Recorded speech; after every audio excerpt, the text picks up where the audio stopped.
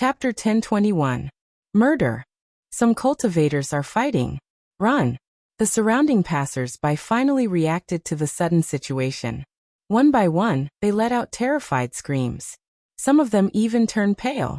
To these ordinary people, a battle between cultivators, even if it was a cultivator of the lowest level, was extremely destructive. If they were careless and got themselves involved, with their ordinary bodies, they would be seriously injured for at least a few months. Because of the shockwaves from the battles between practitioners, some commoners would die. Even though this didn't happen every day in Silveria, it wasn't a rare occurrence. Therefore, if a fight between practitioners were to happen, it would be no different from a disaster for the commoners who were unlucky enough to encounter it. Therefore, amidst the waves of horrified screams, the surrounding pedestrians did not care about their destination, and directly ran towards the end of the street on both sides. Especially the few people who were blown away just now, they looked as if they hated their parents for not giving them 2 more legs. They ran as fast as they could. Not long after, the people at the scene ran away without a trace. Only a few other cultivators remained, as well as the 2 people who had caused all of this to happen facing each other from a distance. His ears are still ringing with the terrified screams of the commoners around him. His eyebrows are clouded over as he looked at the veiled girl in front of him, and coldly opened his mouth. Although I don't know why you attacked me, can't you see that there are so many commoners around? Although ordinary people were no different from ants to cultivators, they were still cultivators after all. Other than a few extremely evil people, cultivators would usually take into consideration that there were no ordinary people around when they fought, so as to avoid being implicated. It's not that cultivators are kind-hearted. It's just that if they knew that there were commoners around, they would hurt the weak commoners. How is that different from bullying others? Most of the cultivators had this mentality. Therefore, they would usually check the location of the battle. After all, they don't want to hurt the weak commoners for their own sake. Of course, that is excluding the evil people. The veiled girl was slightly taken aback. His gaze, which was filled with resentment, immediately dropped. A look of guilt appeared on her face. However, it was quickly replaced by hatred. Then a light and ethereal voice came from under the young girl's veil. It slowly spread out. Since I didn't hurt anyone, if I don't vent my anger today, I won't give up. Vent your anger? Wu Yan was taken aback. He frowned and looked at the girl. How did I offend you? The girl didn't answer Wu Yan's question. Instead, she asked another question. Are you Wu Yan? Yes, I am Wu Yan. That's right. Strands of mana flowed out from the girl's slender body. She didn't give Wu Yan a chance to ask any more questions as she yelled at him. See if I don't kill you. Listening to the girl throwing a tantrum like a child, he opened his mouth, but he couldn't get angry no matter how hard he tried. Instead, he felt very conflicted. Wait, are you mistaken? I don't think I've ever offended a girl. Before he could finish his sentence, the girl's mouth under the veil started to move quickly. She released a sound that was as soft as a mosquito. At the same time, a storm that was even more ferocious than before rolled up from the girl's body. It was like a blooming lotus. It flashed with a green light and violently swept past like a tornado. Hey, Wu Yan wanted to say something. The tornado that was spinning crazily like a spinning spear pierced towards him mercilessly. F***ck. At that moment, Wu Yan could only curse gloomily. However, since he knew that there was something fishy about this matter, he naturally wouldn't make a move. Moreover, Wu Yan wasn't going to argue with a little girl. His expression is gloomy but his body moved. He took a step forward and instead of retreating, he moved closer to the incoming tornado. Following that, he lashed out with his leg. Like a whip, his leg flashed in front of him, and it landed heavily on the tornado that is not weak in the slightest. Pung. This kick, Wu Yan didn't use magic or superpower. He only used his physical strength to throw out this kick. However, it was this kick that sent the wind magic that was powerful enough to slice off a layer of the ground in the surrounding streets, flying away with a muffled sound. The wind magic changed direction and shot straight into the sky. Seeing this scene, the masked girl's eyes suddenly widened. Faintly, from her transparent veil, one could see that her mouth had turned into an O shape. Her eyes were filled with disbelief. My magic was actually sent flying with a kick. Looking at the girl's look of disbelief, Wu Yan bitterly smiled and shook his head. He was certain that he didn't know this girl, and this girl definitely didn't know him. If she did know him, even if she didn't know his strength, she should have heard of his deeds. She should know that he was once the strongest person in the Spalier World Academy, and that he killed Marcus and Andrew, who were both peak rank 8. It's impossible for someone who knows him not to know such a big event. Moreover, the information from the system is also very unfamiliar. Rena Phelps, level 55. Rena Phelps. I don't know her. What did I do to offend this girl? Phelps. Phelps. This surname, is she a member of the Phelps Empire's royal family? Wu Yan couldn't figure it out no matter how hard he racked his brain. He could only bitterly smile. But this bitter smile in Rena's ears sounded like mockery. Thus Rena became angry. What's there to be proud of? This princess hasn't used her true strength yet. Without thinking, Rena yelled angrily. But due to her anger, she also leaked some useful information. This princess. Wu Yan raised an eyebrow. You're a member of the Phelps Empire's royal family? How did you know? Rena exclaimed out of reflex. Even though she regretted it, it confirmed Wu Yan's guess. All right, princess of the Phelps Empire. Wu Yan rubbed his brows as if he had a headache. Let's not talk about why you're in the Ailu Empire's territory, and in a supply town. You should at least tell me how I offended you. What do you mean you're an elder? This princess is only 17 years old. Rena yelled, and the sound of gnashing her teeth came from under the veil. If you want to know, let this princess teach you a lesson first. Are you stupid or am I stupid? Wu Yan rolled his eyes at Rena. Do you think that's possible? Even if it's impossible, it has to be possible. Rena declared like an unreasonable princess. In short, if I don't teach you a lesson, this princess will be angry. With that, Rena waved her slender hand, and a dazzling small green staff appeared in her hand. Moreover, magic power surged within it. Rena had actually used her armament. Are you for real? Wu Yan's jaw dropped. He almost couldn't speak properly. Rena snorted and ignored Wu Yan. She channeled her mana into the magic staff, and the crystal at the tip lit up. Wu Yan saw that Rena was about to open her mouth to chant another spell. He quickly hid his shocked expression and clenched his teeth. Since he couldn't explain himself, he would have to take her down first. At the same time, Wu Yan didn't delay any longer. He channeled a trace of mana and activated a spatial teleportation spell. He disappeared from the spot. Rena only saw a blur in front of her eyes, and the detestable guy in her heart disappeared. Before she could react, the hand holding the staff suddenly felt weightless.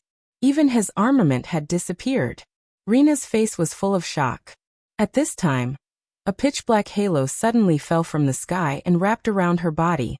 Then it suddenly contracted and trapped Rena, who was still in shock. What is this? Rena cried out in surprise. Only now did she realize that Wu Yan was standing beside her and pressing his hand on the pitch-black halo. You did this. Rena struggled with all her might. Let go of this princess. Wu Yan snorted. The corner of his mouth slowly raised into a smile that made Rena tremble in fear. Before that, I think we need to talk. Chapter 1022. Bang. Ouch. With a soft thud, Rena, who had a black ring around her body, flew through the air in a beautiful parabola. Then, she fell onto the soft bed amidst her screams of pain and surprise. Although the bed was soft and didn't hurt Rena, she was still thrown on it. No matter how soft the bed was, it couldn't prevent the vibration. Rena wasn't injured, but she was still dizzy from the vibration. But that wasn't important. What was important was where she was now. In a hotel room. Moreover, she was sharing a room with a man she hated to the core. Sitting up from the bed, Rena retreated to a corner at an unimaginable speed. Her delicate body curled into a ball, and she screamed with a restrained voice. You! Why did you bring me here? What do you want to do? Wu Yan closed the door indifferently. But it was this sound that made Rena's body tremble exaggeratedly. Her big watery eyes almost popped out of their sockets. Rena retreated to the corner of the bed and looked at him like he was a beast. Wu Yan's mouth twitched. He took a deep breath and walked over. "Stop right there," Rena shouted when she saw Wu Yan approaching. "I'm warning you. If you dare to touch me, I'll ask my father to cut you into pieces." Hearing that, Wu Yan couldn't stand it anymore.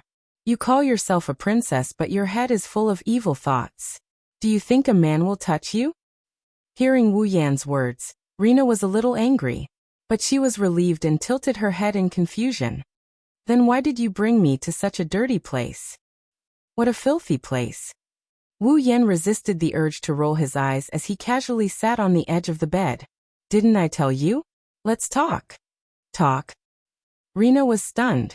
She snorted and turned her head away. "I have nothing to talk about with you." "Oh, is that so?" Wu Yan smirked and rubbed his chin. He started looking at Rena's body. Rena has a good figure. Her body is slender but her curves are smooth. Her exposed thighs shone with a white sheen. Her breasts are also well endowed. Ikaros, Astria, and the other girls with great figures are better than her. She's much better than Kurumi and almost as good as Shokuho Misaki. She has a pair of big round eyes and long black hair. Wu Yan didn't take off Rena's veil, but he's sure she's a beauty. Also, she said she's only 17 years old, right? Rena's body at 17 years old.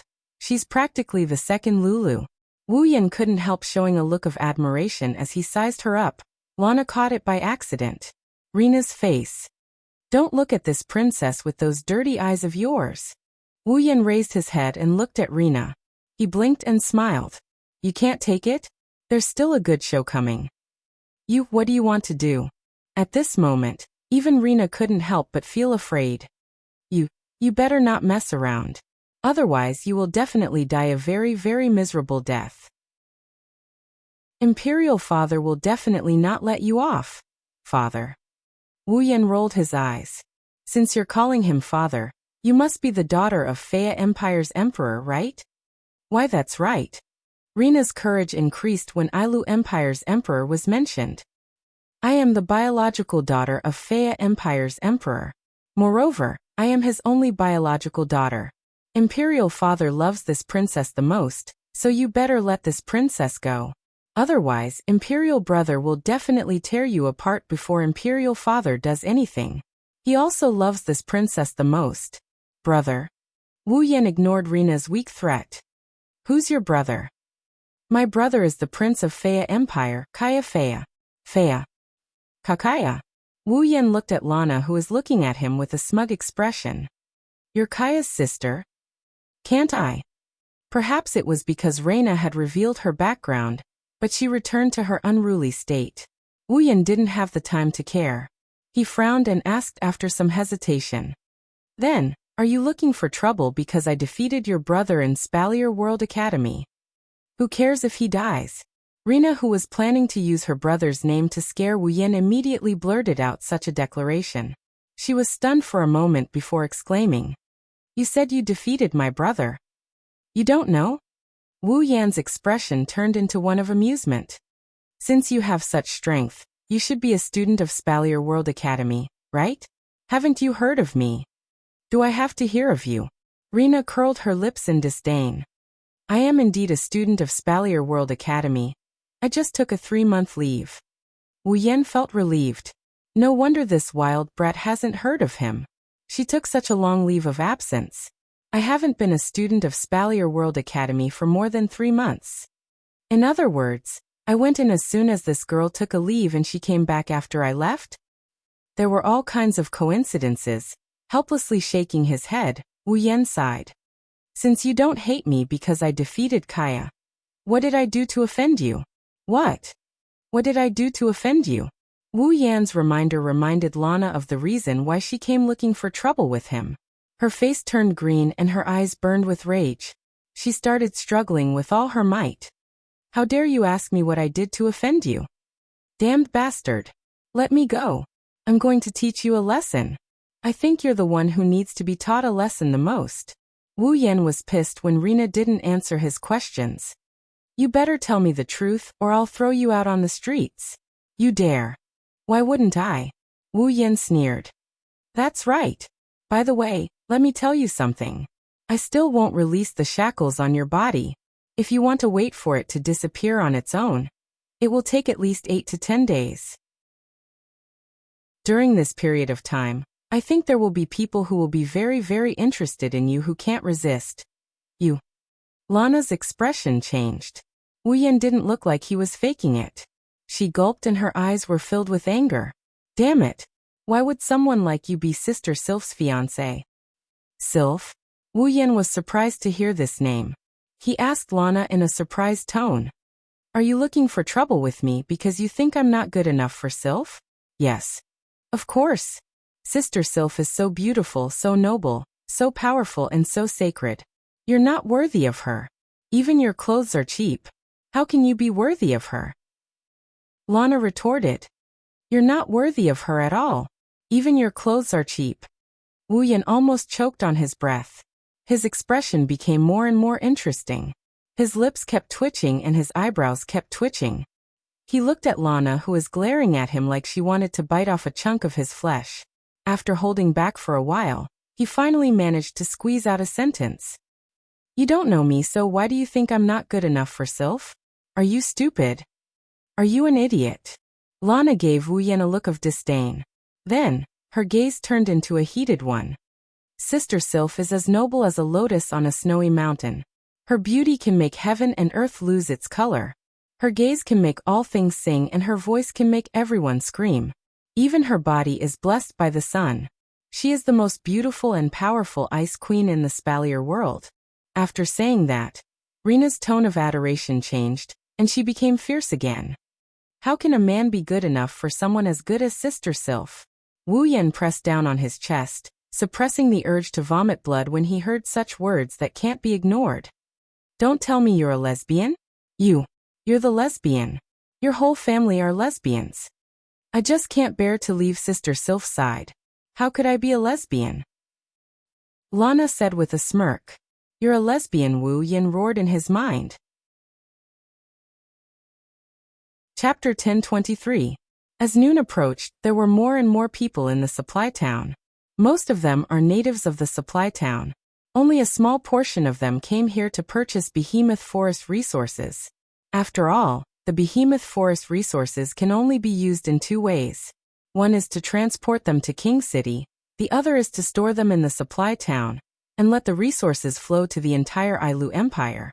That's why the supply town didn't become a place for people to live in. Without the giant beast forest resources, a lot of businesses would close down, and the town wouldn't be worthy of the word supply anymore. However, as the flow of people increased, the pedestrians on one of the streets of the supply town all moved to the sides, leaving a large space in the middle of the street. It was as if some royal family was passing by. However, the people's shocked and curious gazes were telling others that the visitor wasn't someone worthy of respect. Let go of me! Let go of me! Rina shouted at Wu Yan, who was walking in front of her, as if she was about to cry. Her face was red as if a flower thief was about to make a move on her. Only her angry eyes were silently accusing and proving something. Sensing the curious, shocked and confused gazes from the crowd around her, as well as the way they looked at each other and whispered to each other, Rina felt that she had really embarrassed herself. She wanted to find a hole to hide in. Of course Rina felt embarrassed. Because at this moment, the pitch-black halo around Rina's body still hasn't disappeared. No, not only did it not disappear, there is also a rope tied to the front part of the black halo, and the other end of the rope is in Wu Yan's hand. In other words, Rina, the princess of the Faya Empire, was a noble. She is being dragged around by someone like a dog. How could Rina not feel humiliated? Fortunately, Rina still has some self-awareness. She didn't shout out this princess in front of everyone. Otherwise, the commotion she caused at that time wouldn't be as dramatic as it was now. Instead, it would be a real big commotion. Furthermore, Rina couldn't shout those words either. Now, in other people's eyes, at most, she was a young girl who was tied up with a rope. However, if she called out this princess, then she would become a princess who was tied up with a rope. If that really happened, where would she put her face? Even if the people around her didn't know her identity, she still felt embarrassed. She twisted her body desperately, trying to break free from the strange halo that could imprison her mana. However, she had been struggling for an entire hour since she left the hotel, and the halo didn't loosen at all. She wanted to cry, but no tears came out. "Let go of me," Rena screamed frantically. "Aren't you afraid I will take revenge? You already did your best to get back at me." Wuyan didn't even turn his head as he sneered. "If I let you go, what are you going to do? Do you even need to ask? Of course I'm going to teach you a lesson. I'm going to show Sister Sylph that you're a piece of trash who can't even beat a 17-year-old girl. I'm going to cut all ties with you and cut all ties with you." "Oh." Wu Yan turned around with a surprised look on his face. "I thought you were going to say, of course I'm going to kill you to save Sister Sylph.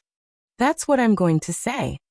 Rena paused for a moment before a look of realization dawned on her face. "Oh right. I didn't know there was such a way." Wu Yan's mouth twitched. He rolled his eyes at Rena. "I'm sure you're not only a lesbian, you're a completely unqualified lesbian. You're the lesbian. What makes you think I'm unqualified?" Rena raised an eyebrow. Her contradictory words made the people around her laugh. "Of course you're unqualified." Wu Yan recalled something and his expression turned sour. "A real lesbian should call the person she's a lesbian to be her lady big sister. Every day, she'll look for an opportunity to rub against her lady big sister's modest chest. She'll think about pushing her lady big sister down all the time, and look for an opportunity to drug her. She can even accept being whipped by her lady big sister. When she meets someone who intends to touch her lady big sister, she'll say things like, 'I'll stuff you underground,' or as her lady big sister's personal bodyguard, 'My mission is to defeat all the apes who intend to touch her lady big sister.'" Wu Yan spouted a string of strange words into Rena's ears. She was stunned. She even thought she was unqualified. "That seems to make sense." Rena nodded thoughtfully. Not long after, she raised her head abruptly and said excitedly, "All right. Rena will call Big Sister Sylph Big Sister from now on." Wu Yan, who was walking in front, almost tripped and fell to the ground. He wiped the cold sweat off his forehead and felt a little guilty. Could it be that he had raised a pure lily into a pure pervert? What a sin. Wu Yan shook his head and drew a cross in front of his chest. He muttered as if he was atoning for his sins. "Sylph, don't blame me. I was just complaining. I hope you can live your life as usual." Rena saw Wu Yan muttering and shouted in dissatisfaction. "Hey, what are you muttering over there for?" "Nothing." Wu Yan rolled his eyes and noticed the veil on Rena's face. He narrowed his eyes and asked, "Oh right, why are you wearing a veil? Are you ashamed of your appearance?" "You're the one who's ashamed of your appearance." Rena jumped up like a cat whose tail was stepped on. I don't know how beautiful I am. How can a cheap thing like you know how to appreciate my beauty?" "Cheap thing?" The veins on Wu Yan's forehead bulged. "If you're not ashamed of your appearance, then why are you wearing a veil? Do you think I'm willing to do that?" Lana's tone became indignant. "I was fine when I first came to Ailu. Who knows if the men in this empire ate the wrong medicine? Every time they see me, they stick to me like flies. It's disgusting. If it wasn't for the fact that I have no other choice, I wouldn't want to be a masked person." "Interesting." Wu Yan raised an eyebrow. "Even flies stick to you. Looks like you're pretty good looking." "Of course." Rena's eyebrows danced. "I'm a princess after all, how can I not be pretty? You really do shine with a little sunshine." Wu Yan shook his head with a chuckle. He tugged on the rope and continued forward. "Hey!" Lana yelled when Wu Yan pulled her along with the rope. "Where are you taking me?" "Of course." Wu Yan pursed his lips. "I'm taking you back to the camp." "Back to the camp?" Wu Yan nodded and glanced at Rena. "I wanted to let you go so we can go our separate ways. But if I do that, you'll come after me again, won't you?" "Of course. If I don't ask you to annul your betrothal with Sister Sylph, I won't let you get away with it," Lana said haughtily. "That's right." Wu Yan sighed. "That's why I can't just let you go. But I can't just leave you here either. I can only bring you back to the camp and hand you over to the people in charge. They will send you back to Fea Empire or Silveria World Institute." "What?" You're sending me back. Rena screamed and started struggling again. No, no, no. I don't want to go back. Why are you so resistant? Wu Yan quickly pulled on the rope to prevent it from slipping away. Did you sneak out? That's not true. Rena shouted stubbornly as she struggled. You haven't canceled your engagement with Sister Sylph yet. How can I go back unless you cancel your engagement with her? I think you should just give up. Wu Yan pursed his lips. Even though I was confused about the engagement, Sylph herself hasn't canceled her engagement yet. Why are you making such a fuss about it? Impossible. Sister Sylph wouldn't be interested in a cheap piece of trash like you. Rena screamed and struggled. Let go of me. Ignoring Lana's antics, Wu Yan pulled Lana along, and they headed towards the giant beast forest camp. Chapter 1024. Behemoth Forest Encampment. So this is Ailu Empire's Behemoth Forest Encampment? Standing outside the camp, Rena's curiosity was immediately replaced by boredom as she looked at the camp that was filled with tents, weapons, and guards who were patrolling back and forth. Apart from that, there was nothing special about the camp. It's so shabby. Wu Yan rolled his eyes as he glared at Lana with an exasperated look. This is an encampment, not a castle. Do you think there are golden walls and war chariots? There should at least be a fence.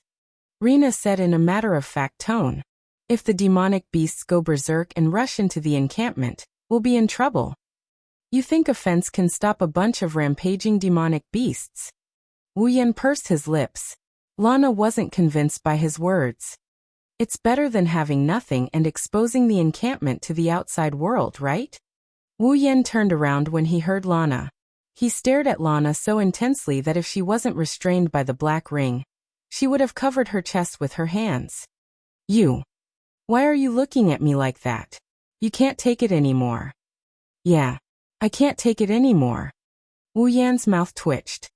I really can't take it anymore. What do you mean? Little princess, even if you haven't been to Fea Empire's encampment, even if you don't know what the encampment looks like, you don't have to be so shallow. Rena's eyes were filled with anger. Wu Yan pointed at the encampment in front of them. Take a closer look. Do you really think there's nothing here? Lana wrinkled her nose. She subconsciously looked at the campsite again under Wu Yan's guidance. Her expression turned serious. She finally noticed that something is wrong. The encampment looked like it only had tents and guards. However, not far from the encampment, there was a fluorescent light. It was blinking. That is. When Rena saw the fluorescent light clearly, she was stunned. Then she was astonished. A barrier. Good, it's not a waste of your 6th-tier power. Wu Yan sighed. Fences, walls, war chariots, how can they compare to a barrier? I see. Lana nodded in realization. She paused and she looked at Wu Yan with a suspicious look. Right. How do you know I'm 6th tier? Wu Yan smiled bitterly at Rena's question. Do you think everyone is like you, rushing forward blindly without understanding the strength of the other party? What? You make it sound like it's something amazing. Rena yelled unhappily. Then why don't you tell me how powerful you are?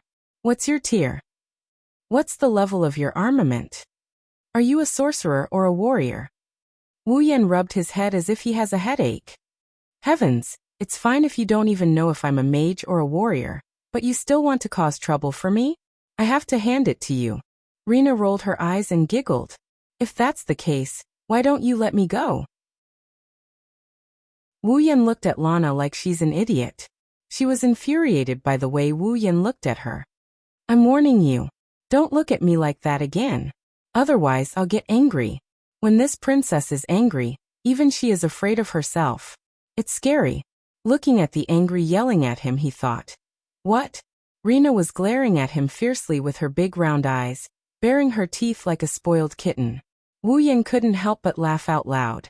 He nodded like he's serious about it. Indeed, it's scary. Ignoring Lana's flushed face, Wu Yan pulled the rope and brought this wild princess back to his tent.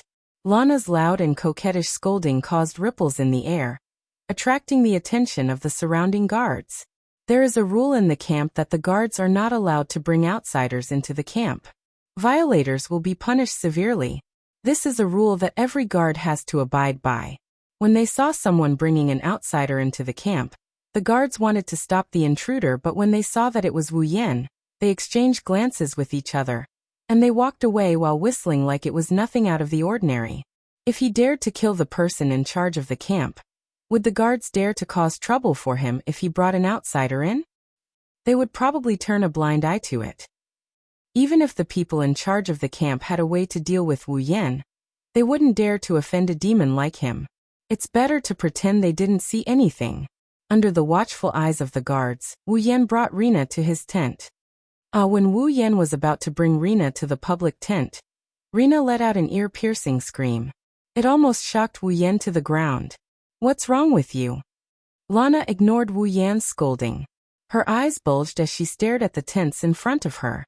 To be more precise, she stared at the Misaka sisters who are busy with their chores. Her mouth that is hidden under her veil is wide open, and her eyes are filled with disbelief. They all look. Wu Yan finally understood that Lana was frightened by the sisters who looked exactly the same as her. Sigh. Wu Yan patted his chest and sighed helplessly. What did I do wrong? Why did I have to deal with a wild girl like her? It's bad for my heart. Yan. At this time, the entrance to the public tent was opened, and Hinajuku Mikoto, Shokuho Misaki, Kotori Kurumi, and the rest of the girls ran out. Yen. What's wrong? I heard a scream. The more impatient Hinajuku and Mikoto ran towards Wu Yan as soon as they came out. While running, they started asking questions, but when they saw Lana being tied up by a certain wolf, they stopped in their tracks. Even their mouths were frozen in place. Their impatient faces darkened. La. Kurumi acted as if she was frightened, but her wine-red eyes that weren't covered by her bangs revealed a deep smile, betraying her true thoughts. Did Aotsusama capture other girls because we couldn't satisfy Aotsusama's appetite? What a surprise, what a surprise. Not just Kurumi, even Shokuho Misaki looked at Wu Yan with a half-smile. Unlike Kurumi, she didn't seem to be smiling at all. I didn't expect you to bring a girl back after just a short while. You even did it in such a way. Yen, is this your hobby? As expected of Aotsusama. Despite her praise, Kotori's lips curled into an evil grin. Clearly, her words didn't match her true feelings. Nah. Both Hinajuku and Mikoto's gloomy expression changed into a bright smile, saying so. Aren't you going to explain? When he saw the girls looking at him with sharp eyes, it was as if they were considering where to cut him first. Wu Yan shuddered and he quickly let go of the rope in his hand. He said in a flustered manner. Wait. This is a misunderstanding. A misunderstanding. The girls listened attentively, but they didn't say anything. Shokuho Misaki and Kurumi were still smiling as if Wu Yan was doing a good deed. However, Wu Yan knew that without a good reason, the two girls wouldn't mind adding insult to injury even if they didn't want to. Wu Yan smiled bitterly. To prevent unnecessary misunderstandings, he released Lana from the rope and prepared to explain himself. What he didn't expect was that as soon as the rope was released, something unexpected happened. Lana let out another ear-piercing shriek. Everyone was shocked, but before they could react, they saw. With a speed faster than anyone could react, Lana turned into a blur, rushed towards Ikaros who hadn't said a word, and grabbed her hand. Hey sister. What's your name? Everyone was stunned. Chapter 10:25. Wu Yan and the other girls fell silent when they saw Lana looking at Ikaros with her starry eyes. She clasped Ikaros' hand and acted like she's in a trance. Ikaros was also stunned. She couldn't figure out what was going on. Her pitiful face was filled with confusion. Her indigo eyes looked at Rina who was holding her hands, asking her silently, What's going on? What's going on? However, under the gaze of Ikaros' expressive indigo eyes, Lana moaned as if she was electrocuted. Even with a veil covering her face, everyone could see it clearly. Under the transparent scarf, there was a sparkling and translucent liquid that was slowly flowing down from Rina's mouth. It's saliva. Hey, big sister. Rina, who had completely lost her composure, giggled like an idiot. What's your name? Can you tell Reina? Ikaros stared blankly at Reina, but she still answered her question. Ikaros. Is your name Ikaros? Is that so? Reina's pretty face abruptly moved forward, her eyes shining brightly. She looked like that. Even Ikaros couldn't take it anymore. What a beautiful name. You're beautiful, so is your name. Lana stuck her head on Ikaros' body like a pig. Saliva dripped from the corner of her mouth, but Lana didn't notice. She kept rubbing her head against Ikaros' body, almost rubbing her face against Ikaros. You. What should I do? Reina already has big sister Sylph, and now she has big sister Ikaros. Is Reina really a bad girl? Ugh. What should I do? That's what she said. Reina's face showed a blissful expression that couldn't be hidden even with the veil covering her face. In the next moment, a second stream of saliva flowed out from under the scarf. Humph, humph, humph, humph. It's flowing out. Master. Reina passively accepted Reina's actions. Ikaros, who didn't know how to refuse, looked at Wu Yan for help. However, Wu Yan didn't have the time to care about Ikaros. He was petrified by the scene in front of him. He already knew Reina was a Yuri. He didn't expect her to be a true Yuri and not a pervert like Kuriko. Kuriko was only interested in Mikoto. She would only turn into a lesbian in front of Mikoto, but in front of other girls, her orientation was normal. But looking at Reina, it was obvious that she was different from Blackie. Not only was she cute to Sylph, but her interest was also effective for other girls. In other words, Reina is a true Yuri with an abnormal sexual orientation. Ikaros didn't know what to do as Lana rubbed her face against Ikaros. The other girls took a step back out of reflex, including Flandre-chan, Yoshino, Astria, and Toka. Mikoto's body was trembling as she stared at Lana with caution. Sparks of electricity appeared on her forehead as she stared at Lana with a wary expression. Needless to say, this Yuri who was abused by her perverted roommate must have recalled her painful past. There's no doubt Mikoto wouldn't mind giving Reina a love whip if she dares to jump on top of Mikoto. Hey! Kotori glanced at Wu Yan with a sharp gaze. What's going on with that woman? Haha. Wu Yan chuckled dryly. He couldn't keep his cool. It's just like what you saw. Now you can rest assured that there's nothing going on between us, right? That kind of thing doesn't matter. Hinajiku, who almost turned black, glanced at Reina, who kept squeezing herself into Ikaros' arms, and Ikaros, whose eyes were filled with panic under Reina's teasing. She raised her voice slightly.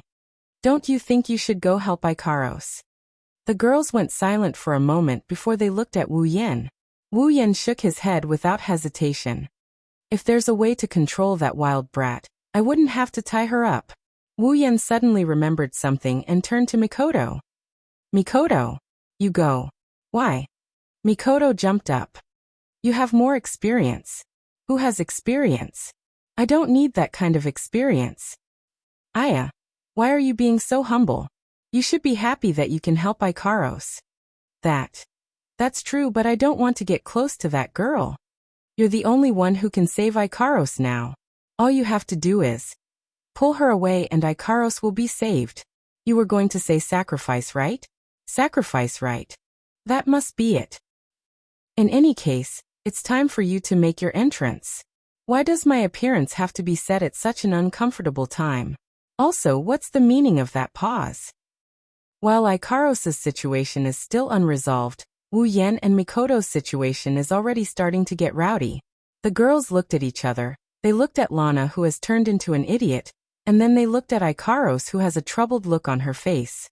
For a moment, the girls didn't know what to do with themselves. In the end, the most courageous and kindest Kaisha-sama stood up. Hey, you! Chuju walked up to Ikaros and Reina with her hands on her hips and a sharp look on her face. Ikaros is very troubled right now. Can you please not make things difficult for her? Reina, who was squeezing Ikaros' body, suddenly stopped and turned around. Her eyes were filled with displeasure. However, when she saw Chuju, who was emitting an oppressive aura, she froze for a moment. Then, the displeasure in her eyes disappeared and was replaced with passion. Feeling Reina's burning gaze, Chuju's body stiffened and a bad premonition rose in her heart. And the facts proved that her ominous premonition was completely correct. So cool. So handsome. So strong. Muttering these words, Lana crossed her arms in front of her chest and abandoned Ikaros without hesitation. She came to Hinajika's side with twinkling little stars in her eyes.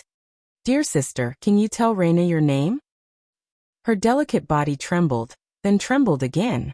Her gaze met with Reina's eyes that seemed to want to swallow her whole. Finally, Hinajika couldn't maintain her calm. She took a few steps back, and a drop of cold sweat dripped down her forehead. My name is Chuju. Dear sister Chuju." When Hinajiku retreated, Lana immediately followed, closing in on her. The expression in her eyes constantly changed, until finally, it turned into longing. "No, I can't." Lana raised her head and leaped towards Hinajiku. "Reina can't hold it in anymore." Wah! Daisy didn't expect Reina to do such a thing. She only had time to let out a miserable cry before she was pushed to the ground by Reina. "You!" Reina moaned as she sat on top of Chuju and sniffed around with her little nose. "What a nice smell." "I can't. Reina is going to eat." "What? What are you doing?" Being straddled by a woman, Hinajika couldn't keep her cool, her face flushed red. Hinajika wanted to scold her and stop her, but before she could open her mouth, the scolding in her throat turned into a moan. "That's because Reina sucked on Chuju's ear." "No. Don't." "Ugh. You. That's great. Here. And here. Wait. What are you doing?" You. That's. Don't touch." "No." Following Hinajika's uncontrollable moans and Reina's excited gasps, the surrounding space was suddenly enveloped in a pink and ambiguous atmosphere. Everyone present was shocked on the spot, including the Misaka sisters who were watching from the sidelines. Watching Hinajika being toyed with by Reina, the girls couldn't help but gulp, cold sweat dripping down their backs. Among them, Mikoto's situation was the most serious. Even her back was drenched in sweat. Thank God I didn't go up." The girls didn't say anything else. Instead, they glanced at each other and quietly retreated until they were at a safe distance away. Only then did they spread their feet out in unison. They ran away. Looking at the girls who ran away and the blooming lilies in front of him, Wu Yan was silent for a while. He found a place and sat down. How could he not enjoy such a beautiful scene? Chapter 1026. Hee. The entire tent was filled with Reina's silly laughter. It was as if she was a lone lunatic who had escaped from a mental hospital.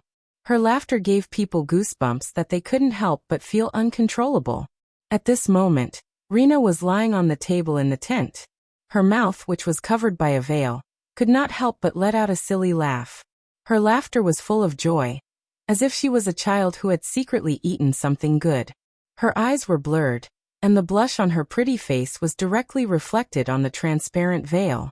Coupled with her creepy laughter, it was very suggestive. Hinajiku, on the other hand, was sitting in a corner with her head lowered. Her pink bangs covered her face, making it hard for others to see her expression. However, the gloomy aura that lingered around Hinajika made it so that no one dared to approach her. Wu Yan and the girls looked at Chuju, and then at Reina, who was once again trapped by the black ring. They looked at each other with resentment, and didn't know how to react. Something terrible just happened. Misaka 13674 puffed up her chest, and said to the other Misakas, "Your information is outdated." Misaka 17788 made a mocking declaration. "Misaka, I've already heard that a sister was pushed down." Misaka 12976 tried to extract as much information as possible. She shared it with the other Misakas. Why wasn't Misaka there? Misaka 10414 was very unwilling to give up. She asked the other Misakas to share the information with her. Misaka was there at the time, and she even recorded everything that happened. Misaka 5392 took out a notebook from her bosom and proudly showed it off to all the other Misakas. Misaka 5392 is very cunning. Misaka 9987 made a stern reprimand and thought of how to get the notebook from Misaka 5392. Misaka 7747 made a request to borrow the notebook from Misaka 5392.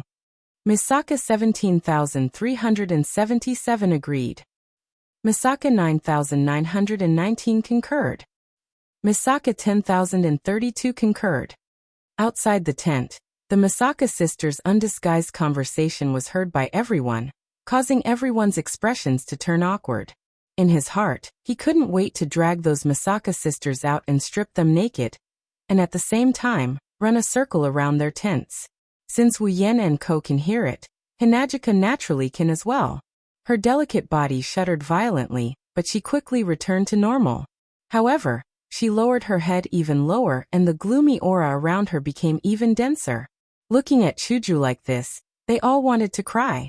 The girls looked at each other and wanted to say something to comfort Hinajiku, but they were just deserters, and if they went up now, it would only trigger the gloomy atmosphere. Therefore, no one dared to talk to Chuju. Mikoto snuck up to Wu Yan and growled in a low voice. "We can't let this go on. You think of a way." "Now you want me to think of a way?" Wu Yan laughed coldly. Of course, he also lowered his voice. "Then why didn't you go and save Hinajiku? If you had, Hinajiku wouldn't have been violated like that." Era Xiaoyan. Shokuho Misaki appeared on the other side of Wu Yan. She covered her mouth with her hand. Her eyes were full of meaning. "I remember you were having a good time watching the show." Wu Yan's expression turned awkward, but he quickly regained his composure. "At least I didn't abandon Chuju. You all ran away one by one. Guys who only know how to find excuses are the worst." Shokuho Misaki scolded. "Besides, Chuju is your woman. Shouldn't you be consoling her?" "I want to." Wu Yan pursed his lips and continued. "I'm just worried that Hinajiku will take it out on me later. Don't tell me she can't do it. You guys know she can." Mikoto and Shokuho Misaki were speechless. Wu Yan, however, Kurumi spoke up. Era Outsasama. You were the one who brought that guy back. Shouldn't you take responsibility?" "Stop it. Stop it." Wu Yan waved his hand angrily. "I'm already regretting it." "Is that so?" Shokuho Misaki glanced at Wu Yan. She saw through his thoughts. "But why do I feel like you're really happy?" Wu Yan froze. After putting some distance between them, Mikoto berated him in a low voice. "You're so bad." Hey. Wu Yan sweated. "Don't make it sound like it's all my fault, okay?" These words caused the girls to explode in unison. "This is your fault. I say." Hinagika slowly raised her head and glanced at the crowd with an expressionless face. "Can you guys please lower your voices? I need some time to myself." In an instant, everyone's mouths shut up.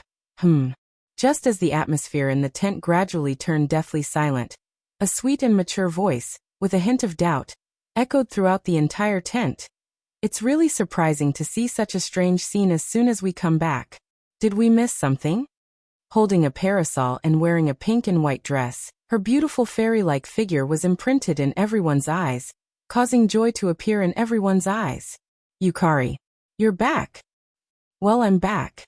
Yukari tilted her head and smiled seductively. "But compared to that, can anyone explain to us what's going on? Who's that girl over there?" "That's..." Wu Yan and the other girls all revealed awkward expressions. They laughed awkwardly, making the already weird scene even weirder. "Yukari, you're just in time." To change the topic, Wu Yan clumsily walked to Yukari and pouted at Chuju. "We're troubled right now. Please help us comfort Hinajiku." "Comfort?" Yukari glanced at Chuju and looked at Wu Yan with a faint smile. "Although we don't know what's going on, it's best not to provoke her now. You'll die miserably. As expected of the Sage of the Fairies. Even if we don't know the reason, we can still see the situation." Alana, who was lying on the table, heard an unfamiliar voice.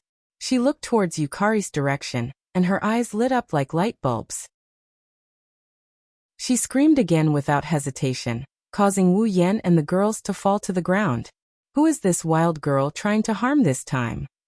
While the group of people were roaring these words in their hearts, Reina actually jumped up from the table, as if she was assisted by God. With a leap, she arrived in front of Purple. "What a beautiful big sister. You're as beautiful as Big Sister Sylph and Big Sister Ikaros." Lana looked at Yukari pitifully. She rubbed her head against Yukari's chest. Big sister. Lana likes you so much. Please marry Lana. Lana will be good to you. Wu Yan and Ko, who just got up from the ground, shivered, and their legs gave out as they fell back down to the ground. Even Hinajiku, who was in the dark, shook her shoulders in an exaggerated manner. She recalled the scene where she got F***ed by a girl. Her face darkened and the dark aura around her became even denser. Just when everyone thought that Violet couldn't handle this, Lily. Who would have thought that after being stunned for a moment, Violet would smile? Her smile was exceptionally sweet. Ah la la la, I didn't expect little sister to like this too. You like this too? Everyone was stunned. You like this too? Lana was stunned for a moment before she reacted with excitement. Could it be that big sister is also? Yukari raised her paper fan and placed it under Rina's chin in a very flirtatious manner. She slowly lifted the veil on her face. The next moment, a delicate and cute face with a hint of childishness appeared in front of everyone's eyes. Oh, not bad, you're almost as pretty as Ling Meng. Yukari licked her lips and let go of the parasol. Yukari's face curved into a smile, and her free hand reached into Lana's clothes. Ugh! The girls lying on the ground blushed. They didn't know if they should look or not. In the end, they just buried their faces in the ground and refused to get up. Wu Yan was the only one admiring the blooming lilies while praising them in his heart. Our little sister Yukari is really the best. Chapter 1027. So comfortable. Era, I didn't think someone as young as you would have such a model. That's? Haha, let's have a good taste. Big sister. Listening to Yukari's teasing tone and Lana's moaning and moaning, the girls lying on the ground felt like they were about to explode from shame. Even Wu Yan's heart started beating faster. Just as Wu Yan was about to lose his temper, a small hand tugged at Wu Yan's clothes. When Wu Yan turned around, Flandre-chan's crystal-clear red eyes entered his line of sight, filled with curiosity. Hey Oniai-chan. Flandre-chan looked at Wu Yan expectantly. Flan has been wanting to ask you this for a while now. What is that big sister playing with the other big sisters? Who knows where she came from? It looks like it's going to be fun. Wu Yan's face twitched, he laughed dryly. And nothing, that's a game played by bad kids. Flandre-chan mustn't imitate them. Really? Flandre-chan put on a distrustful expression. Then why do the big sisters have to play the game of bad kids? Haha. Ahaha. Wu Yan awkwardly scratched his cheeks, his eyes rolled, and he said to Flandre-chan, ever since that big sister came, the big sisters have been led astray by her. So Flandre-chan, as a good girl, you better stay away from that big sister, you'll be led astray. So it's that big sister who led the other big sisters astray. Flandre-chan showed a look of realization, and then a bloody glint flashed across her red eyes. Then let Flandre-chan play with her. That way she won't be able to lead the other big sisters astray. Wu Yan was shocked. Flandre-chan doesn't look like she's joking, he quickly said. Flandre-chan, Flandre-chan. Be a good girl, Flandre-chan. Just watch from the side. I have a way to deal with that big sister. I see. Flandre-chan smiled innocently. She threw herself into Wu Yan's arms and rubbed her head against his chest. Her face was filled with happiness. Sure enough, Big Brother is the best. I have a way to deal with the bad guys. Wu Yan sweated profusely and patted Flandre-chan's back. He gently placed her on the ground. She immediately ran to Z's side. He pulled her out of the soft country covered with lilies. Alright, Yukari, Fran and Yoshino are still here. Don't be a bad influence on children.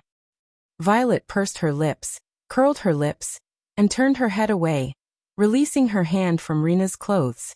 Rina immediately fell to the ground, panting, and her cheeks were already covered in a rose-like red. The girls lying on the ground heaved a sigh of relief and began to stand up. Only Chuju, who was sitting in the corner, suddenly raised her head and stared at Wu Yan. Why didn't you come and save me when I was being bullied? Fran and Yoshino were there too. If it were me, wouldn't I be a bad influence? His voice, which was filled with resentment, was extremely soft. However, it was clearly transmitted into everyone's ears, causing them to smile bitterly. In order to dispel the awkward atmosphere, Wu Yan patted his face and became serious. How was it? Did you find anything after going out? The girls gathered their focus and turned serious. It's not clear if they're trying to dispel the awkward atmosphere like Wu Yan, but they do know why Yukari went out. Zihuan glanced at the crowd and nodded casually. Well, I did find something. She gently waved the paper fan in her hand, and a tiny gap opened up in the air in front of everyone. Under everyone's gaze, a transparent cube object emitting golden light flew out from the gap and landed in Yukari's hand. Everyone took a closer look. Only then did they realize that within this transparent cube object, there were black lights that were twisting and dancing around like worms. This is... Before the girls could react, Wu Yan's expression changed. Oh. She narrowed her eyes and nodded. It seems like you recognize this thing, Yan. The girls flinched and looked at Wu Yan in surprise. Only a few of them who reacted fast enough seemed to have recalled something as their expressions changed. This. Shokuho Misaki and Kotori looked at each other before looking at Wu Yan. The last time you killed Marcus, the black light that flew out of his body and was tracked by you should be the same as this one, right? Wu Yan didn't answer, he silently agreed. He looked at the black lights and frowned. He raised his head and met Yukari's gaze. Yukari, is this the ominous aura you sensed in the behemoth forest? That's right. Purple put away the quadruple barrier in her hand, and a trace of seriousness appeared on her face. Originally, I sensed that there were many similar auras in that forest, but after I put them away, those auras all disappeared. They all. The girls looked at each other. Disappeared? Wu Yan frowned and looked at Yukari. Yukari, tell us what happened in the behemoth forest. Yukari pondered for a moment, and told everyone about how she killed the ferocious-looking monsters in the stone forest, and how she collected the black light from them. However, she didn't tell them about her encounter with the 5 demigods from Silveria. Wu Yan told Yukari how they got involved with Marcus, how he turned Marcus into a monster, how he killed him, and how he found out that the black light was the culprit. After both sides finished their explanations, the place fell into silence. Everyone looked like they were deep in thought, except for the 2 gluttons and the 2 lolas. I'm afraid that there are quite a few of these black lights in the giant beast's forest. Shokuho Misaki said with a serious expression on her face. What are these black lights? Mikoto crossed her arms in front of her chest. I didn't see them in the behemoth forest, and I've never heard of them in the Spalier world. Why did they suddenly appear? Wu Yan didn't understand either. He looked at Yukari, who was smiling. Yukari, what do you think? I think it has something to do with that Marcus guy you mentioned earlier. Yukari spread out her paper fan and covered half of her face. Her eyes flashed with wisdom, and she displayed an unusual charm. That moment of charm made Wu Yan and the other girls who were in the middle of a serious discussion look at her. Their hearts started to get restless. You're saying it has something to do with Marcus? Wu Yan narrowed his eyes. It has a lot to do with him. Yukari didn't jump to conclusions. He was the first one to turn into a monster, and he was the first one to use the black lights. I don't think he has nothing to do with this. You're right. Wu Yan rubbed his forehead as if he had a headache. What should we do now? Nothing needs to be done. Yukari closed her paper fan and placed the tip of her fan on Wu Yan's forehead. Her lips curled into a meaningful smile. There are people who care more about these things than we do. Let them worry about it. Huh. Everyone was stunned. What do you mean? Yukari shook her head. She didn't explain and took something out of her pocket. They were 5 different colored gems. She tossed the 5 different colored gems into Wu Yan's hands. This is for you. Wu Yan quickly took it and looked at the gems with the girls. His face was full of confusion. What's the use of these gems? Who knows? Yukari replied with a meaningful smile. When you fight with others, if you can't beat them, you can take out these gems and show them. Maybe you can scare them away. Hearing Violet's ambiguous words, everyone looked at each other, causing Violet's smile to become even more joyful. Then she quickly changed the topic. Oh right, since there's still that black light in the forest, you should pay attention to the safety of the girls. After all, the base is in the forest. Hearing this, Everyone's expression froze. Wuyan looked at the 5 gems in his hand and gripped them tightly. He looked up at the ceiling of the tent. Looks like we need to investigate this behemoth forest. Chapter 1028. Behemoth Forest. In a small corner of the inner circle, there was a team of about 10 people wearing armor and holding weapons. They were fighting against a huge magical beast. To be more precise, this team was beating up the magical beast that they had surrounded in the middle. Currently, the only people who can enter the behemoth forest are members of the 3 empires. If others want to enter the behemoth forest, they will be blocked by the camp outside the behemoth forest. Unless they want to force their way in, or if they are special like Wu Yan's group, they are considered members of the 3 empires. This group of about 10 people is the elite team of the Ailu Empire's behemoth forest camp. There is only one reason why they are here. They are here to follow the camp's orders and hunt demonic beasts. But it seems like they are in big trouble. Amidst the shouts, the 6 warriors in the 10-man team circulated their warrior chi and performed their battle skills. They rushed to the front of the magical beast that was 2 to 3 times larger than them. Without any hesitation, they smashed their warrior chi and battle skills onto the huge magical beast. Aoo! The demonic beast looks like a bear, but it has the head of a lion. The 3-legged magical beast let out a painful howl amidst a series of muffled sounds. Its incomparably scarlet beastly eyes seemed somewhat crazed under the influence of the pain. The 3 feet that were thicker than the head stomped on the ground, and with a loud bang, the ground cracked. At the same time, a swamp made of magic replaced the cracked ground. Quick! Fall back! Seeing this scene, a warrior who seemed to be the leader of this team, who was much older than the others, gave the order. That beast is using magic. Warriors, fall back! Magicians, use this opportunity. Use magic. Obviously, this was not the first time this leader had faced such a situation. His orders were very reasonable. The other members of the team also trusted their leader very much. Therefore, the 6 soldiers who had intended to charge forward immediately retreated without hesitation. Of course, they want to retreat. But the demonic beast that is being beaten up doesn't agree. Aoo! An angry howl echoed in the air, followed by a dense magical wave. The magical swamp on the ground seems to have come alive. At the same time, the magical wave reverberated in the air. The swamp suddenly wriggled. It floated up from the ground and spread out like a black fishing net, covering the retreating warriors one by one. Judging from the magical wave flowing through the swamp, if the 6 warriors are caught in the swamp, then the outcome will be death. The situation is very serious. However, there wasn't the slightest bit of panic on the leader's face. Seeing that the swamp net was about to cover the 6 warriors, he waved his hand forcefully. Release! As soon as he said that, a wave of mana behind the leader flickered wildly, turning into scarlet flames that formed an expanding ring of fire. Under the control of the 3 mages with magic staffs, the ring of fire shot into the swamp net like a cannonball, creating sonic booms. Boom! The black swamp net and the scarlet ring of fire collided. With the 2 as the center, a violent shockwave spread out in all directions. When the shockwave subsided, the black swamp net and the scarlet ring of fire disappeared at the same time. Now is the time. The leader let out a loud shout. Holding the knight's sword in his hand, his body turned into a blur as he flashed in front of the huge magic beast. All of the do chi in his body was mobilized by him, and surged into the armament in his hand. Immediately after, he chopped down with all his might and chopped at the neck of the magic beast. Poochie!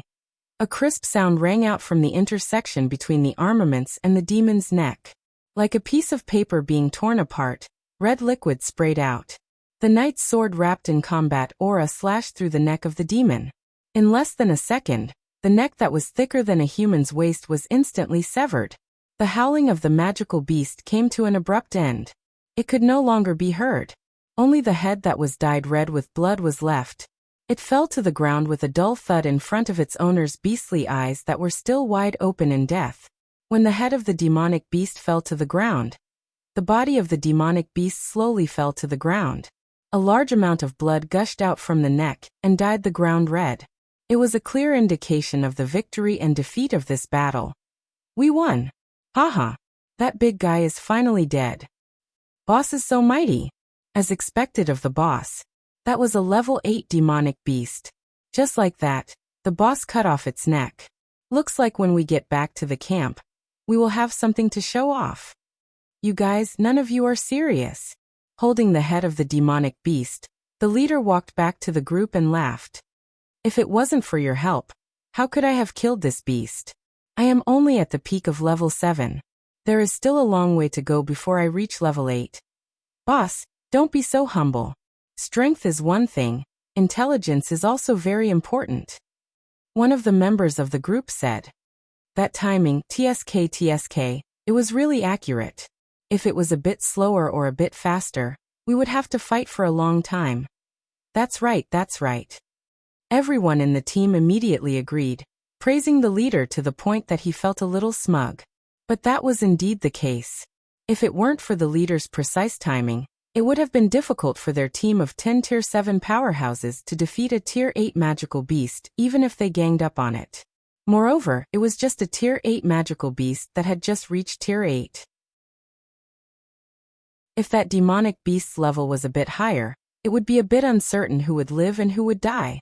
Of course, at that time, the leader would not hesitate to give the order to retreat, just as the entire group was immersed in the joy of killing a Class 8 magical beast.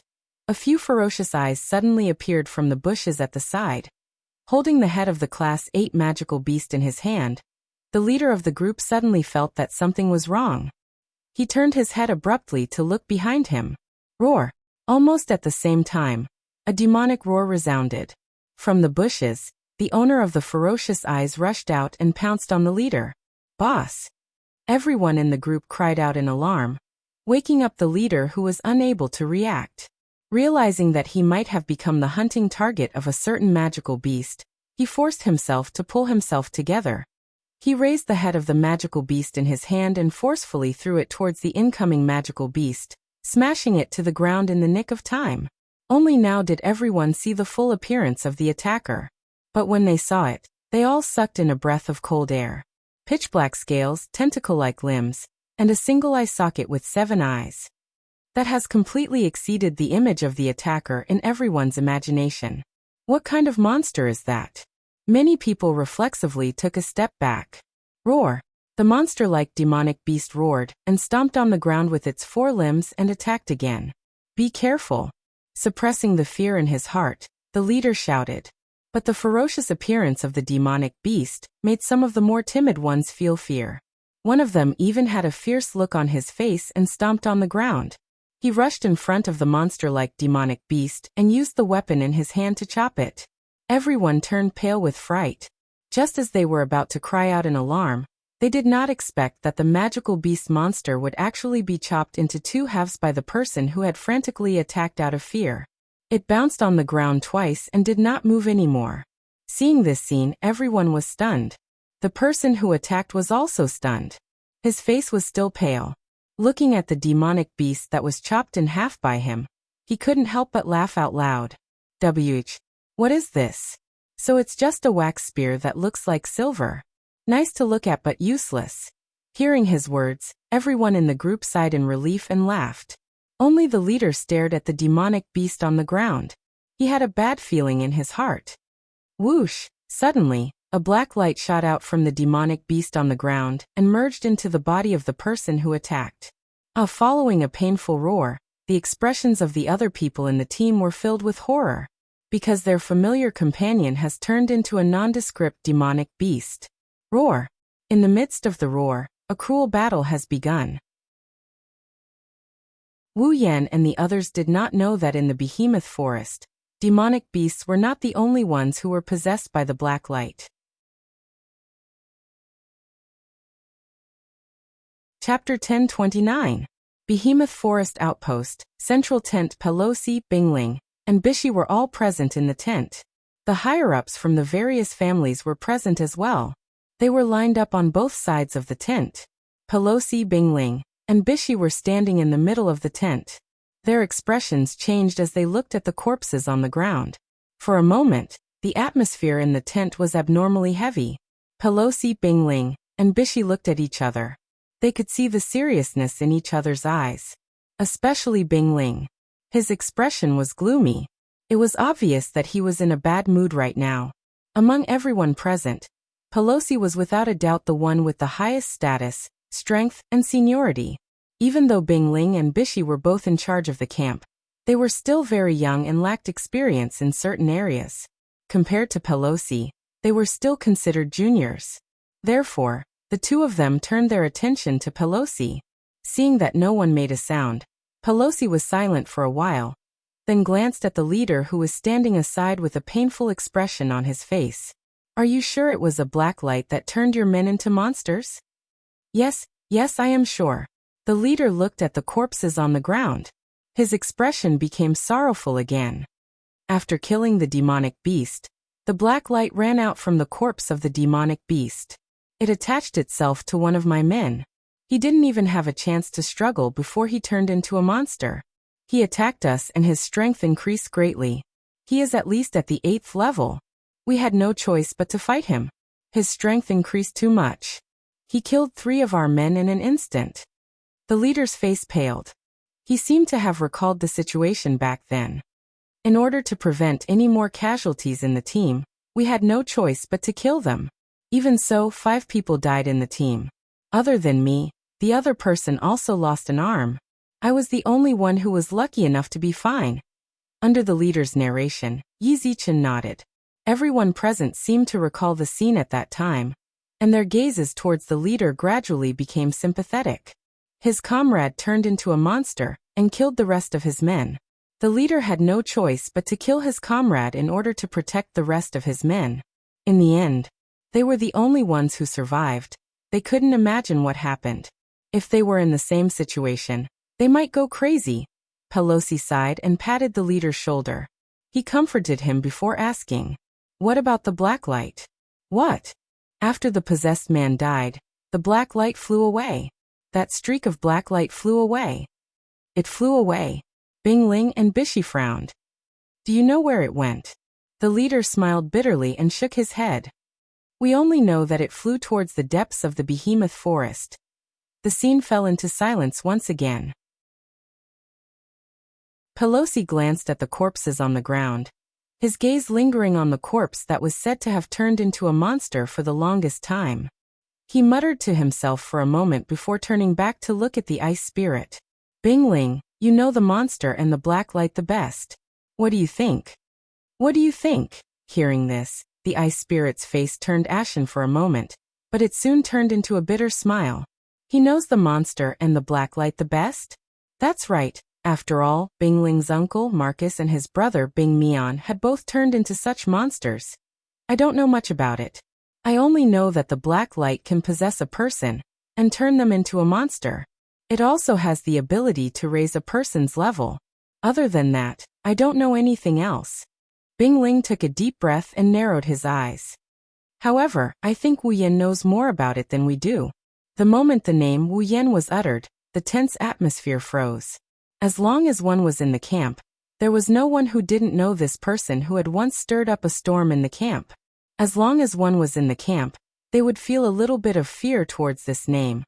That's because he's too hard to control. He's super strong and he does whatever he wants. He's fearless and has a group of equally strong girls with strange abilities. Who can guarantee that they won't be afraid of someone like him?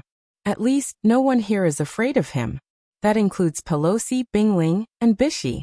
The ice spirit glanced at the crowd and said, "Uncle Marcus turned into a monster because he wanted to take revenge on him. Otherwise, with his pride, he wouldn't have turned into a monster for the sake of improving his strength.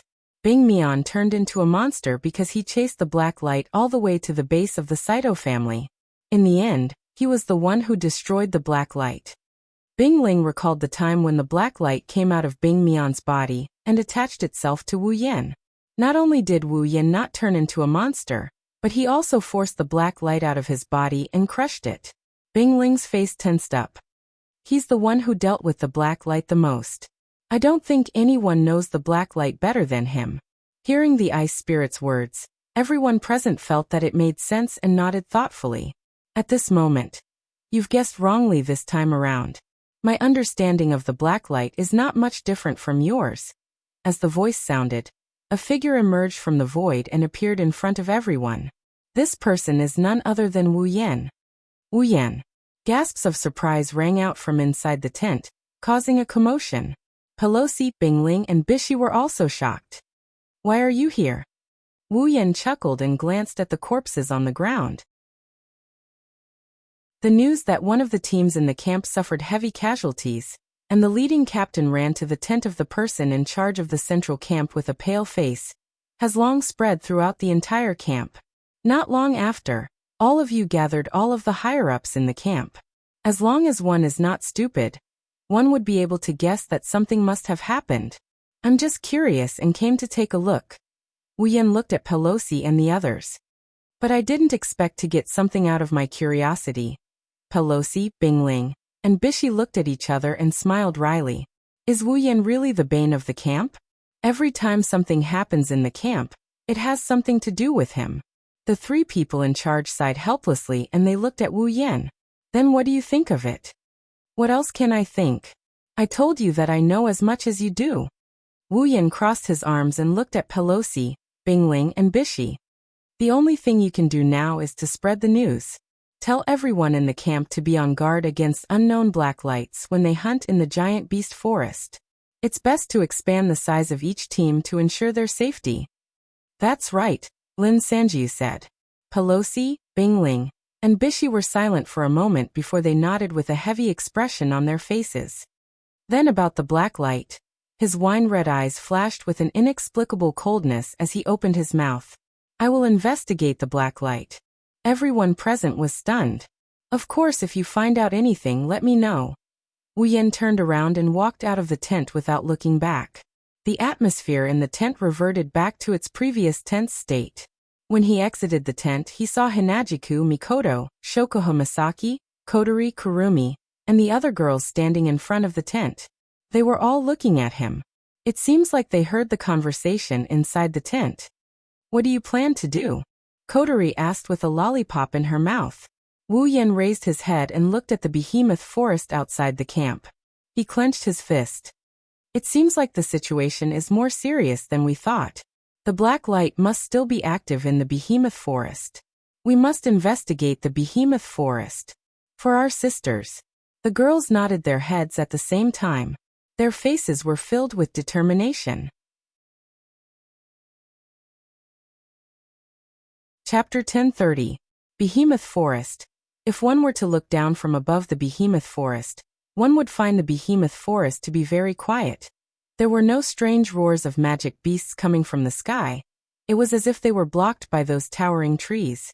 The sounds of birds, beasts, and insects also couldn't reach here. Only sometimes, some flying magic beasts would fly over here and make some strange noises. Aside from that, the sky above the behemoth forest is unexpectedly quiet. However, this tranquility was soon dispelled by two sonic booms. In the distant horizon, two slender silhouettes flew through the sky like shooting stars. They arrived above the behemoth forest at an extremely fast speed. Of course, this extremely fast speed is only relative. For the two silhouettes, this speed is neither fast nor slow. It's not that they don't want to go faster. It's just that if they go too fast, it'll affect the investigation of blacklight. Their plump wings supported their masters as they glided through the air. Under the control of their masters, they flew through the air above the behemoth forest bit by bit. From time to time, one or two pink or pure white feathers could be seen falling from their wings into the behemoth forest below. Their casual clothes have been replaced with light armor that is only used in battle. The style is quite revealing. It's very pleasing to the eye. The two angelic girls were flapping their wings as they hovered above the behemoth forest. Their crimson eyes scanned the behemoth forest below them. One could faintly see two sci-fi-like frames fluctuating. Under the influence of their crimson pupils, the two girls' devastatingly beautiful faces appeared somewhat cold and emotionless, as if they were puppets that only knew how to carry out missions. It was very easy for people to feel a sense of sanctity that made them unapproachable. Unfortunately, this sense of sanctity didn't last long. Coo! It sounded like a cute animal's cry. The strange sound came from a pair of pure white wings flapping in blue and white light armor. She has long hair. It came from a girl with 2 bundles of blonde hair at the end of her hair. If one were to look closely, they would notice the source of the strange sound came from the girl's stomach. For a split second, the girl with short pink hair and pink wings flapping and wearing white light armor, with 2 small ponytails hanging behind her back, paused for a moment. Although she quickly returned to her original state, the girl's gaze was cast towards the owner of the strange sound. Yu. The frame in her eyes disappeared and the cold expression disappeared. It was replaced by a teary expression. Astria clutched her stomach and whimpered. I'm so hungry. Are you hungry? Ikaros and her crimson eyes disappeared together. Her indigo eyes couldn't help but look at Astria. Her expression but her voice hesitation. Do you want to go back and eat? In the end, Ikaros asked. Astria smiled happily. However, the joy disappeared after a while. She shook her head firmly. I really want to go back for dinner, but we can't go back until we finish what Master ordered us to do. Ikaros raised her eyes and asked softly, Are you all right? I'm fine. I'm fine. Astria clenched her fists to express her conviction. Master won't be angry if we go back now, but Astria doesn't want to see Master disappointed. Ripples appeared in Ikaros's eyes. She pondered for a moment before nodding firmly. Me too. I don't want to see Master disappointed. Then Ikaros-senpai, let's continue. Okay. Ikaros and Astria entered their combat mode and scanned the behemoth forest. Wu Yan wanted to investigate the black light in the behemoth forest, but Shokuho Misaki and Kotori stopped him. The reason why they were investigating the black light was because the Misaka sisters' base was in the giant beast forest. The black light's existence was very likely to endanger the sisters, so they had to investigate it thoroughly. Even if they couldn't investigate it thoroughly, they had to at least find out the ins and outs of the black light or expel it to ensure the sisters' safety. However, it was also because of this that the defenses of the base had to be raised. Therefore, after talking to Pelosi, Bingling, and Bishi yesterday, they all agreed that it was time to set up the defensive barrier around the base in advance. This way, they can more or less guarantee the safety of the sisters who are busy working in the incomplete base. This way, Wu Yan won't be able to participate in the investigation. After all, Wu Yan and Yukari are the only ones who know how to use barrier techniques. Wu Yan had no choice but to give up on the idea of investigating the black light himself.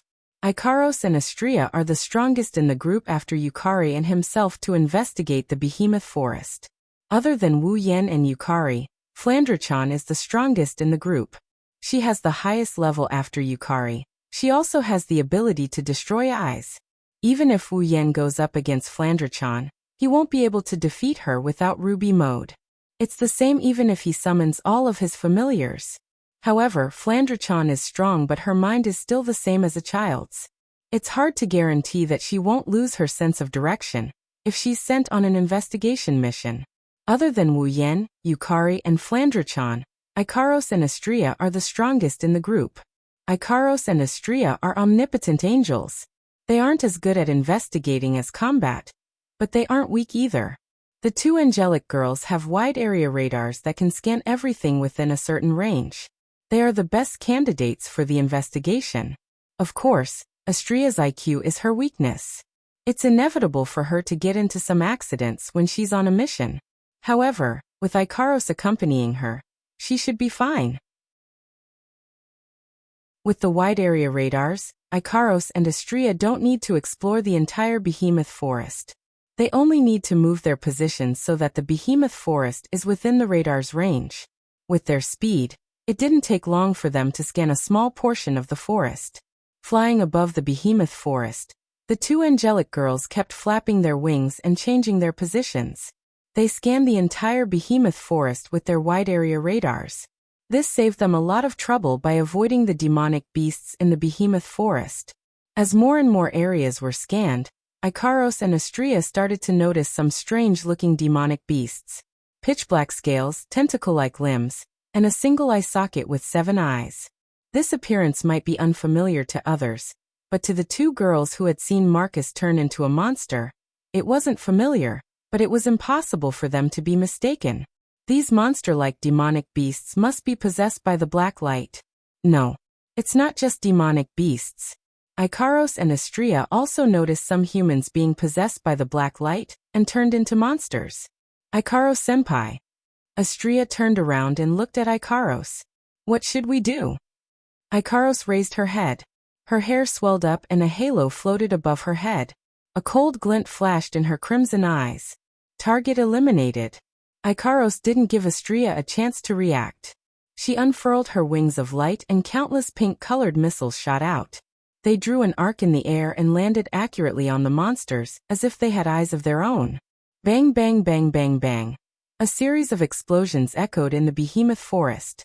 When the explosions stopped, Ikaros and Astrea's wide-area radars showed only distorted black lights flying into the distance. The black lights were all flying in the same direction. Ikaros-senpai. Ikaros nodded. She and Astrea flew towards the direction of the black lights. Chapter 1031. At the same time, a large amount of black lights were flying around the inner area of the behemoth forest like they were on a rampage. The dense foliage did not hinder them in the slightest. They streaked across the sky in arcs of light, leaving a trail of black light behind them. They seemed to have a purpose as they flew in a certain direction. It was as if they had eyes. Even if there were trees in their path, they would dodge them and continue flying forward. For a moment, the entire behemoth forest was enveloped by a strange phenomenon. A large amount of black lights flew through the forest like bees returning to their hive. Coupled with the continuous sound of breaking air, if the behemoth forest was the sky and the black lights were silver, it would look like a meteor shower at night. It's a beautiful sight. If you ignore their nature, there shouldn't be this many black lights.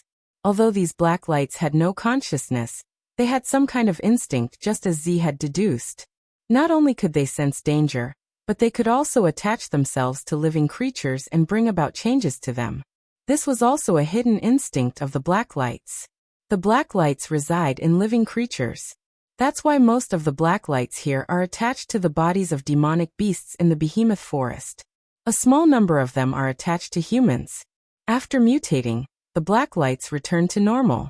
But now the targets of the black lights were reduced to ashes by Ikaros Artemis, permanent rear-homing missile. So, the black lights had no choice but to leave their hosts and follow their instincts. They have to continue searching for the next host. But now, for some reason, these black lights had given up on their instinct to search for a host, and were all rushing in the same direction. Clearly there was something fishy. Ikaros and Astrea noticed this and didn't choose to destroy the black lights. Instead, they let them move on their own and lead the way. As for why there are so many black lights, that's simple. Because along the way, as long as Ikaros came across any living being possessed by the black light, it would fire Artemis, permanent tail-homing missile, to free those poor bastards from their suffering. Over time, that's why there are so many black lights. It's a good thing Wu Yan and the others didn't see this, or they would be shocked. They didn't expect there to be so many black lights in the behemoth forest. However, wasn't it precisely because it was unexpected that they chose to investigate? They chased after the black lights. Ikaros and Astrea tried their best to maintain a safe distance to avoid being possessed by the black light. Their radar was fully activated so they didn't have to worry about losing their target. They focused on flying. Ikaros was the only one who kept releasing cherry-colored missiles. She wanted to destroy the possessed creatures. After an unknown amount of time, the two angelic girls left a trail of feathers in their wake. They slowly approached the edge of the behemoth forest. As they got closer to the behemoth forest, Ikaros and Astrea's eyes started fluctuating more and more. Both of them are getting serious. That was because in their wide-area radar, there were already grade 9 magical beasts that had fallen into their scanning range. If the black light chose to possess their bodies, then these demonic beasts would immediately become the most terrifying enemies. Think about it, they are already tier 9 demonic beasts. If the black lights enhance them, how much stronger would they become? One thing is for sure, Ikaros and Astrea won't benefit from this. While the two girls were analyzing the situation, The black lights flashed past the Tier 9 demonic beasts and flew in a certain direction. The two girls sighed in relief, but they were also confused. Where did the black lights want to go? Whoosh whoosh whoosh whoosh. The sound of the giant beast's forest breaking through the air continued. The speed of the black lights seemed to have increased. Many magical beasts in the giant beast's forest saw the black lights dancing in the sky. They were so scared that they started to roar. Some of them even ran away. That kind of scene can be imagined. But that still wasn't enough reason for Ikaros and Astria to stop. Until a certain moment. Ikaros-senpai. Astria flapped her wings in boredom and turned on her radar out of reflex. She raised her head and looked in front of her. Astria yelped in surprise and stopped in midair, dragging Ikaros along with her. What's wrong? Ikaros maintained her Queen of the Sky mode. She looked at Astria with a cold expression. Ikaros was even more emotionless than her normal self. Astria didn't mind at all. She pointed in front of her. Look over there. There. Ikaros followed Astria's instructions and looked at the direction Astria was pointing at. The next moment, her crimson eyes shrunk. There's a tall cliff in the behemoth forest. It's a cliff shrouded in thick black fog. The black fog tumbled like a storm, like the dark clouds before a storm. One could faintly hear the whistling of the wind. Streaks of black light danced back and forth in the black fog. Looking at the number, it was like water droplets in the sea. It was impossible to count them with just a few words. The black lights that led the way for Ikaros and Astria started circling around each other. They flew into the black mist and became one of the many black lights. They were instantly swallowed up by the other black lights. It was impossible to tell which ones were originally here and which ones were added later. This situation is still going on. Even Ikaros and Astria didn't know how to react to the situation. It really made one's hair stand on end. The scene in front of him was like a beehive, and the black light was the bees. They were scrambling to get into the beehive, or rolling outside the high cliff with the black fog, as if something extremely terrifying was brewing. If there was a person with trypophobia here, he or she would definitely be scared to death by the scene in front of him. There are too many black lights. They're too dense. If there are more black lights in the behemoth forest, the entire behemoth forest will be turned into a land of monsters. Even the camp outside the behemoth forest might be affected. Ikaros didn't feel anything when she thought about monsters like Marcus taking over the behemoth forest and swarming out of the behemoth forest. Astria, on the other hand, was terrified. Hey Ikaros-senpai. Astria shifted her gaze away from Gaoya and looked at Ikaros. She asked anxiously. What is that? What? I don't know. Ikaros shook her head. There's a high possibility that this is the center of the light source. You mean? Astria tilted her head. She hesitated for a moment and said in an uncertain tone. Is this the source of the black light? Based on the current situation. Ikaros's eyes were moving up and down as she observed the cliff. To be more precise, she was analyzing the situation inside the cliff. There's a high possibility. Then, Astria glanced at the cliff. Should we inform Master? Ikaros also hesitated for a moment before looking at the high cliff. Before that, let's confirm it. After that, Ikaros flapped her wings and flew towards the cliff. Wait. Ikaros-senpai. Astria wanted to call out to Ikaros, but Ikaros is already close to the cliff. Astria suppressed the restlessness in her heart, and as if she was praying to Wu Yen, she mumbled Master twice before flying over to Wu Yen. With the passage of time, the black lights that are flying towards them are getting thinner and thinner. Looks like they're all about to enter the cliff. Ikaros also arrived at the edge of the cliff. Looking at the black fog and black lights, the square frame in her crimson eyes suddenly expanded. This proves that her master is trying her best to analyze everything in front of her, trying to see through the cliff's inner workings. It was also at this moment that a phenomenon occurred. The black fog suddenly erupted and spread out, wrapping around Ikaros' figure in an instant. Ikaros-senpai. Astria's sorrowful wail reverberated throughout the arena. Chapter 1032. Ikaros-senpai. Astrea panicked when she saw Ikaros being swallowed by the black mist. She flapped her wings and wanted to dash out. But the black mist that swallowed Ikaros suddenly glowed brightly. Astrea stopped in her tracks and got a clear view of the situation inside the black mist. Within the steam-like black fog, threads of sparkling light flickered. Upon closer inspection, one would discover that the source of the threads of light was a circular crystal barrier. That's Ikaros' Aegis, absolute defense circle.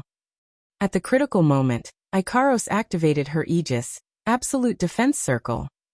As if propping up heaven and earth, Ikaros spread her arms wide. Aegis, absolute defense circle, formed a circular barrier around her beautiful figure, protecting her from the invasion of the black mist. But even though the surrounding black mist didn't pose any threat to Ikaros, the densely packed black lights seemed to have met with a formidable foe. Inside the black mist, the black lights seemed to have transformed into iron hammers. As they twisted and contorted, they collided with the Aegis absolute defense circle. Like beams of light. Boom boom boom boom. Instantly, a series of muffled sounds rang out from the circular barrier of the Aegis like the beating of a drum. There was no pattern in the black mist. The sound reverberated through the clouds. One could tell from the deafening muffled sounds just how strong is the black light. Ikaros, who had entered her Queen of the Sky mode, had her eyes flashing crazily. Her cold and pretty face showed signs of pain. She clenched her teeth, and her hands that were holding up the Aegis, absolute defense circle, were trembling slightly. Obviously, the impact of the large amount of black light had exceeded the burden of her defense. Ikaros-senpai. She saw Ikaros' current situation clearly. Astrea didn't hesitate. C-Char-Y-R Super Photon Blade, an Aegis equals L, area of defense, appeared in her hands at the same time. In less than a second, Astrea flapped her wings and her body turned into a blur as she dashed forward. Heh. Along with a clear cry, the radiant blade of the C-Char-Y Saw, super vibrating photon knife, suddenly expanded by several dozen times. Astrea swung the gigantic lightsaber towards the black mist surrounding Ikaros, breaking through the heavy atmospheric pressure. She went all out from the start. Too bad the opponent is a traceable foe. Even if the opponent's level was higher than Astrea's, Astrea might not necessarily lose. However, her opponent this time was a formless black mist. C-Char-Y Saw Super Photon Blade slashed at the black mist in front of her. He attempted to peel off the black fog that trapped Ikaros. However, he didn't succeed. That sword strike, which was powerful enough to slice through a huge mountain peak, seemed to have slashed through the air. It only caused a small ripple in the black fog. Just like before, Ikaros was trapped inside the black mist. What? Astrea looked at her C-Char-Y Saw, Super Photon Blade, and then at the black mist in front of her. Her cold red eyes were filled with shock. It didn't work at all. While Astrea was still in shock, the black mist seemed to be stimulated by something. It started tumbling even more violently. The black light inside the mist started ramming into Ikaros' Aegis barrier at a much faster rate. Thump thump thump thump. Ikaros couldn't help but groan under the impact of the black light. The pain on her face deepened a bit, and her hands trembled even more. Even the crystal light on the Aegis barrier dimmed a bit. If this continued, the Aegis would shatter sooner or later. Once the Aegis is broken, even if Ikaros doesn't get possessed by the black lights, she'd still suffer unimaginable damage from the barrage of black lights. What do I do? What do I do? Astrea panicked. She didn't know what to do in this situation due to her lack of computational skills. Oh right. Astrea's eyes lit up as she shouted at Ikaros. Ikaros-senpai, activate Pandora's evolution. With Ikaros' strength, she shouldn't have fallen to such a state. The only thing to blame was the sudden attack of the black fog, which led to her current predicament. But as long as Ikaros activates Pandora's evolution, Aegis will evolve as well. At that time, Ikaros won't need to maintain Aegis herself anymore. She can just charge out directly. At least that's what Astrea thought. However, Astrea seemed to have forgotten that the reason Ikaros was trapped by the black mist was because of the Aegis. Without her support, the Aegis would shatter under the impact of the black mist. If she could free her hands, Ikaros would have escaped long ago. Why would she need to undergo Pandora's evolution? It takes time to activate Pandora's evolution. During this time, Ikaros will have to give up on Aegis. But if she does, Aegis will shatter as well. Under such circumstances, Ikaros won't have the time to activate Pandora's evolution. Ikaros could only shake her head when she heard Astria's reminder. Astria almost burst into tears when she heard that. She watched as the light on Aegis dimmed. It's only a matter of time before it shatters. Astria couldn't hold back her tears anymore. What should I do? Master. Master.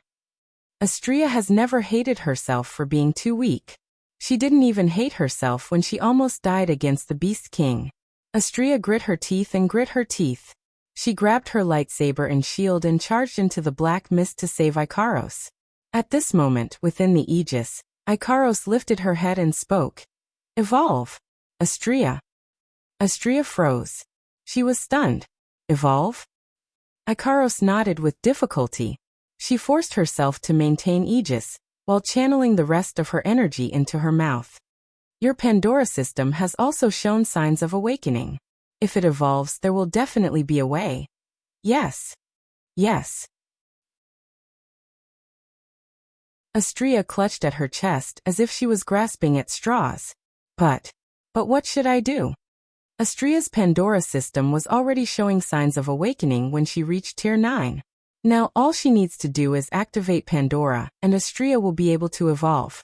Master once said you can't evolve because of your own reasons. Ikaros's voice was so soft that it was almost drowned out by the clashing of the black mist. She raised her voice as much as she could and looked at Astria. The evolution condition of the Pandora system requires strong emotional fluctuations. Although your computing ability is not good, your emotional ability is very strong. You don't need too much emotional fluctuations to promote evolution. That's why you can do it. As long as you want to evolve, you can. As long as I want to. Astria's eyes lit up as if a light bulb went off in her head. She clutched her heart tightly as realization dawned on her. She finally understood. She finally understood why she couldn't undergo Pandora evolution. It was because she didn't want to evolve at all. What Ikaros said was absolutely correct. As long as Astria wants to evolve, Astria will evolve. Chapter 1033. To be honest, Astria doesn't like fighting at all. She was a very simple girl. What she liked the most was to be able to eat her fill every day, have fun, and have companions by her side so that she would not be lonely. She was satisfied as long as she could. Just like now. Not only did she have companions by her side, but she also got to eat until she was full. Wu Yan also doted on her and spoiled her. This kind of life is no different from heaven for Astria. Compared to now, before she was summoned, Astria's life in Synapse wasn't happy at all. That's why Astria is very satisfied with her time with Wu Yan. Astria doesn't like fighting, she doesn't like bringing harm to others, and she doesn't like the feeling of hurting others. Plus, Astria was able to live the life she wanted. She didn't like fighting anymore. Of course, there are times when she really wants to fight. For example, when Wu Yan is in danger, or when her companions need her help. That's the only time Astria will fight. But knowing how to fight doesn't mean she wants to. If possible, Astria hopes that the time when she has to fight will never come. If that's the case, she can continue to eat good food and play with Wu Yan and the others. Sometimes she can even play with Flandre-chan, Yoshino, and the others. She can live a fulfilling life. Unfortunately, this kind of thinking is naive. No matter what, Astria is an all-purpose angel used for fighting. She was born to fight. It's too hard for Astria not to fight. It's too hard. In the past, Astria didn't have any hope that she would be able to live a life where she didn't need to fight. But Wu Yan's existence reignited her hope. It was because Astria knew. Her master. She doesn't like fighting. She wants to be strong. She wants to be strong enough to protect herself and her companions. She wants to survive in this world. She still remembered that her master had once said something like this to her. When I stand at the top of the world, I will protect everyone. When that time comes, I want to find a beautiful and peaceful place to live with everyone. I want to live a happy and peaceful life with everyone. Ever since then, Austria made up her mind. Before his master stood at the peak, he would use the sword in his hand to eliminate all the obstacles in his path. That's why she can't run away from battle. Until the day when that blissful, joyous, and peaceful life arrived. I will never run away from battle. Austria raised her head abruptly. Her crimson eyes flashed with blood-red fighting spirit along with the sci-fi frame. At the same time, the pure and innocent girl's determined roar echoed through the sky. In order to live a happy and peaceful life. As the shouts rang out, the world suddenly fell silent. Beastie. A beam of light shot out from Austria's body. It turned into a shockwave that blasted towards the sky, towards the ground, and towards the black mist that enveloped Icaros.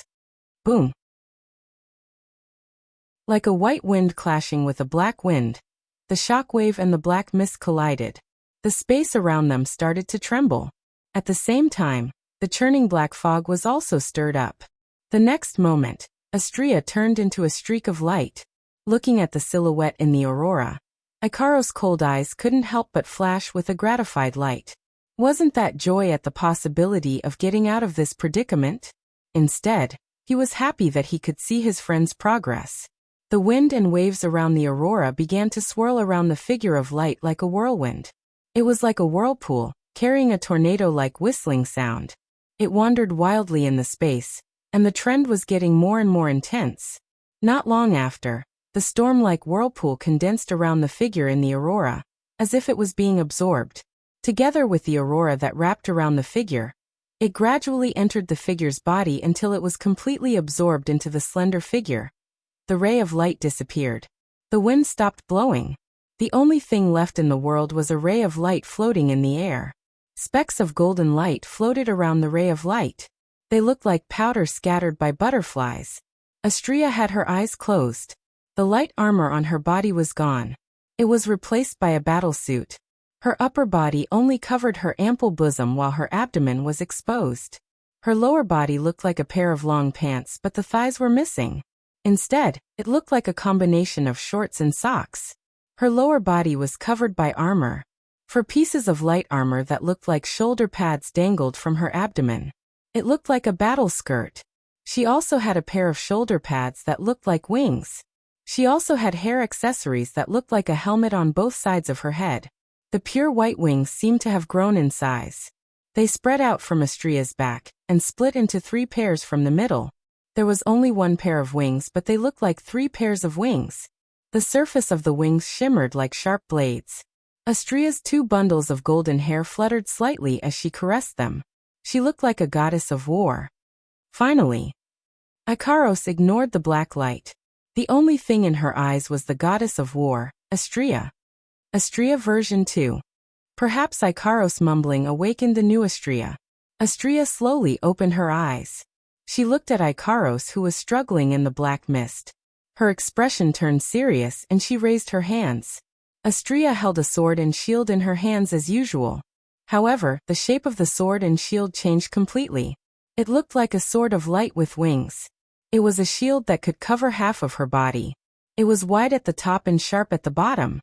See Charwai Sori, Super Vibrating Photon Blade 2, and Aegis AoE Defensive Shield 2. After Austria entered Pandora mode, her equipment also evolved.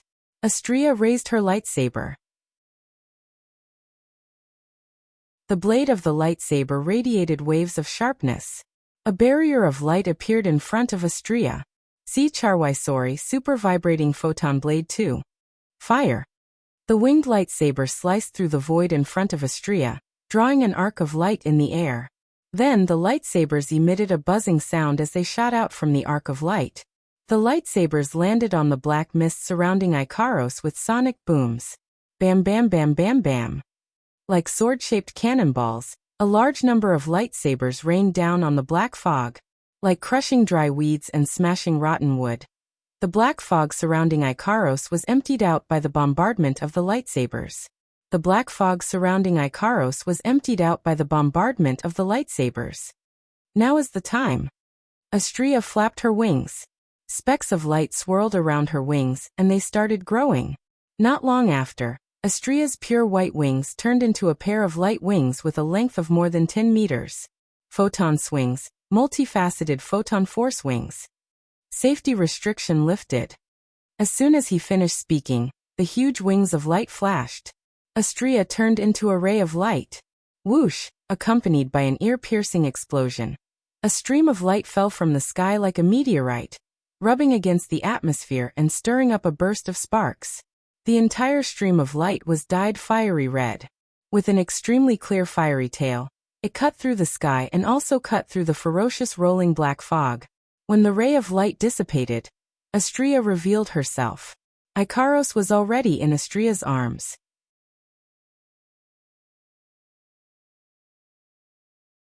Chapter 1034. Photon Swings. This is Astria's new ability after entering Pandora mode. Astria originally had the best mobility and acceleration wings among angeloids. After the evolution of Pandora, her wings were enhanced to the limit. The ability she gained was called Photon Swings, multifaceted photon force wings. Photon swings, multifaceted photon force wings. Once activated, Astria's wings will transform into a pair of light wings with a length of more than 10 meters. It will provide an unimaginable boost to its owner. It can increase Astria's movement speed to the speed of light.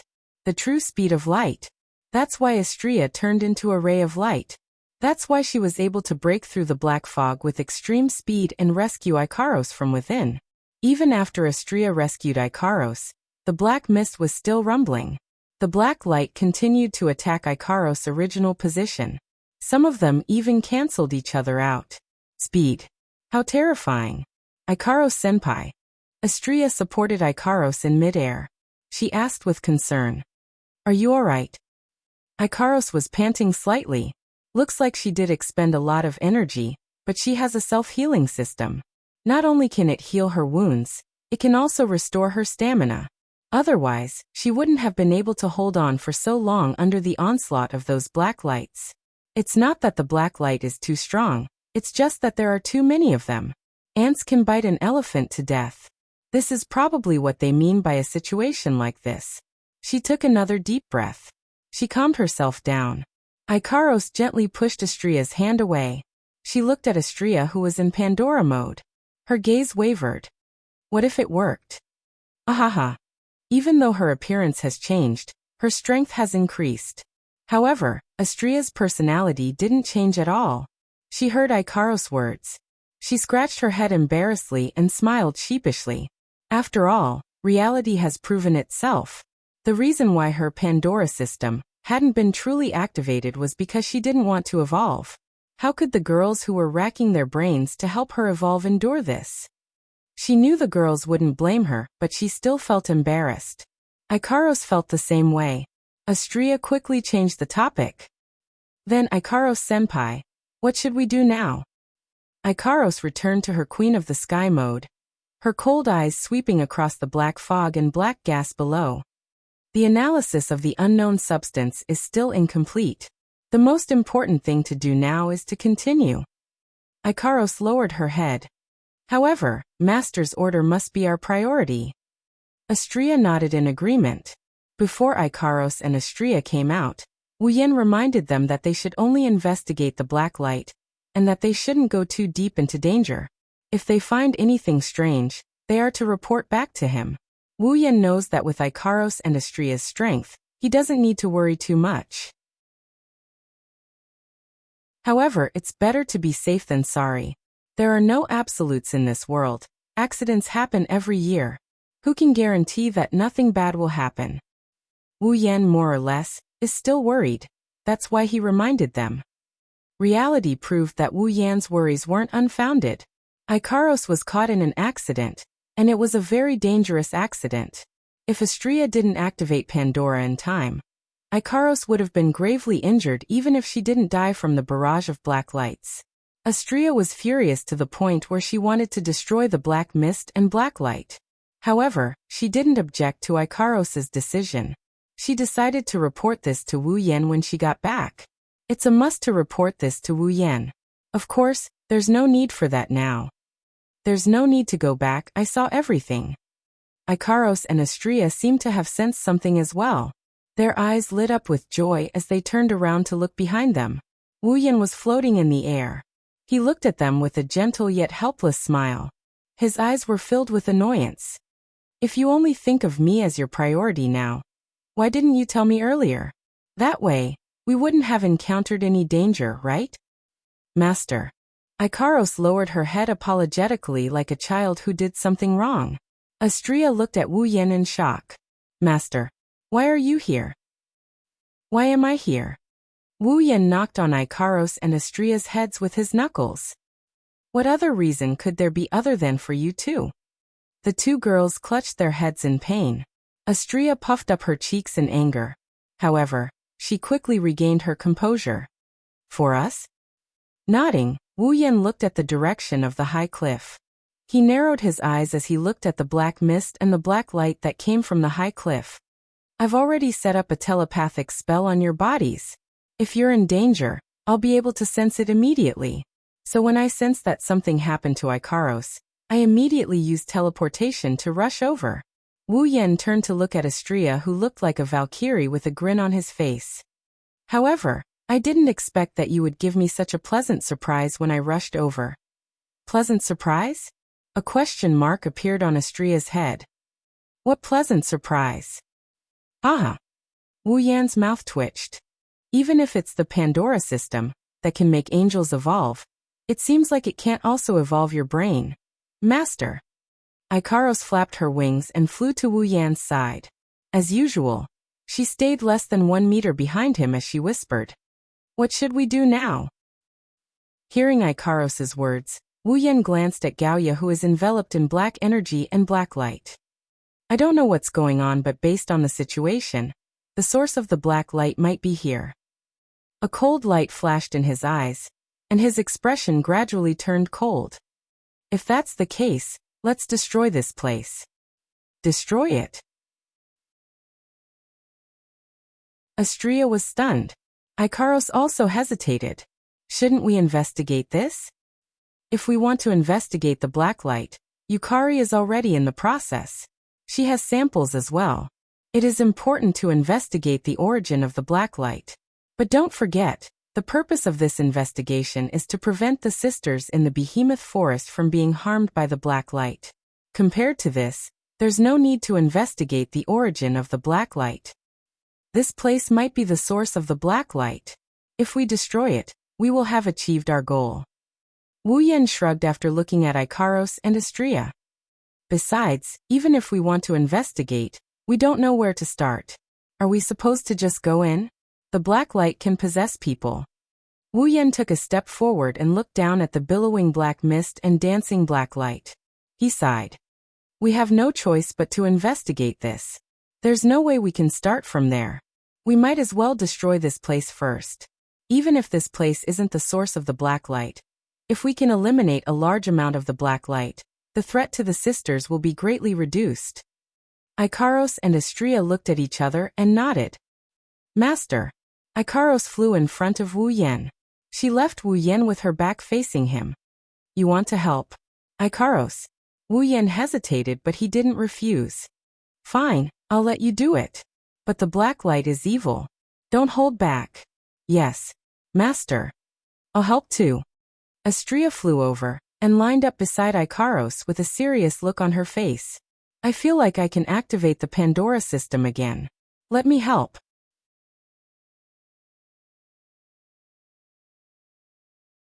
Chapter 1035. Activate Pandora again? Wu Yan was shocked. Even Ikaros looked at Astrea in surprise after hearing her words. Wu Yan, Ikaros, and Astrea didn't know much about Pandora. All they knew was that the Pandora system was a system that Daedalus had installed on the 3 first-generation angels. It had the ability to allow the angels to evolve on their own. However, they didn't know how it would evolve, what level it would reach, what kind of strength it would have, what kind of equipment it would evolve into, and what kind of abilities it would derive. Ikaros now has Pandora mode, and Astrea also received Pandora evolution. However, they never expected Pandora to allow an angel to evolve twice in a row, including Astrea. But now, Astria said she felt like she could activate Pandora again. Even though Astria said it was just a feeling, Wu Yan and Ikaros could hear the seriousness in her voice. Does Pandora really have the ability to allow an angeloid to evolve multiple times? Wu Yan was silent for a moment before he smiled. Interesting. Wu Yan looked at Astria and waved his hand. It was as if he was cheering for Astria. Give it a try, Astria. At this moment, Astria smiled. Her smile was filled with joy and confidence. Yes, Master. As soon as she said that, buzz. A dazzling aurora illuminated the world. Energy waves surged in all directions. It turned into the brightest and most dazzling light in the world. It was like an exploding nuclear bomb, causing shockwaves to spread everywhere. It was just a flash of light. The atmosphere was unbelievably stirred.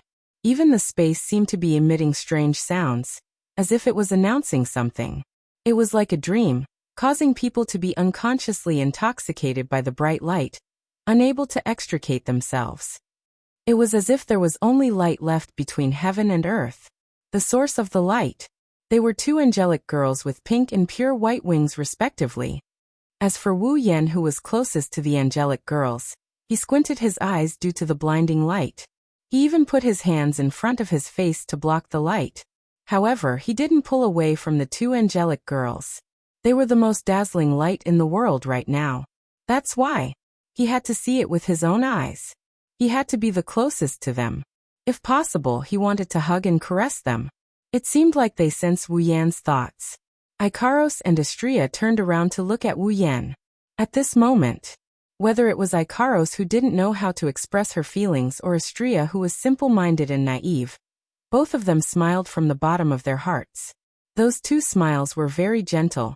It was so gentle that Wu Yan, who was immersed in it, almost melted. Master. Ikaros clasped her hands in front of her chest, as if she was trying to suppress the overflowing love in her heart. She followed the guidance of her heart, and murmured her true feelings. I love you. In response to Ikaros' overwhelming love, a pillar of light shot out from her body and into the sky. Astria also had a hand in front of her chest. However, she wasn't suppressing her love for him. She was making up her mind to break up with him. She stared at Wu Yan and lowered her head to look at the shield in her hand. Astria doesn't like fighting. She really doesn't like fighting. Although she wouldn't run away from battle and didn't hate it, she didn't like it. Otherwise, she wouldn't have suppressed the Pandora system that should have been activated and stopped herself from evolving. She was a very emotional person after all. The activation condition of Pandora system is strong emotional fluctuations. Astria has strong emotional fluctuations, so she should have evolved a long time ago. However, her emotional fluctuations are so strong that even Pandora system is being suppressed. Maybe it's because Astria doesn't like fighting, or maybe it's because the Pandora system is following the host's emotions and didn't activate automatically. Either way, it's enough to prove Astria's desire for a peaceful life. That's why Astria is so determined. I don't like fighting. I don't like to bring harm to others. I don't like the feeling of hurting each other. Astria looked at the shield in her hand and spoke in a mosquito voice. I like to eat good food. I like to play with my friends. I also like Master who treats me the best. That's why I don't like to fight.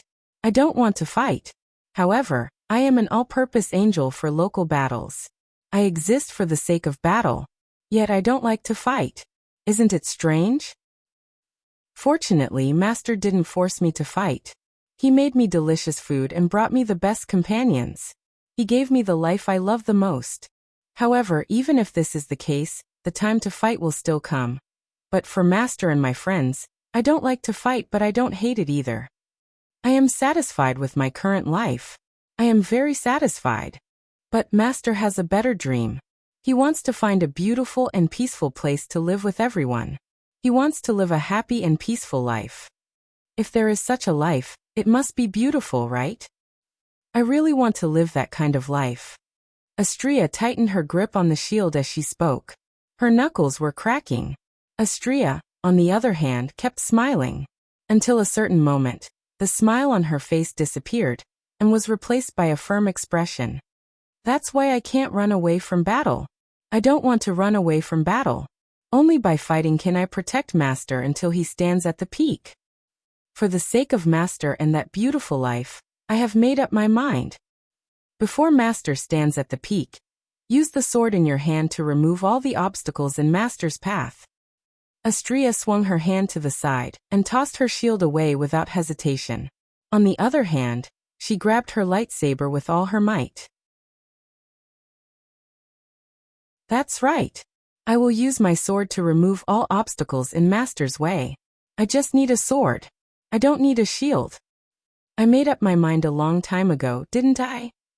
In response to Astrea's firm conviction, a pillar of light shot out from her body and into the sky. The two pillars of light were like indomitable pillars that supported the heavens. They carried an extremely dense and resplendent light that illuminated every corner of the space, including the rolling black fog and black light. After an unknown amount of time, the pillars of light disappeared.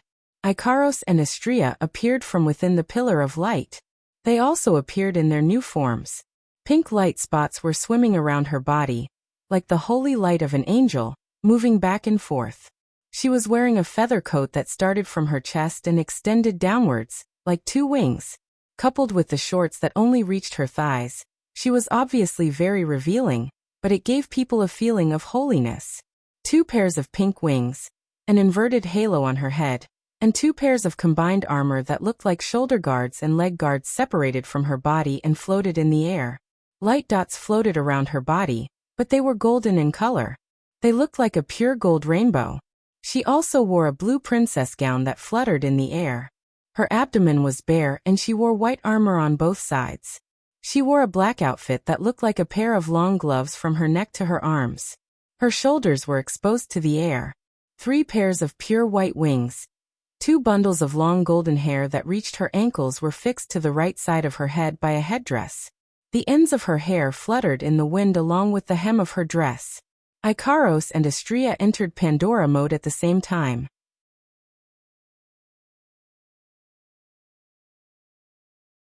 Chapter 1036. Looking at Ikaros and Astrea, who entered Pandora mode with pink wings and white wings respectively, Wu Yan fell into a daze. Even when the world returned to normal, and only the rumbling of the black mist could be heard, he still hasn't recovered from his daze. There's no other reason, he just found them too beautiful. Too beautiful. Wu Yan already saw Ikaros in Pandora mode once, but after such a long time, he still couldn't help but be captivated by her beauty. Her purity, elegance, beauty, and purity were constantly captivating his heart. He couldn't help but lose himself. If Ikaros' Pandora mode made Wu Yan lose himself, then Astrea's second evolution of Pandora mode really shook Wu Yan's heart. All this while, Astrea's image in Wu Yan's mind is a naive, innocent, playful, and carefree little girl. Even though she's an excellent fighter, her personality still made everyone in the group treat her like a little sister. They subconsciously wanted to take care of her to the best of their ability. But now Astrea. Her blue dress swayed slightly. Her blonde hair was tied into 2 ponytails on the right side of her head, due to a hair accessory. It looked like a split ponytail. It's a small change, but it covered up Astrea's naive and romantic personality. She became shrewd and valiant. Astrea's light armor was gone. The only thing left on her body were the 2 pieces of armor on her waist. Other than that, she was wearing a light gown that looked like the gown a queen would wear during a ball. The color was as dark as the sea, but it felt like it was the color of the sea. It's no doubt the most suitable color for Astrea. Astrea is as noble, beautiful, and pure as Ikaros. She's different from Ikaros' holiness. Astrea is an intelligent and capable goddess. Different vibes but equally beautiful. The 2 angelic girls are the only ones left in this world. They had already become the only thing in this world. Even the black fog that covered the sky, and the sun was unable to cover their radiance. At least, that's what Wu Yan thought. Of course, if he saw the scene, if he thought the 2 angelic girls were only beautiful, he would be sorely mistaken. Wu Yan, who was immersed in the beauty of the 2 girls, didn't notice Astrea was holding a great sword in her hand. In terms of size, it was comparable to 10 incenses, the last sword. A giant sword of light that was more than 10 meters long. She's holding the great sword by its hilt. Astria could feel the purplish golden light flowing on the blade of the sword. His current strength had already far exceeded his normal state. No. Compared to the first time he activated Pandora, he was several times stronger than when he hadn't abandoned his shield. This was a transcendental power that was completely given up on the absolute defense in exchange for. She tightened her grip. She couldn't even hold a tenth of the sword hilt with both hands. Astria's confidence increased when she felt her strength. She felt that even if she were to cut open the heavens and the earth, she would still be able to do it. This is, without a doubt, an illusion. However, even though splitting the sky and the earth was a bit exaggerated, if he were to split that high cliff, Astria slowly turned her gaze downward. She saw the howling black mist and dancing black lights. She narrowed her eyes and raised her sword with all her might. Ha! Astria pulled the gigantic lightsaber behind her back and swung it at the bottom half of the cliff where the black fog was billowing. Clang between heaven and earth. A sharp and clear whistling sound reverberated, shaking all directions. The sharp light sword slashed through the space below, breaking through the atmosphere, like a sharp sword light, flashing by. When the great sword ray landed, the area went silent for 2 to 3 seconds. Around the cliff, the black mist and black light continued to move. It was as if they were mocking Astria for overestimating herself. They were mocking Astria for not being able to pull any punches with her earlier attack. If the black mist and black light really had the ability to express their emotions in the form of mockery, then what replaced their mockery in the previous moment would only be utter shock and despair. The rolling black fog, the dancing black light, at a certain moment, paused for a split second. Phew. A gentle breeze blew across the cliff. It didn't stir up the black fog or black light. It was like the straw that broke the camel's back. Then the cliff split open. The part of the cliff that was parallel to the ground suddenly trembled and split open neatly. The entire cliff was cut open. Any part of the cliff that was filled with black fog and black light was separated from the ground and tilted towards the ground. With a loud bang, the cliff fell down with great momentum. Unfortunately, before the cliff could fall, Astria started swinging her greatsword at the cliff. She unleashed one sword ray after another. The entire area was filled with her sword dance. Without the slightest suspense, Wuxia, who was falling to the ground, was simply chopped into countless pieces under the continuous slashes of the giant sword, smashing to the ground like falling stones. It seemed that until this time, the black fog and black light seemed to have reacted, and violent fluctuations began to appear. Artemis II Permanent Rear-End Missile 2. Suddenly, the halo above Ikaros's head expanded several times. It expanded to the same height as her slender shoulders. Ikaros opened her cold eyes. Her 2 pairs of 4 pink wings seemed to have transformed into a pair of pink wings of light, slowly unfurling behind her back. In the next second, the sky above the giant beast forest was filled with pink streams of light. As they rose and fell, they streaked across the sky and landed on the cliff that had been cut into countless pieces, and was still wrapped in black fog and black light. Bang bang bang bang bang. Deafening explosions rang out one after another, and the frequency of the explosions was dozens of times higher than when the fireworks were shot during the ceremony. The sky was replaced by fire and smoke. This is really... Wu Yan, who was standing behind Ikaros and Astria, was speechless when he saw the sky filled with flames and explosions. Of the 2 angels beside him, one has unparalleled destructive power and AoE abilities. The other has insane speed and close-range combat abilities. They are the best candidates for both one-on-one and group battles. Daedalus was indeed the most powerful and greatest scientist in Synapse to be able to create 2 angels like this. There was no one else like him. He looked at Ikaros and Astria in the sky and he chuckled helplessly, but at the same time, he also chuckled to himself.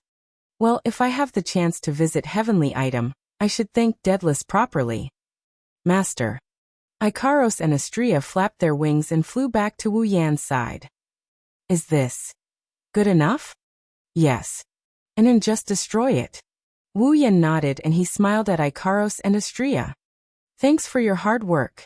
Ikaros flinched and lowered her head, obviously embarrassed by Wu Yan's praise.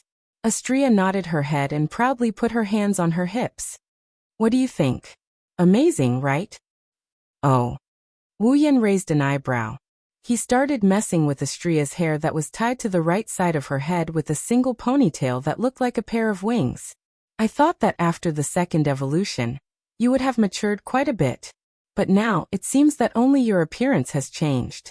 Your personality is still unflattering. Wah! Astria frantically tried to block Wu Yan's hand that is ruffling her hair. She started dancing around in a frenzy. Stop it!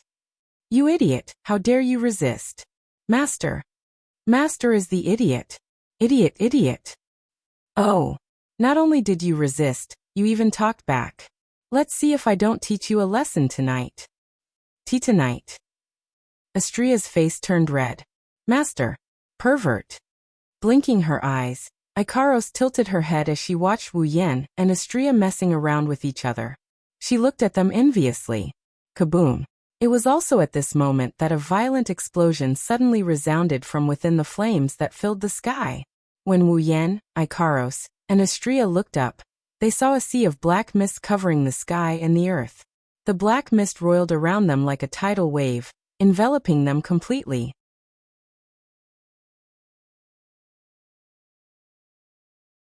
Chapter 1037. Like 1,000 layers of waves in the middle of a storm, the black mist came crashing down like a dark cloud. It covered a small area of the behemoth forest. The black lights in the black fog were like sharp arrows, shuttling back and forth in the black fog, destroying everything that was covered by the black fog. Not long after, apart from the ground, the magic beasts and trees that were covered by the black fog were pierced full of holes in less than a second, fragmenting into pieces. If the black mist can cover the entire behemoth forest, the behemoth forest will cease to exist. If the black mist can cover the entire Spalier world, one can only imagine how despairing the scene would be. The black mist flowed like clouds on the ground. If one ignored the black lights, it would look like a poisonous miasma in a forest. It would make one's hair stand on end. Even if it's a Tier 9 fighter, they might be able to hold on for a while. But if they stay in the black mist for too long, they will die. Just like Ikaros, who was trapped by the black mist, the black mist is too troublesome to deal with. There are too many black lights. This is an opponent that relies on numbers to win. Fortunately, Wu Yan, Ikaros, and Astria didn't get attacked by the black mist or black lights. Otherwise, they would be in big trouble. Above the black mist, Wu Yan, Ikaros, and Astria appeared from a spatial ripple. They floated in the air again. Looking at the black mist covering their field of vision, the three of them felt their heart palpitate. If Astria didn't use photon swings to pull Wu Yan and Ikaros away as fast as she could, Wu Yan and Ikaros wouldn't have been able to escape with their lives. The three of them weren't enveloped by the black mist in the first place. When Ikaros reacted, she used Aegis 2, Absolute Defense Circle 2, to deflect the incoming black light. Wu Yan didn't have a chance to use space transfer. Ikaros and Astria were brought away from the black mist's attack range. That range. It's too wide. The black mist's attack was too fast. It was too sudden. Otherwise, Wu Yan and Ikaros wouldn't even need to do anything. Astria alone could use her photon swings, multifaceted photon wings, to bring everyone away from this place. Wu Yan, Ikaros, and Astria were too careless. They were so careless that they almost fell into a dangerous situation. But you can't blame them. Whether it was Ikaros who was attacked before or the three who were attacked this time, they didn't expect the black mist and black light to have the ability to actively attack others. Yukari once told them that the black lights don't have sentience.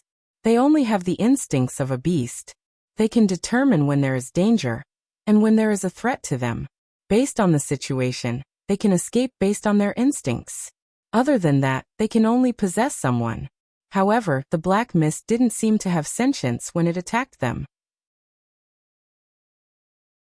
Instead, it seemed to be actively attacking them. This is why Wu Yan, Ikaros, and Astria almost fell into a dangerous situation due to their carelessness. What the hell is going on? Wu Yan's expression turned gloomy. Why did the black mist suddenly attack us? I thought they don't have sentience. Could it be because we launched the attack that caused it? Ikaros's eyes trembled when she heard Wu Yan's words. She whispered, I didn't attack when we were trapped. Ikaros's meaning was clear. She didn't attack, but she was still attacked by the black mist. At this moment, the three of them felt that the black fog that seemed easy to deal with was not as simple as they had imagined it to be. That's right, if it was that easy, how could it trap Ikaros and almost attack Wu Yan's group? Is Yukari's judgment wrong? Wu Yan pondered for a moment before shaking his head. But that's impossible. If it's Violet, she must be very confident to give the answer that they don't have any consciousness. If she isn't absolutely sure, Violet won't give a conclusion. Wu Yan gnashed his teeth as he stared at the black mist below him with his wine-red eyes. There must be some other reason for the black mist to react this way. Ikaros and Astria looked at each other. They activated their radar and scanned the black mist. Their expressions changed when they saw the black mist. Astria cried out in alarm. "Master, be careful!" Before he could finish his sentence, the thick black fog below suddenly swelled and began to swirl at a speed that was difficult to discern with the naked eye, causing a series of ear-piercing explosions. Not long after, a sharp tornado formed from the black fog was formed in an instant. It shot out like a thunderbolt, piercing through the layers of atmosphere like a giant rotating machine gun, piercing into the sky. Its target was Wu Yan's group. It was another sudden attack. But this time, the three of them were on high alert. They weren't as careless as before. As the tornado swept over, the three of them tensed up at the same time. "Watch me." As expected, Astria reacted the fastest. In a flash, she appeared in front of Wu Yan and Ikaros. Astria swung her great sword and with a heavy swing, she slashed horizontally at the tornado coming at her. Poochie!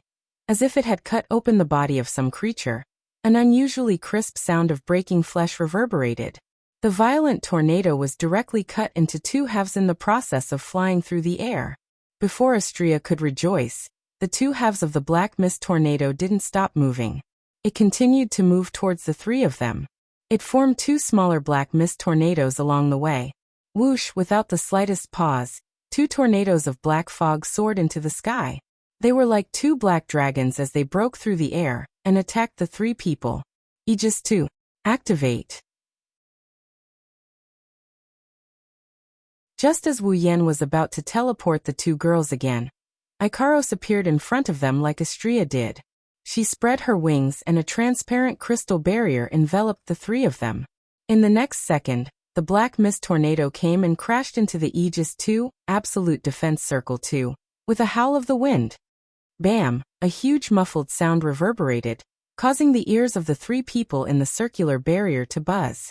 Their minds went blank, and before they could react, the sharp sound of the collision between the black fog tornado and the Aegis, Absolute Defense Circle 2, also rang out, causing the hearts of the three people to clench fiercely as their faces turned ugly.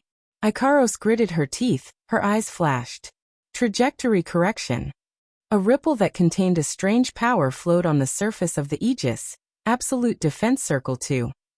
With the black fog tornado as the center, the ripple gradually spread out and was transmitted to the black fog tornado.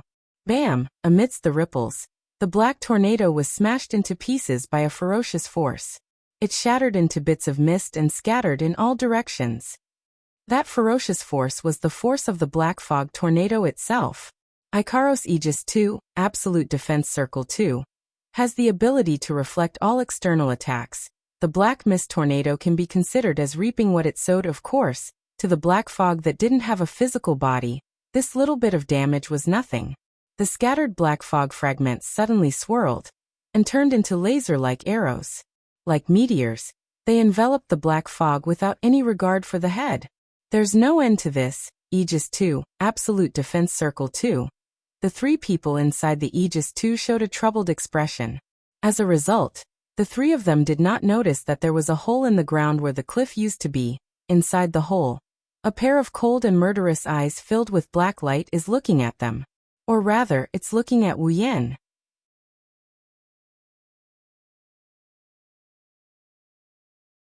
Chapter 1038. At this moment, if someone were to personally witness everything that was happening here, they would see a scene like this. Black raindrops fell from the sky above the behemoth forest like a storm. The raindrops fell mercilessly towards the ground. To be more precise, The raindrops fell towards a transparent crystal barrier. Clang, clang, clang, clang, clang. The sound of a bell ringing reverberated throughout the behemoth forest.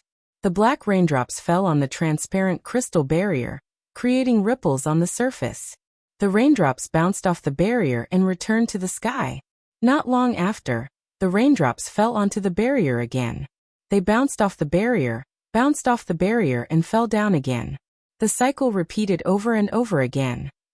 Over time, the sound of a bell ringing reverberated throughout the behemoth forest. The sound reverberated throughout the forest. The demonic beasts that heard it all ran away with their tails between their legs. This scene has been going on for a while now.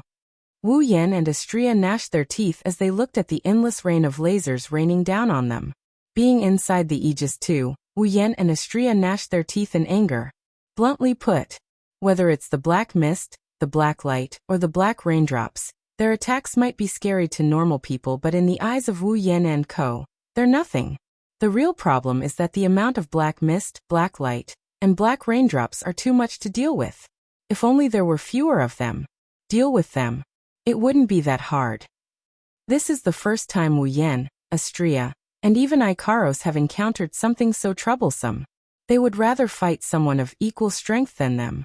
They would rather fight someone stronger than them thousands of times. They don't want to fight someone who is weaker than them. Someone who is extremely troublesome to deal with. If they took advantage of their carelessness, the ambush would still be somewhat effective. However, once they became serious, fighting with such troublesome creatures, he could not do anything to them, and they could not do anything to him. There was simply no end to this.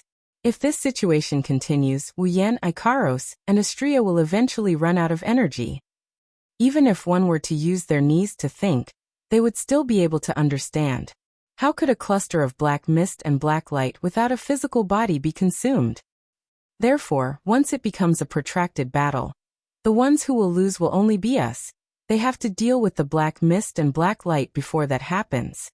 With Wu Yan and the other two's strength, they won't die, but they will definitely run away. At that time, it would be truly vexing. Wu Yan bitterly smiled and looked at Ikaros. Ikaros, are you okay? Yes. Ikaros nodded with ease. The enemy's attacks aren't strong enough to pose a threat, but if this continues... I understand. Wu Yan sighed. We can't get into a protracted battle. Otherwise, in the end, we can only retreat. Then what should we do? Astrea fiddled with the sheathed great sword in her hand. She looked troubled. My sword won't be able to deal with so many of them.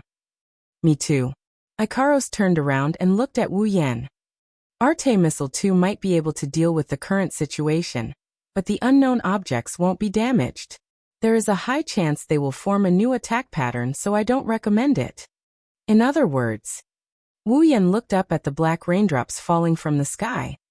Unless we can eliminate these black things, we will have no choice but to retreat.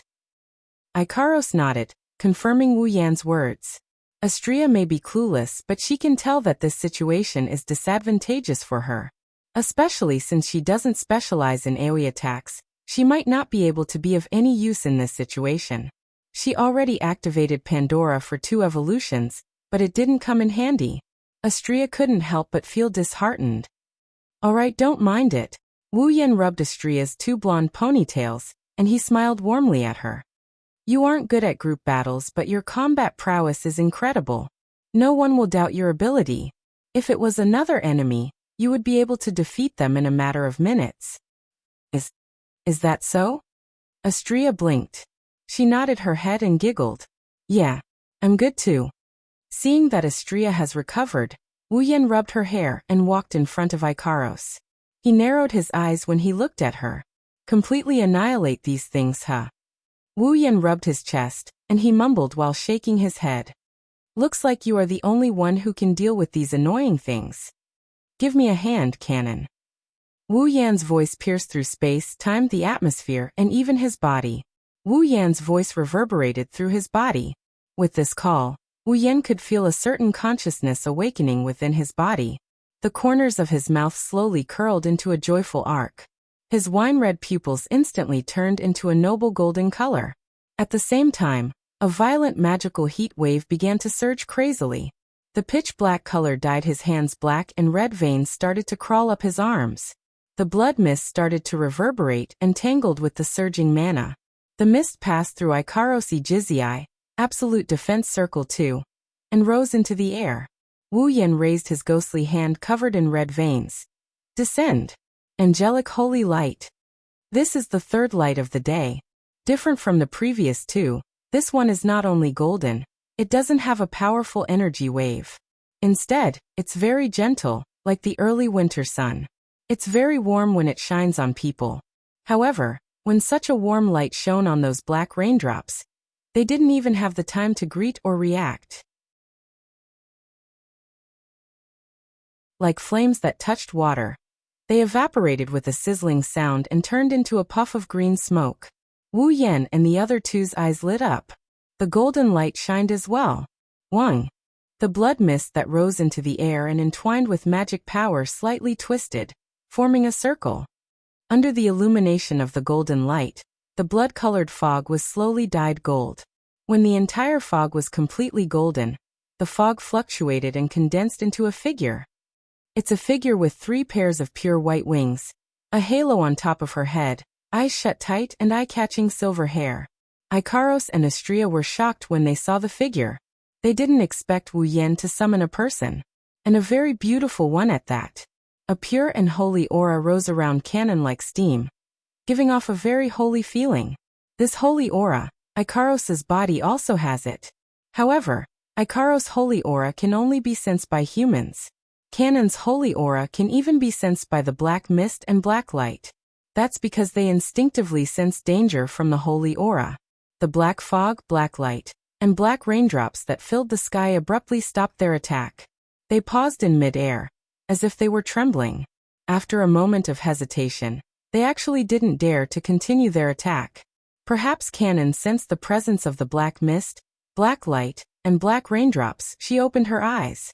Her icy blue eyes were exposed to the air, and imprinted the scene in front of her into her eyes. Then Canon moved. Spreading out his hands, an extremely dense golden brilliance suddenly spread out, instantly illuminating the entire area, wrapping all the black fog and black light within, not missing even a single bit.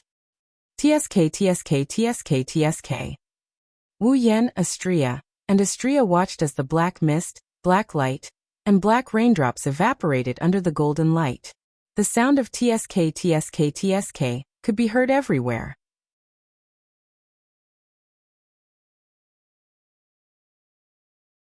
Chapter 1039. TSK. The sound of flames being extinguished by waves of water echoed in the forest. The black mist that covered the sky above the behemoth forest has completely disappeared. It was replaced by a dense white mist. Of course, this white mist was just some ordinary steam. It was not an existence that possessed evil power like the black mist. Being in the white mist, not only could one feel the warm touch of the white mist when it brushed past one's body, one could also feel a surge of power from it. The power of purification. This is one of the only 2 abilities Canon has in her angelic form. Although it didn't have much destructive power, it was the most effective ability to deal with negative attributes and evil powers with curses and the like. Without a doubt, the black mist and black light that were able to forcefully transform living creatures into ferocious monsters was definitely not a positive energy. Under such circumstances, Canon's purification power was definitely their most terrifying natural enemy. Wu Yan, Ikaros, and Astrea can see this from the fact that Canon took less than a minute to deal with the black mist and black chi that had been bothering Wu Yan, Ikaros, and Astrea. Canon floated in the white mist with a golden glow around her. She looked around her to make sure there isn't a speck of black mist in her sight. She sighed in relief. With this action, Canon's sacred and inviolable aura gradually receded, and she became gentle and calm. She is like an angel who fell from the heavens. She still has her wings, but she has a human touch to her. People don't dare to approach her. Her green eyes shifted downwards, and when she saw Wu Yan's figure, those eyes that seemed to be able to speak lit up. She looked at her owner's face. A joyful smile appeared on her master's face.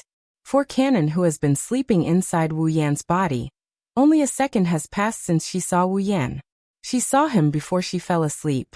She saw him the moment she woke up. Maybe it didn't even take a second. However, during the time she lived with Wu Yan in the bloodlust rampage world, Canon became dependent on Wu Yan. Canon started relying on Wu Yan. Her reliance on Wu Yan only grew stronger after she became his familiar. No matter how long she hasn't seen Wu Yan, every time she sees him, Canon would feel happy from the bottom of her heart.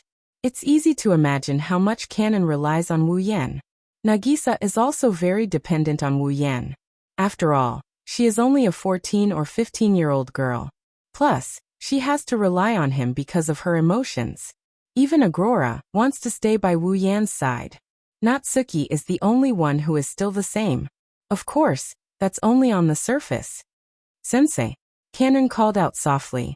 She flew towards Wu Yan with 3 pairs of white wings. She stared at Wu Yan with her sparkling eyes. Then she lowered her head in embarrassment. Thank you, Canon. You've been a great help.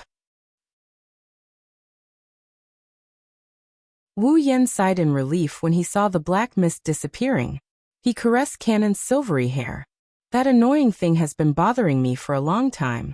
Canon took care of it in an instant. You're amazing. Canon smiled shyly. Her cheeks blushed. I am Sensei's familiar. My power is Sensei's power. That's a great honor. Ikaros and Astria, who had been observing Canon, also walked up to her. They sized her up with their crimson eyes, and a strange light flashed in their eyes. Astria was the first to speak. Hey, Master. Astria tugged at Wu Yan's sleeve. She asked curiously, who is this child? Before Wu Yan could answer, Astria flew to Canon's back and caressed her white wings. Wow. She has wings too. They are the same color as mine. Is this child an angel too? What's her model? Astria has never heard of it before. That. Her wings trembled under Astria's touch. Canon was startled by Astria's enthusiasm. She started stuttering, and she looked at Wu Yan with a pleading look. She wanted Wu Yan to stop Astria from acting like an idiot. Stop being so naughty.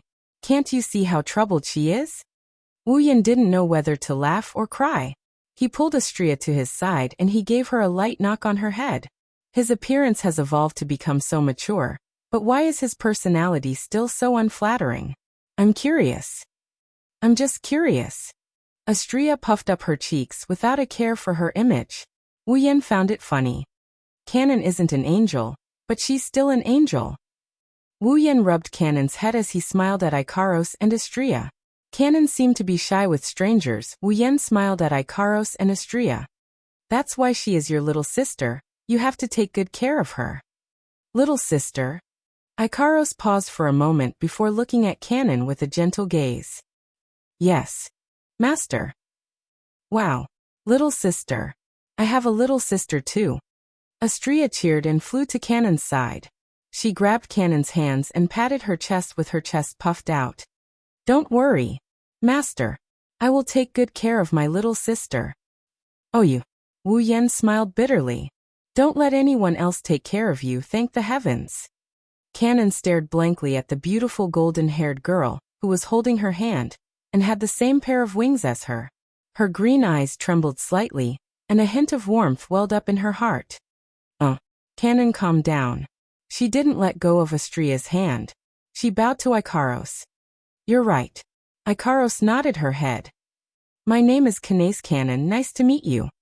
My name is Astria, you have to call me Astria Nasan. Astria giggled. She emphasized the word Nasan, as if she really wanted a little sister. Well, it's understandable. Astria was the last to be created by Daedalus in the first generation of angeloids. She was the youngest in terms of age and experience. Coupled with her unsettling personality, it was only natural that the word little sister would appear in the minds of everyone who interacted with her. Otherwise, Hinajiku and Mikoto wouldn't have taken care of Astria all the time. Even Yukari took special care of her. That's why Astria really wanted a younger sister. She didn't want a little sister like Flandre-chan or Yoshino who stayed by Wu Yan's side. She wanted a real little sister. Unfortunately, before Astria was summoned, Daedalus didn't create any more angeloids. Synapse didn't create a second generation of angeloids either. Astrea had no choice but to sit obediently in the youngest position. Canon's appearance made Astrea happy.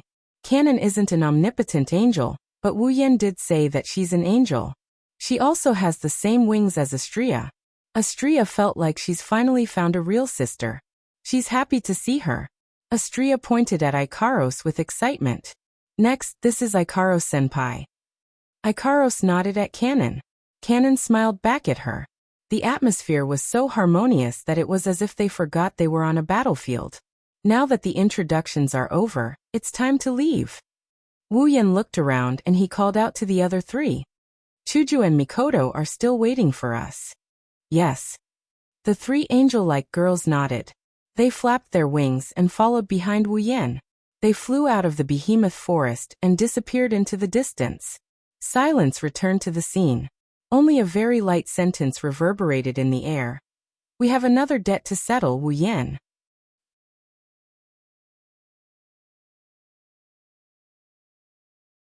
Chapter 1040. Behemoth Forest, Camp. Stare. The group of girls stood in a row and stared at Canon, who was standing at the entrance. They didn't say anything and didn't do anything else. They just stared at Canon. The atmosphere in the tent became deathly silent and didn't disperse for a long time. Canon, who wasn't very courageous to begin with, became even more nervous under the fierce gazes of the girls. Her green eyes kept darting around, and her face was filled with panic. She looked restlessly at Wu Yan with pleading eyes, and she was on the verge of tears. Wu Yan wanted to help Canon, but he didn't know what to do. He didn't know what to do, so he started looking around, trying to find someone to help him. Wu Yan wanted to help, but he didn't know what to do, so he started looking around for help. Unfortunately, Astrea, who was yelling about taking care of Canon, went straight to the table and started feasting with Toka after entering the tent. As for Ikaros, rather than hoping that she would be able to help in this situation, he might as well hope that the Pandora system would evolve her emotional abilities. Sighing faintly, Wu Yan could only turn his gaze to the corner. Z, who had been watching coldly from the sidelines, was enjoying the taste of the black tea. He seemed to have felt Wu Yan's gaze. Violet turned her head and met Wu Yan's pleading eyes. She blinked her eyes and a smile appeared in her purple eyes. She glanced at Wu Yan with a smile that was not a smile. Then, she picked up the cup again and drank the black tea. He was completely ignored. With tears streaming down his face, Wu Yan glanced at the girls who were glaring at Canon. Glancing at the uneasy Canon, he gritted his teeth, braced himself and walked forward. Before he could finish his sentence, the girls' gazes on Canon turned sharp. They shifted their attention to Wu Yan. Chuju Mikoto, Shokoha Misaki, and Kotori looked at him with malicious intent. Wu Yan felt cold sweat dripping down his forehead. Damn it! Under the watchful eyes of the girls, Wu Yan's body stiffened up. His mouth that was about to open, his mouth shut up as tears started streaming down his cheeks. Canon, on the other hand, when he sensed that the girls had shifted their gazes away, he couldn't help but heave a sigh of relief. He finally began to observe the group of girls, his green eyes fluctuating. Are these the most important people to Sensei? She looked at the beautiful girls in front of her, each with their own beauty. Canon raised her hand to look at the girls who were just as beautiful. She held it in front of her chest. She was stunned but also troubled, since they are the most important people to Wu Yan. Canon felt that she must get along well with them. Otherwise, she'll cause trouble for Wu Yan. However, the girls didn't seem to welcome her very much.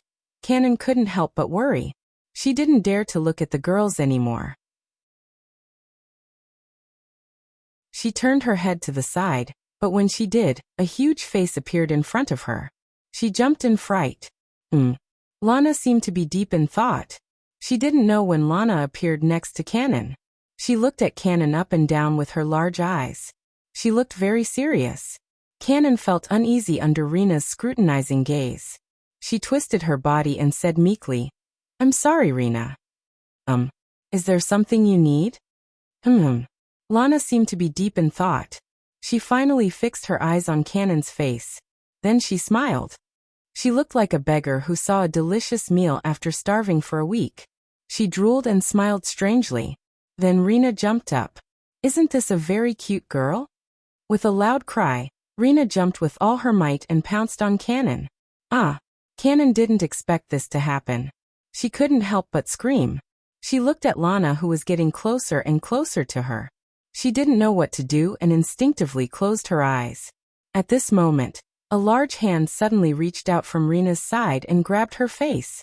It's our first time meeting. You despicable Yuri girl. Control yourself. Wuyan shouted. He swung the hand that grabbed Lana's face and slammed it on the ground. With a muffled bang, Rina fell to the ground with her face on the ground. Her legs twitched a few times, then she fell silent. Wuyan clapped his hands. He didn't even look at Lana.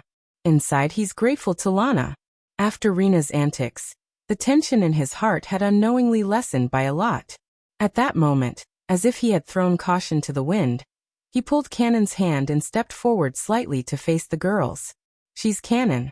Wuyan pushed Cannon's back and said, she's a family member who lived with me in the dungeon world.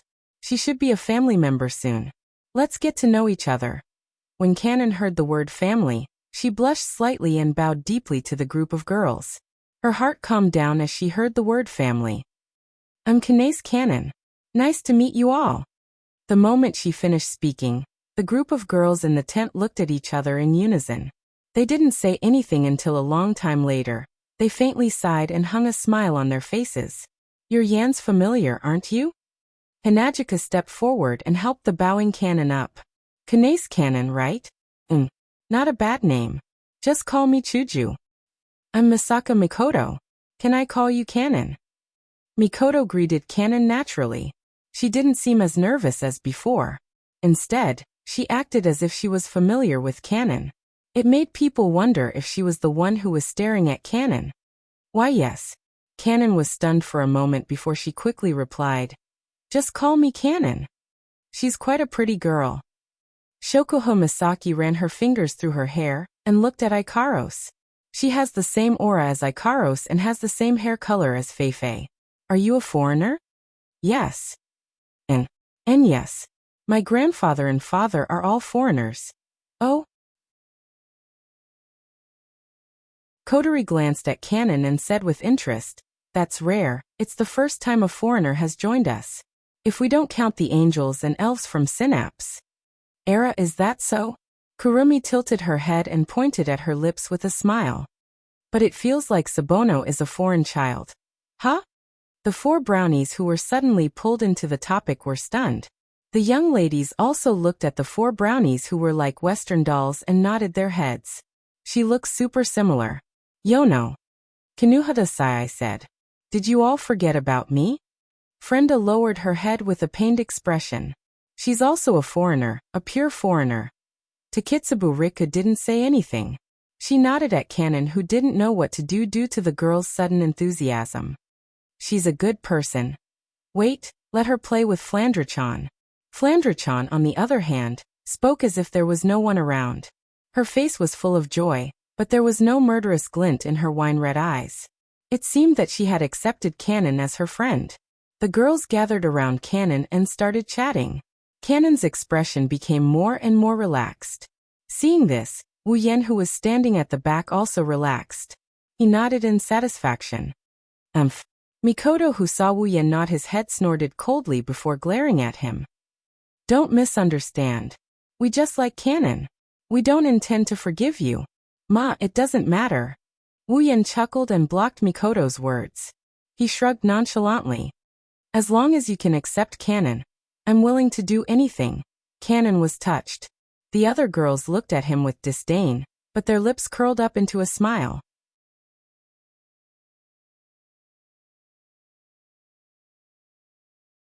Chapter 1041. After some introductions, Cannon finally blended into the group of girls. Even though she can interact with the girls normally, Cannon didn't choose to stay. Instead, she returned to Wuyan's body after having a meal with the girls. According to Cannon, if she's not there, Nagisa will be angry when she wakes up.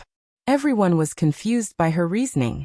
Only Yukari, Shokuho Misaki, Kotori, and Kurumi had a meaningful smile on their faces. They've guessed the reason, but they didn't tell the others. Wu Yan had no choice but to accept Cannon's request. He cut off the mana supply and let Cannon return to his body. Wu Yan isn't sure if it's just his imagination, but he has a feeling that the girls are envious and jealous of the fact that Cannon is his familiar and can enter his body whenever she wants. Of course, whether it's an illusion or not, Wu Yan's instincts are telling him to keep it to himself. Otherwise, an unimaginable disaster will await him. Wu Yan decided to turn a blind eye and started telling the girls about his encounter in the behemoth forest. Black mist. Black light. The girls carefully digested the information Wu Yan brought back. They looked at each other with furrowed brows. Where did those disgusting things come from? Mikoto's face was filled with displeasure. They didn't exist in the behemoth forest before. How did they appear out of nowhere? Who knows? Wu Yan shook his head helplessly. If we knew, we wouldn't have needed to investigate. In the end, other than eliminating a large amount of black mist and black light, we didn't get anything out of this investigation? Shokuho Misaki's eyes twinkled as she turned to Yukari. Yukari, what do you think? Yukari narrowed her eyes, her lips curved upwards. I'd like to know if something happened to those disgusting things or if we were wrong. The girls heard Yukari's words. They looked at each other. He laughed bitterly. It seems like Yukari was more interested in the fact that the dark mist and dark light attacked Wu Yan, Ikaros, and Astria on their own accord. She didn't know if it was because she was annoyed that her guess was wrong, or was he eager to prove that he was not wrong.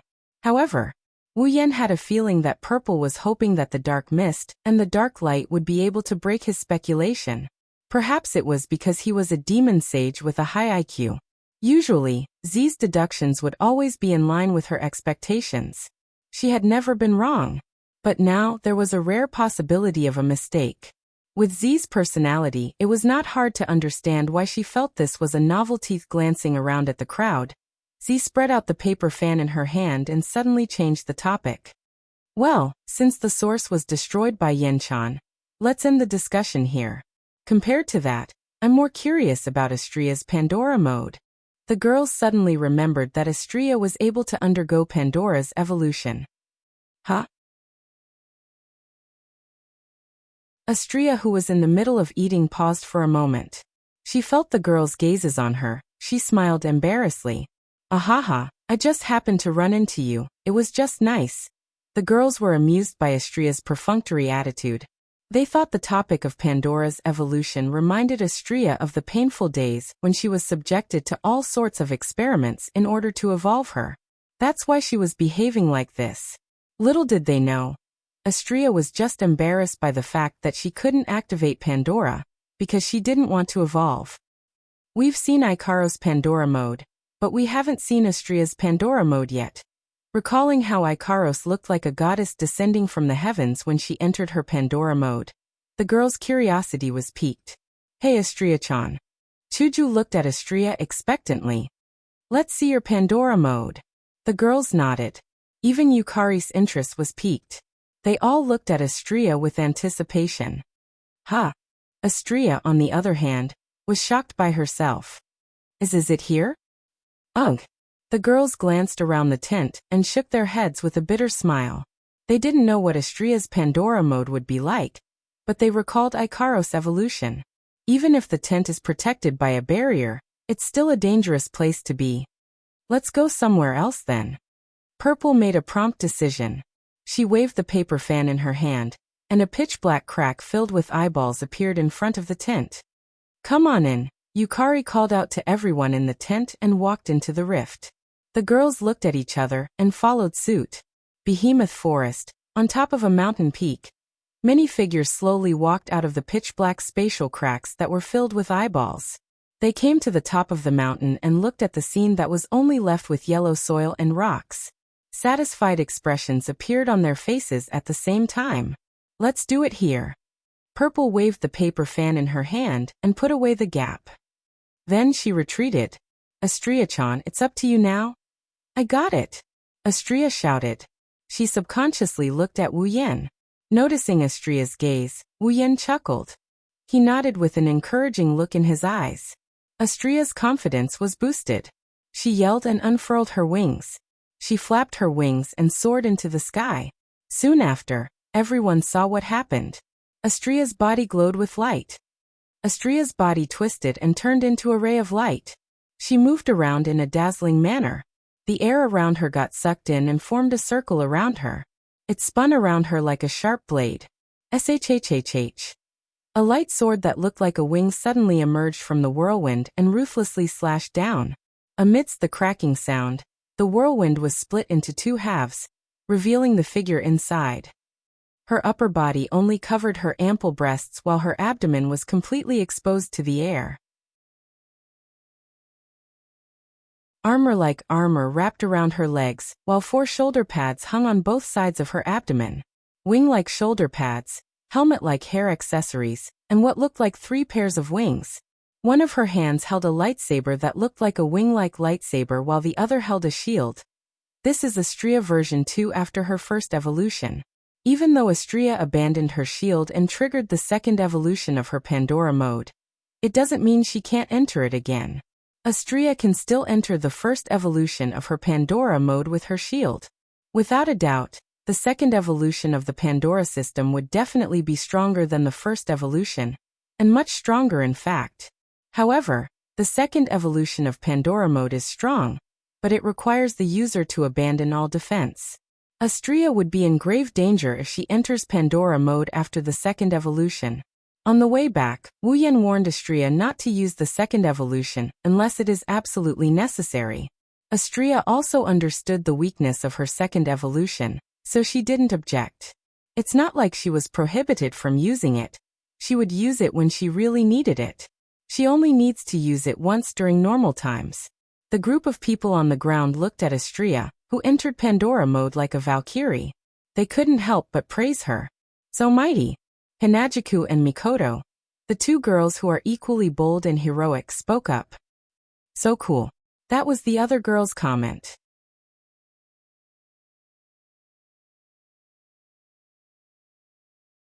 Chapter 1042. Astria, who was floating in the air, heard the praises from the people on the ground. She blushed for the first time in her life, but at the same time, she felt proud of herself. For someone as naive as Astria, being able to surprise her sisters should be something to be proud of, right? Her pure white wings fluttered in the wind. Astria's slender body slowly floated to the ground and landed in front of everyone. This is my Pandora mode. Astria puffed her chest out proudly. Her face was filled with pride. Of course, Astria wasn't proud of her Pandora mode. She didn't like fighting. She wouldn't want it if it wasn't useful to her. Astria was like a child showing off her favorite toy to others. Pandora mode might just be a toy for Astria. Astria-chan's Pandora mode is so cool. Hinajika didn't hold back her praise. Her yellow-green eyes scanned Astria's body from top to bottom. So, isn't there a second evolution? Why aren't you using it anymore? About that. Astria replied. Master said it's too dangerous, since we don't have any defenses. That's why he said it's normal. He forbade me from using it. That's true. The girls nodded in agreement. Shokuha Misaki quickly spoke up. It's not the time to fight, we're just looking at it. It should be fine even if you use it, right? Plus, we're all here. What danger can there be? The girls flinched for a bit before looking at Wu Yan. Wu Yan shook his head when he saw this. It's better to be safe than sorry. It's better to be safe than sorry. Then, how's your combat power? Kotori stepped forward with one hand on her waist, and the other holding the lollipop. She asked expressionlessly. Combat power? You should have improved by quite a bit, right? Yes. I did improve quite a bit. Wu Yan didn't have anything to hide. He answered directly.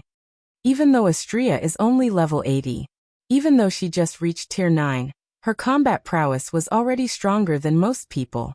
Ikaros and Astria were no exception to this rule.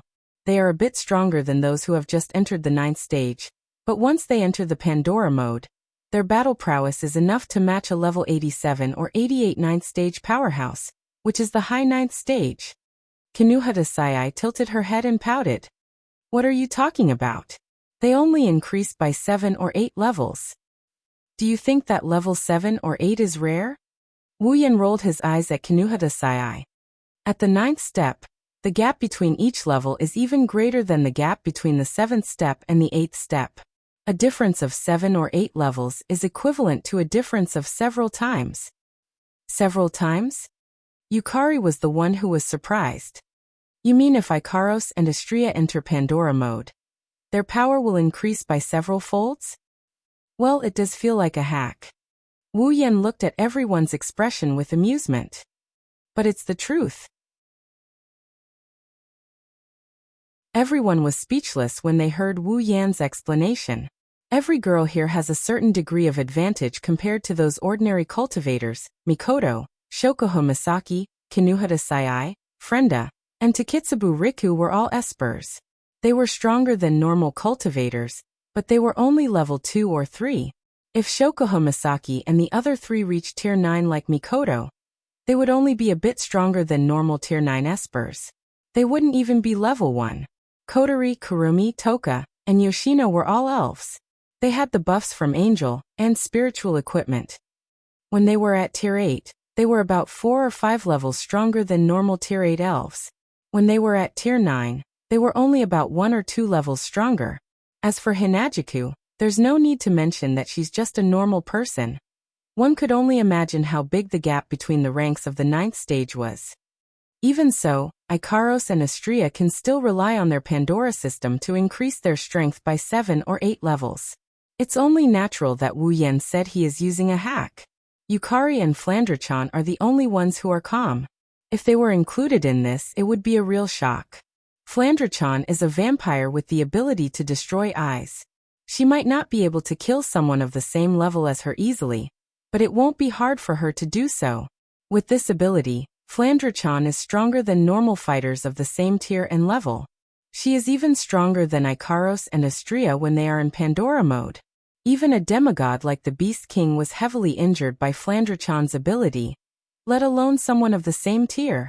Of course, that was also because the Beast King had just become a demigod, and he gave Flandre-chan ample time to prepare, plus Ikaros' assistance. That was why Flandre-chan was able to achieve such a good result. However, to be able to injure a demigod, one could tell how terrifying Flandre-chan's abilities were. To put it bluntly, if Flandre-chan's opponent was of the same rank as her, and didn't have a stronger ability than her, then no matter how many tier 9 opponents came, they would be nothing but fodder for Flandre-chan. That includes peak tier 9 fighters.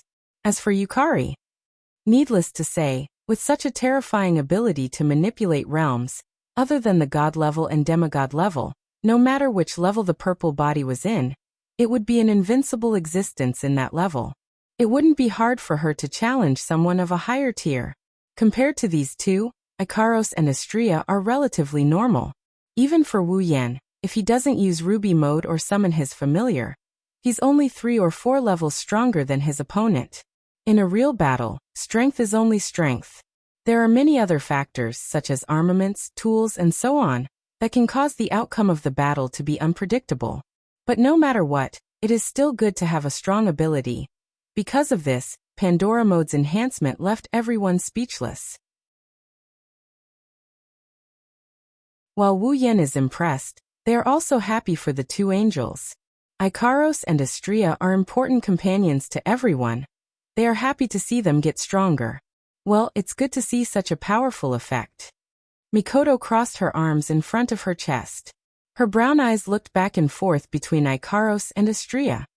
Then, who is stronger between Ikaros and Astria in Pandora mode? Everyone was stunned by Mikoto's words. Who is stronger in Pandora mode? Wu Yan pondered for a moment. He wasn't sure. This is a difficult question to answer. After all, the Pandora system's upgrade is not very consistent. Not only does it upgrade the Universal Angel's performance, but it also upgrades the equipment and the derivation of ability effects. All of these are different. If we really want to compare them, we can only say they each have their own merits. Of course Ikaros-senpai is stronger. Astria answered without hesitation. Ikaros-senpai is the strongest angeloid in Synapse. I can't compare to her. No one responded to Astria's words. They looked at Ikaros instead. It's just as Master said. Ikaros said softly. My model is different from Astria's. Our attributes are different as well. Pandora mode enhances our attributes and equipment. In terms of close combat, I am no match for Astria. Ikaros's words are clear. They each have their own merits. However, this didn't clear Mikoto's doubts. In fact, it piqued her interest. If that's the case, Ikaros, Astria, why don't you two settle this here and now? Everyone's eyes lit up. Even Ikaros had a surprised look on her face. Astria was the only one who cried out in surprise. What? Astria shook her head like a rattle drum. Impossible. Impossible. Impossible. How can I be Ikaros-senpai's opponent? However, Astria's panic caused everyone to smile wickedly.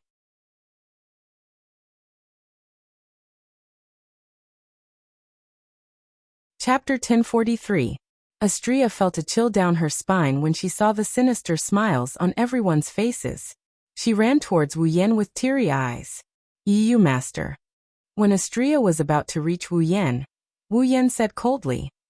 I think it's a good idea too. Astria froze in midair, still in her lunging position. Hey, Ikaros, what do you think? You think it's a good idea too, right? As if the excitement wasn't enough, Hinajika switched to Ikaros instead. Ikaros looked at Astria and stared at her without saying a word. Astria started to feel a little guilty. Ikaros-senpai. Astria raised her hand weakly.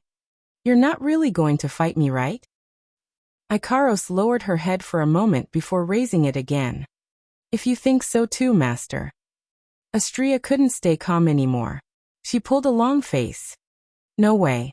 Are we really going to fight? Wu Yan and the others found it funny when they saw Astria's expression, as if she saw the end of the world. They more or less knew what Astria was thinking. They knew she didn't like to fight, but that didn't mean she would shy away from a fight. Astria is only doing this because her opponent is Ikaros. They didn't know why. Astria respected and feared Ikaros a lot.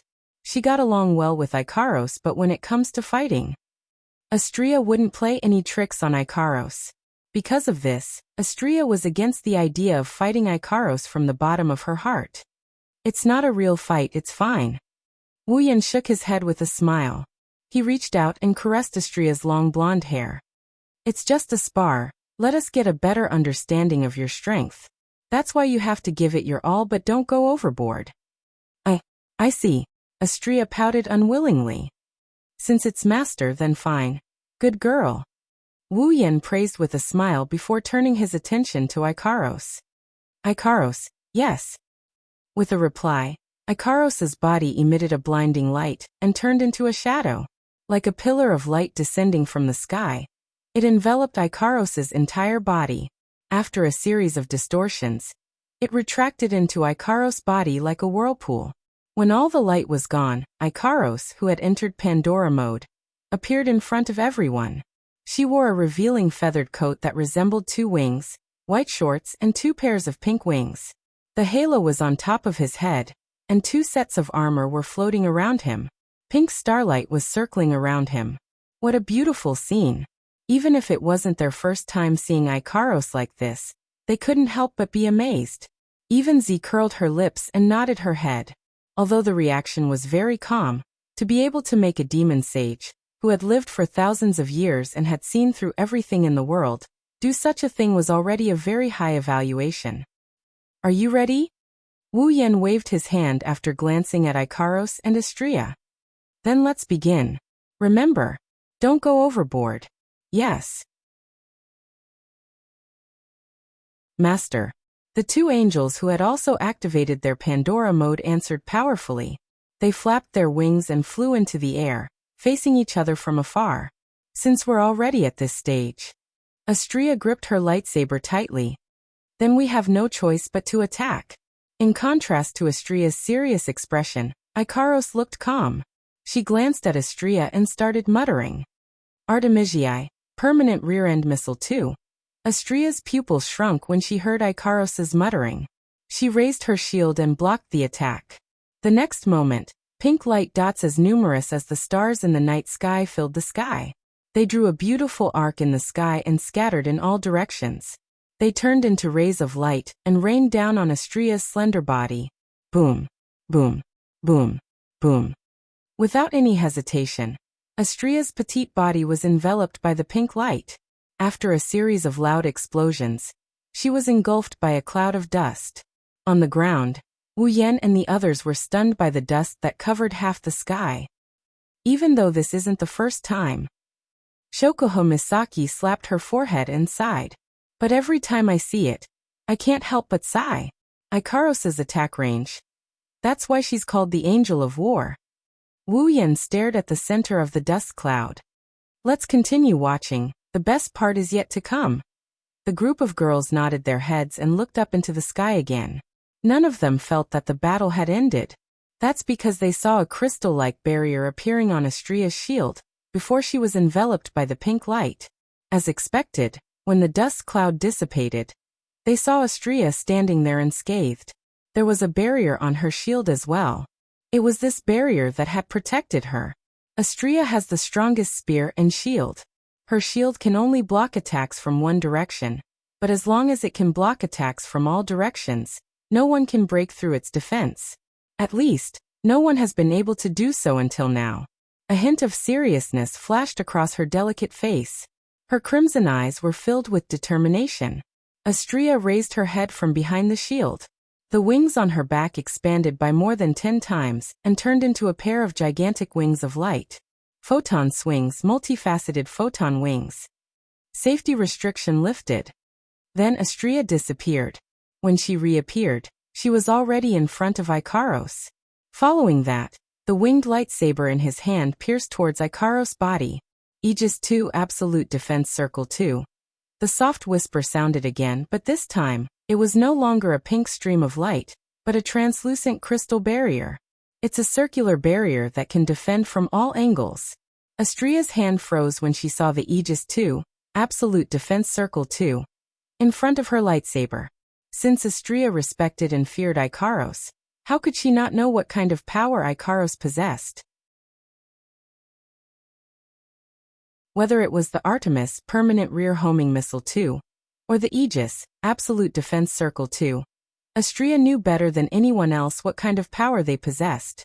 To put it bluntly, Astria might lose if she hits Ikaros. The evolved Aegis 2, Absolute Defense Circle 2, not only has a 360-degree defense without any blind spots, it can also reflect all external attacks with 100% accuracy. Of course, 100% accuracy is a bit of an exaggeration since there are people stronger than Ikaros. For example, Yukari can break Ikaros' Aegis 2, Absolute Defense Circle 2, with a wave of her hand. But Astria isn't one of them. Astria isn't confident her attack won't be reflected by Aegis 2, Absolute Defense Circle 2. That's why Astria couldn't make up her mind. She didn't know if she should continue with her attack. However, this hesitation lasted for less than 0.1 seconds before Astria got rid of it. It doesn't matter if she gets reflected, loses, or gets injured. Since she's already in close range, there's no reason for her to give up on attacking just because of Ikaros' defense. I'm an all-purpose angel for close-range combat. I'm an expert in close-range combat. Even Ikaros Senpai won't be able to win in close-range combat against me. Plus, my sword can break Ikaros Senpai's Aegis 2, Absolute Defense Circle, under normal circumstances. Now that I'm in Pandora mode, there's no way my evolved sword can't break Ikaros Senpai's Aegis 2, Absolute Defense Circle 2. I must continue with this attack. After making up her mind, Astria's expression tensed up. She thrust her winged lightsaber forward. Clang! The lightsaber in Astria's hand exploded with power. The tip of the lightsaber collided with the circular barrier, creating a huge shockwave. A crisp sound reverberated in the air.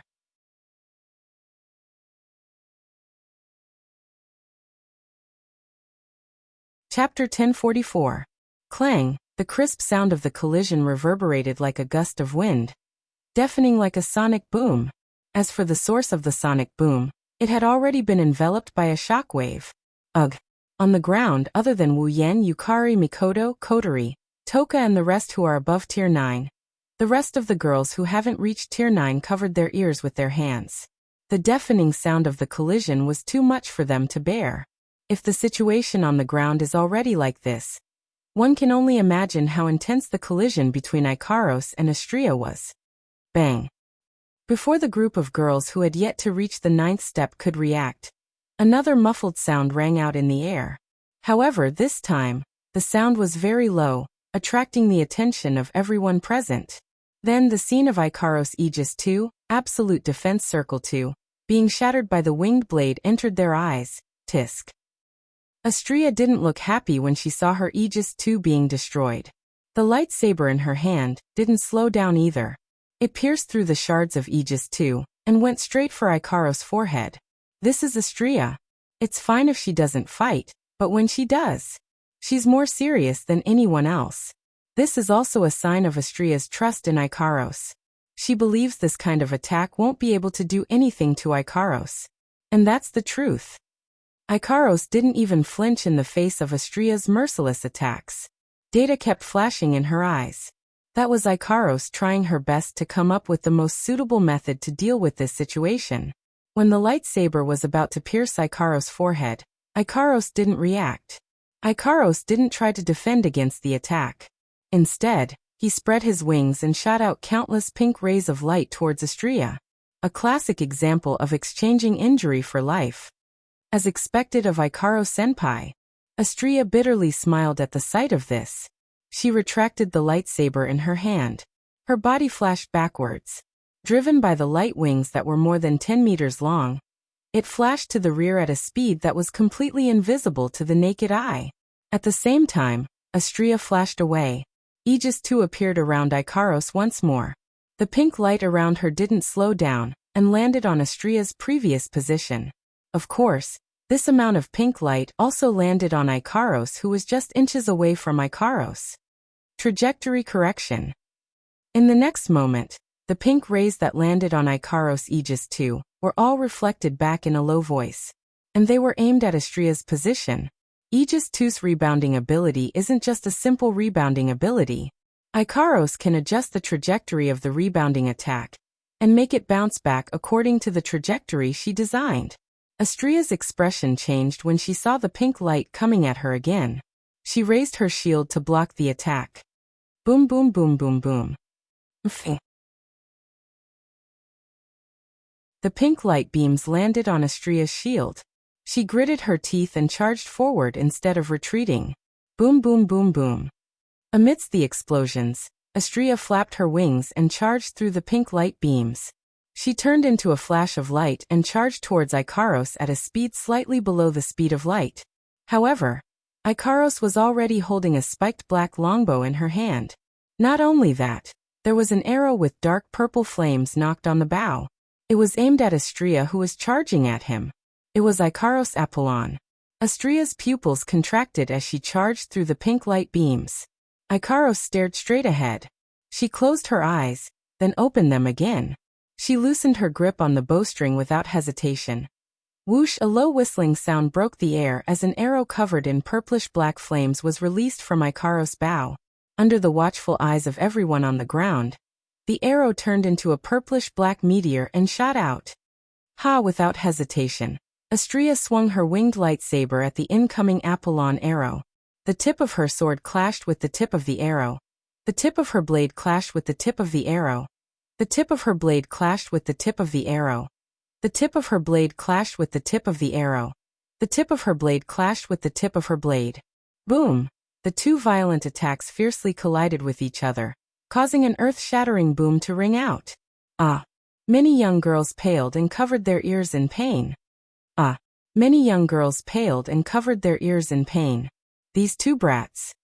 Wu Yen and Yukari exchanged a look. They didn't know whether to laugh or cry. They waved their hands, and a barrier appeared around them. The barrier blocked the sound waves, and the girls felt a lot better after the barrier was set up. Ikaros Astrea. Chuju wiped the cold sweat off her forehead and bitterly smiled. They are both strong, but why are they fighting so hard? It's not like they're enemies. This doesn't look like a duel anymore, right? Mikoto started getting anxious. This is a fight to the death. The rest of the girls were also worried. They didn't expect Ikaros and Astrea to be so ruthless. It didn't look like they were holding back. Just like Mikoto said, it looked like they were in a real fight. How can the girls not be worried? Perhaps, this is the difference between our identities. Unlike the other girls, Yukari's face was indifferent.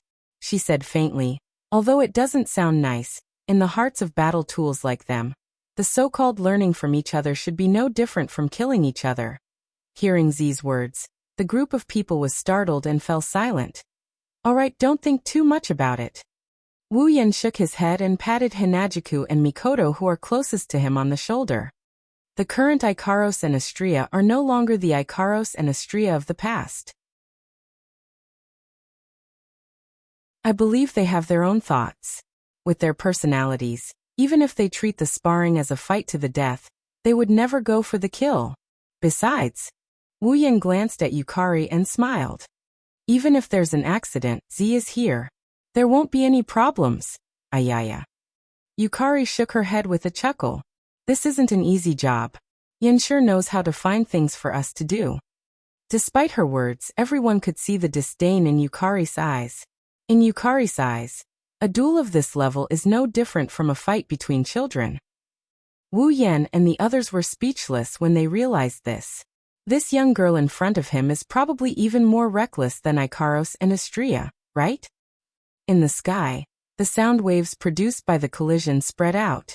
The surrounding countless flashing pink streams of light exploded one by one under the impact of the sound waves, exploding into nothingness.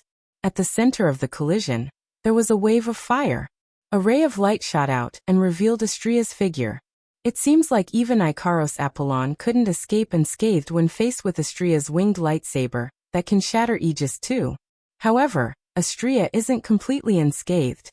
There aren't any obvious injuries on her body, but smoke is rising from her body. She was panting heavily, and the hand holding the lightsaber was trembling. Even if Apollon can't win against the lightsaber, it still has the upper hand. This was to be expected. Apollon was Ikaros' strongest weapon other than Uranus. Even though Ikaros and Astrea were on par with each other, and Astrea focused all of her strength on the sword, Ikaros was still superior in terms of destructive power due to her Angel of War.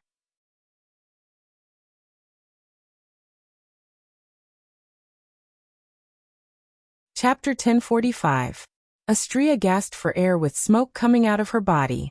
She looked at her trembling hands, and then at Ikaros. She tightened her grip on her sword and shield.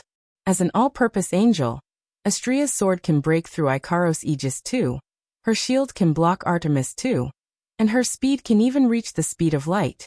She's not your average fighter. But because of this, Astrea's weakness is very obvious.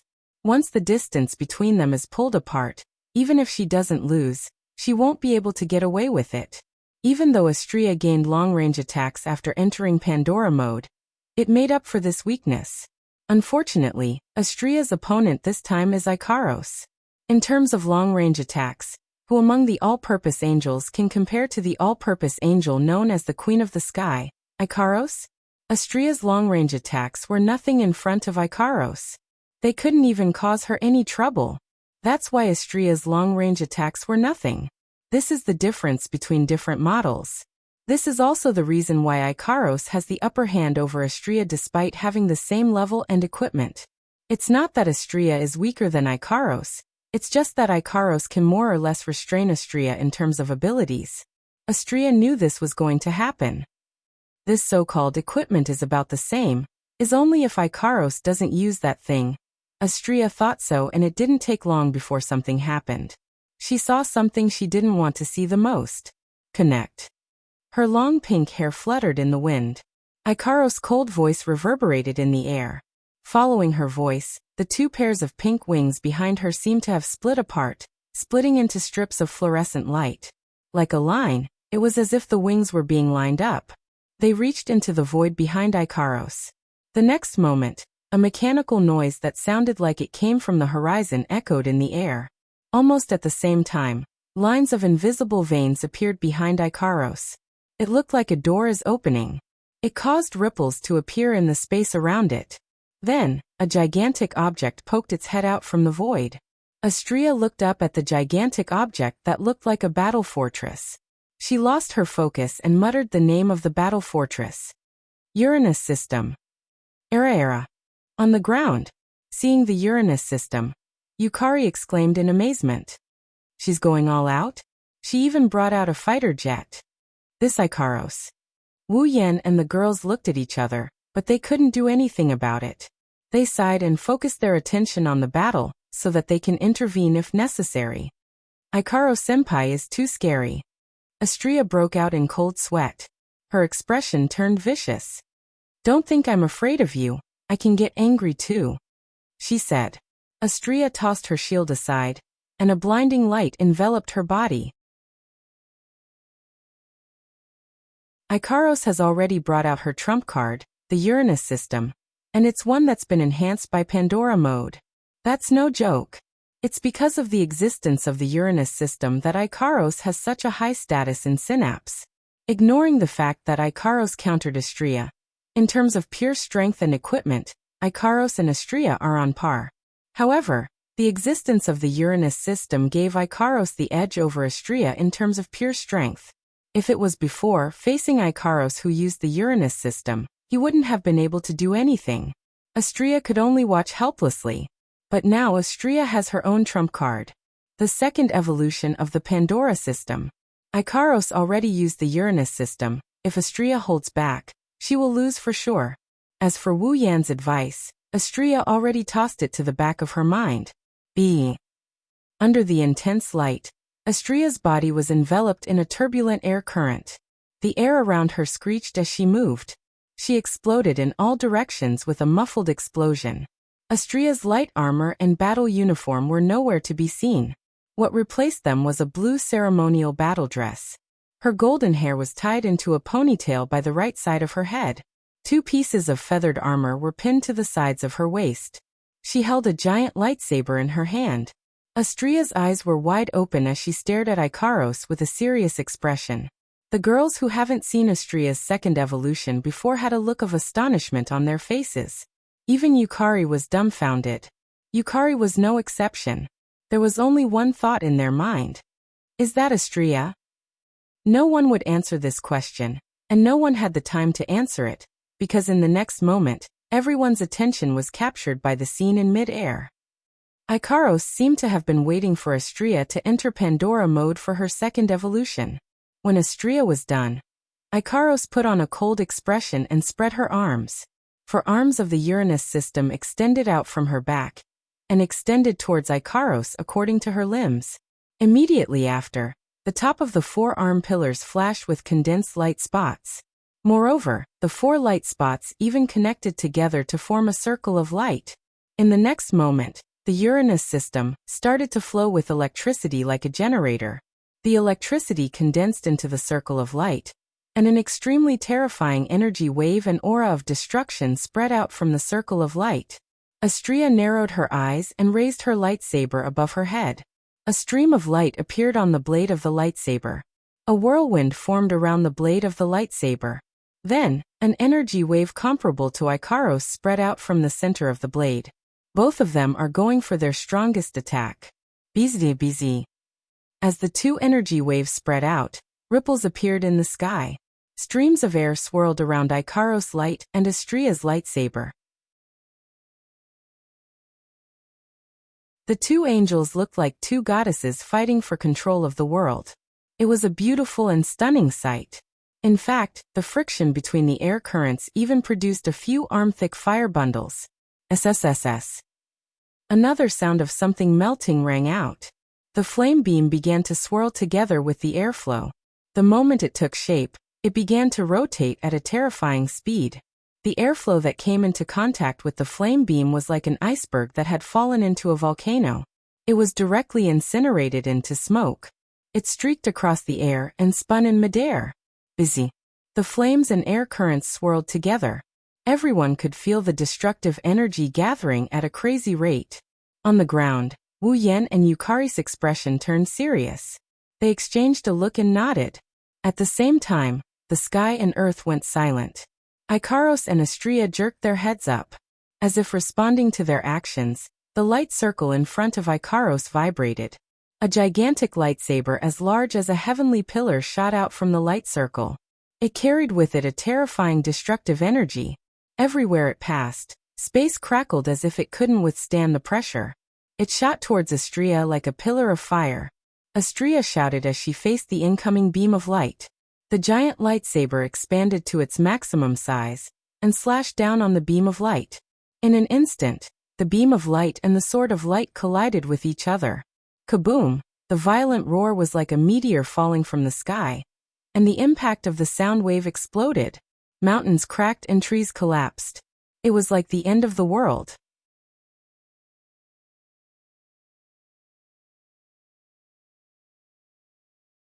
Chapter 1046. Kaboom! There was a loud bang in the sky. A shockwave mixed with a terrifying force exploded like an atomic bomb, violently exploding and sweeping out in all directions.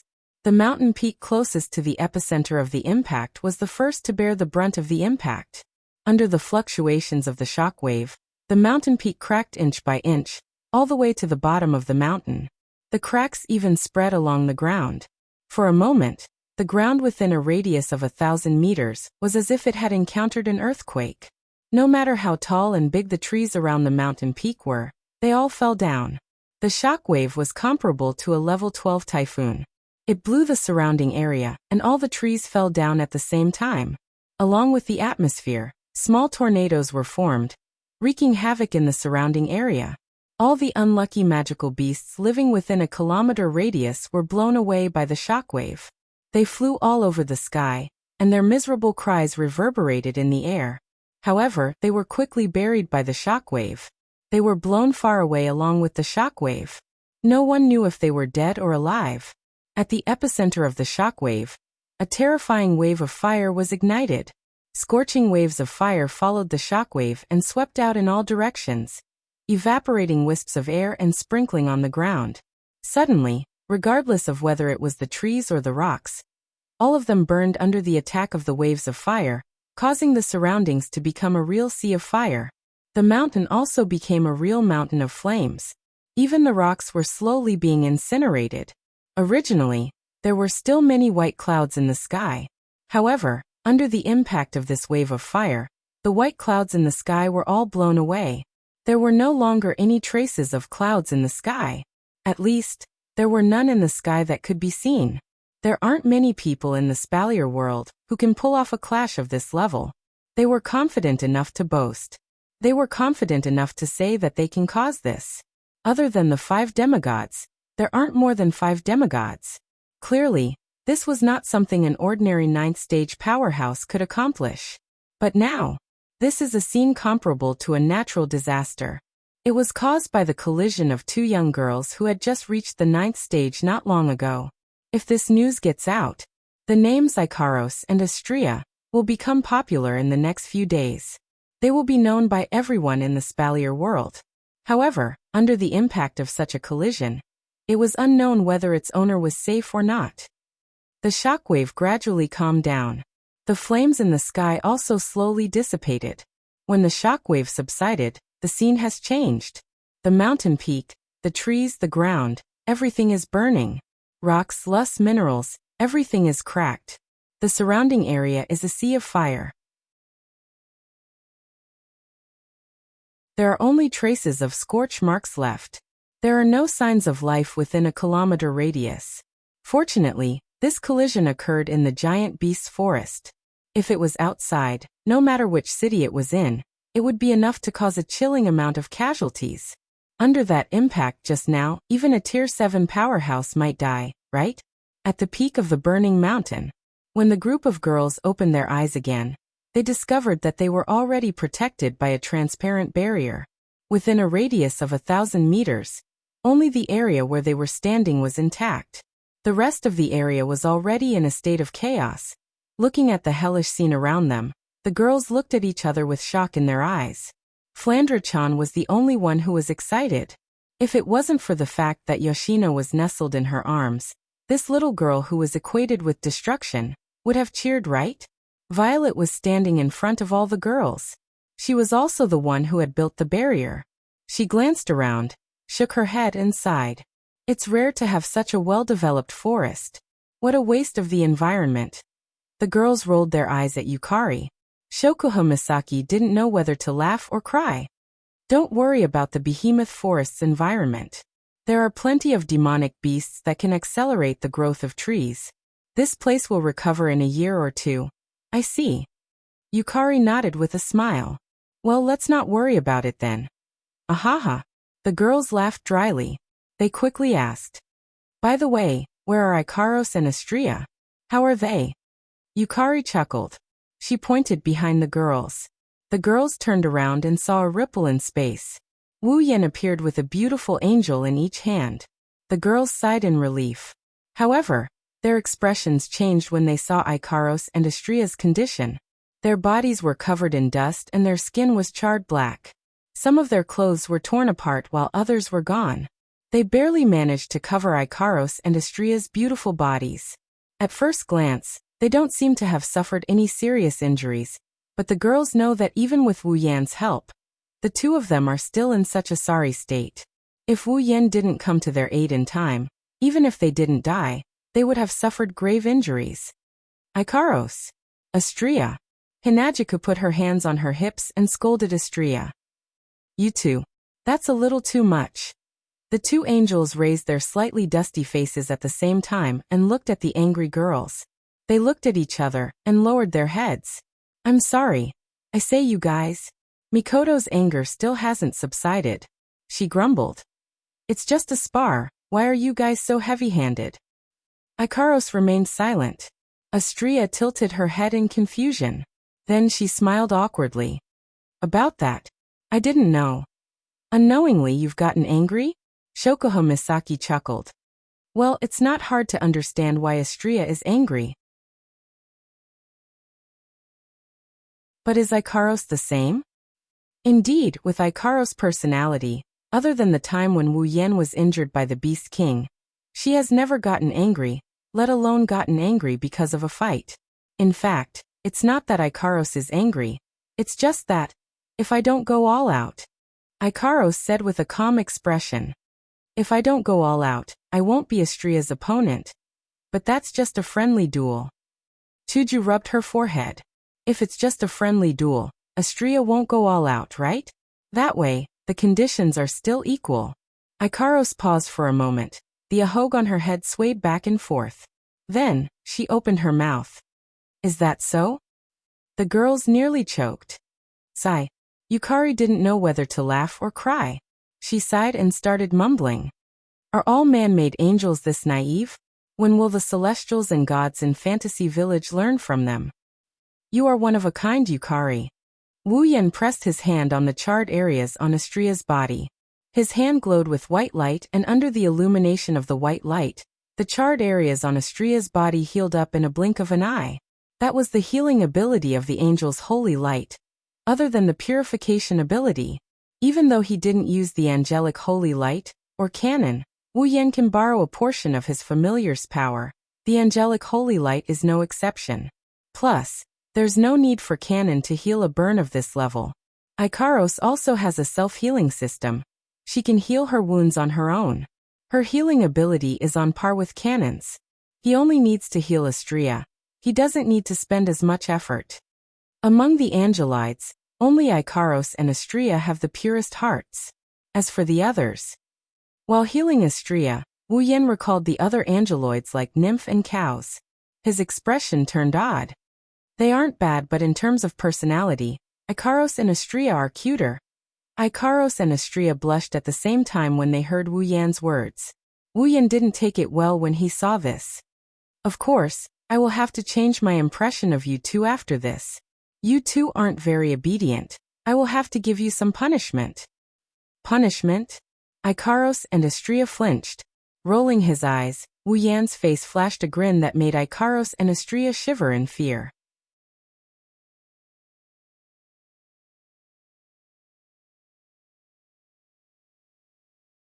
Chapter 1047. It's nighttime. The moonlight tonight is warm and gentle. There were no stars in the sky, but they were like silver gauze as usual, sprinkling down from the sky. They brought with them a hint of coolness, but there was no coldness. They followed their owner's movements in the sky, illuminating the earth to their heart's content, dragging out the shadows of all living things in the night. Even though the air is cold, The bonfires that are set up at regular intervals are still burning, driving away most of the coldness in the camp. The patrolling guards feel very comfortable tonight. These low-level soldiers don't know that the atmosphere in the campsite is the exact opposite of what they are feeling right now. It's like a storm is brewing. Many of the higher-ups could not forget the day when the leader returned to the camp with the corpses of the other members of the team and reported what had happened. Pelosi, Bingling, and Bishi have already reported this matter to the Ailu Empire's imperial family and their families. What should they do now? What should they do now? They can only wait here for news, however. Whether it was Pelosi, Bingling, or Bishi, they all had a feeling. The water in the behemoth forest is getting murkier and murkier. Pelosi, Bingling, and Bishi couldn't sleep at all. While the patrolling guards were enjoying the night's peace, Pelosi and Bingling felt that it was just a prelude to a storm. While Pelosi, Bingling, and Bishi, as well as the higher-ups in the campsite, can't sleep because of the behemoth forest, Wu Yan is enjoying himself. If someone were to approach Wu Yan's tent right now, they would notice that there's a strange noise inside the large tent. There are some strange noises, rapid panting, sensual moans that would make one's heart beat faster, and sounds of objects colliding with each other at an extremely fast speed. There's even the sound of water splashing. It's all mixed together, echoing faintly inside Wu Yan's tent. However, as long as they were within 5 meters of the tent, they would be able to hear these sounds. Of course, if someone really came within 5 meters of the tent, then the noises in the tent would stop, and not a single sound would come out. However, the person who caused the noises to stop will receive the cruel revenge of a certain wolf the next day. Amidst the faintly discernible noises, several naked figures were entangled together in an extremely intense hand-to-hand combat. If one were to listen carefully, one would be able to tell that the hurried panting sound came from a male figure, while the blushing and heartbeat moaning sound came from 2 other slender figures. As time passed, the hand-to-hand combat became more and more intense. The result was that the 2 moans became more and more pleasing to the ear, more and more resounding, and their breathing became more and more rapid. Finally, the sound of begging for mercy started echoing in the campsite. Unfortunately, the guy who was fighting with the owner of the moans became more and more excited. Not only did he not pay attention to the owner of the moans, he became more and more conceited. His movements became more and more intense, increasing the intensity of the hand-to-hand combat. As a result, the owners of the 2 moans were scared out of their wits. After a long panting, they surrendered inside the tent. The 3 figures tensed up their bodies at the same time. Only after a long time did they relax at a speed visible to the naked eye. They lay down on the sheets, unable to get up again. Phew. Hugging 2 extremely elastic bodies, Wu Yan let out a long breath. His face was refreshed. The only thing missing was the word refreshed on his face. On the other hand, the 2 girls lying in his arms were flushed red. They kept panting as if all the energy in their body was sucked out of them.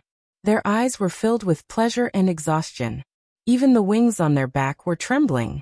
It seems like they still haven't recovered from the lingering effects of the lovemaking. Their faces were filled with intoxication. Seeing the intoxicated expressions on Ikaros and Estria's faces, Wu Yan felt an indescribable sense of satisfaction.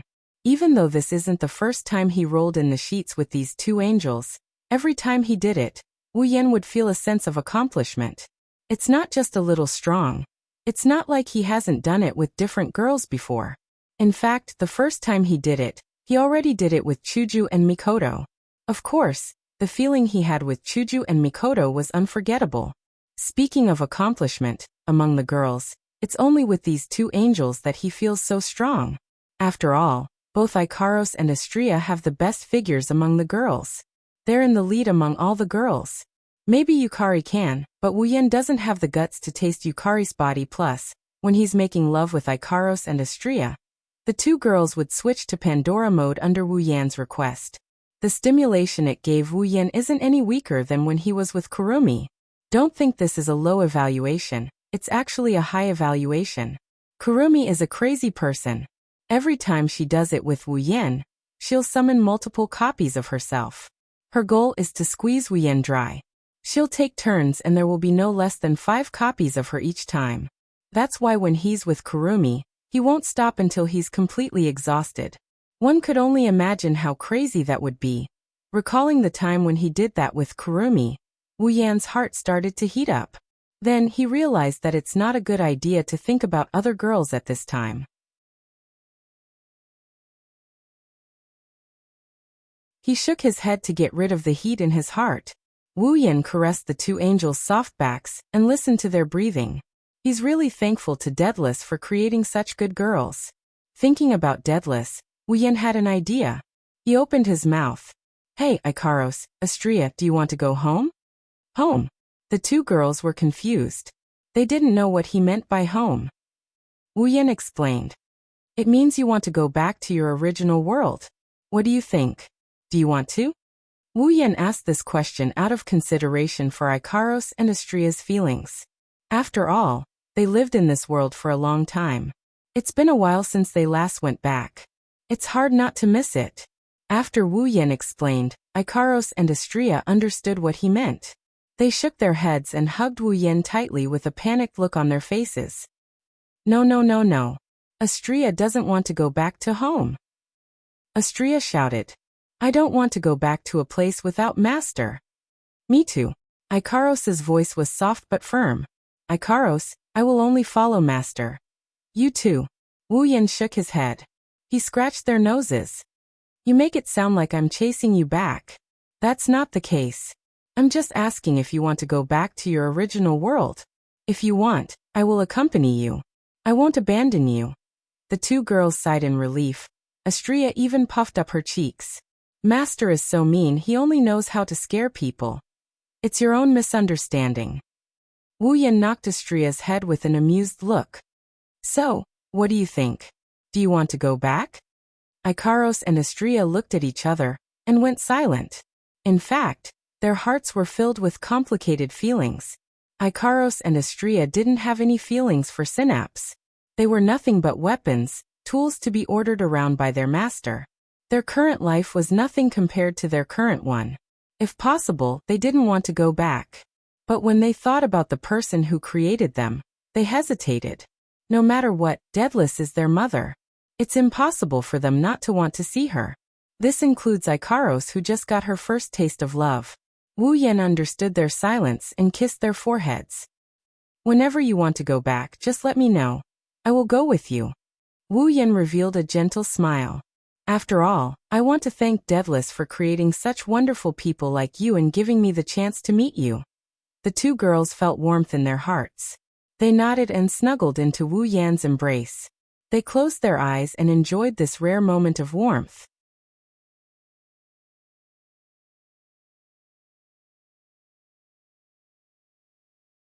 Chapter 1048.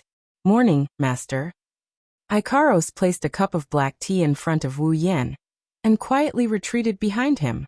This scene was very common during normal times. After all, Ikaros was the type of person who only knew how to contribute silently. But today, Ikaros is acting a little different. Because other than silently sacrificing herself, Ikaros's cheeks are flushed red as well. Ikaros fared better than the rest.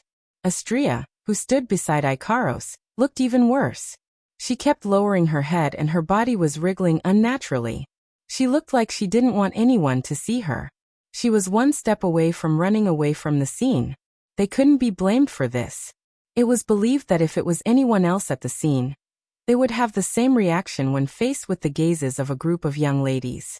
Wu Yan is the only one who picked up the tea in front of him and tasted it carefully. His calm demeanor made the girls even more enraged. Then, Chuju closed her eyes and crossed her arms in front of her chest. She spoke to Wu Yan with a suppressed voice.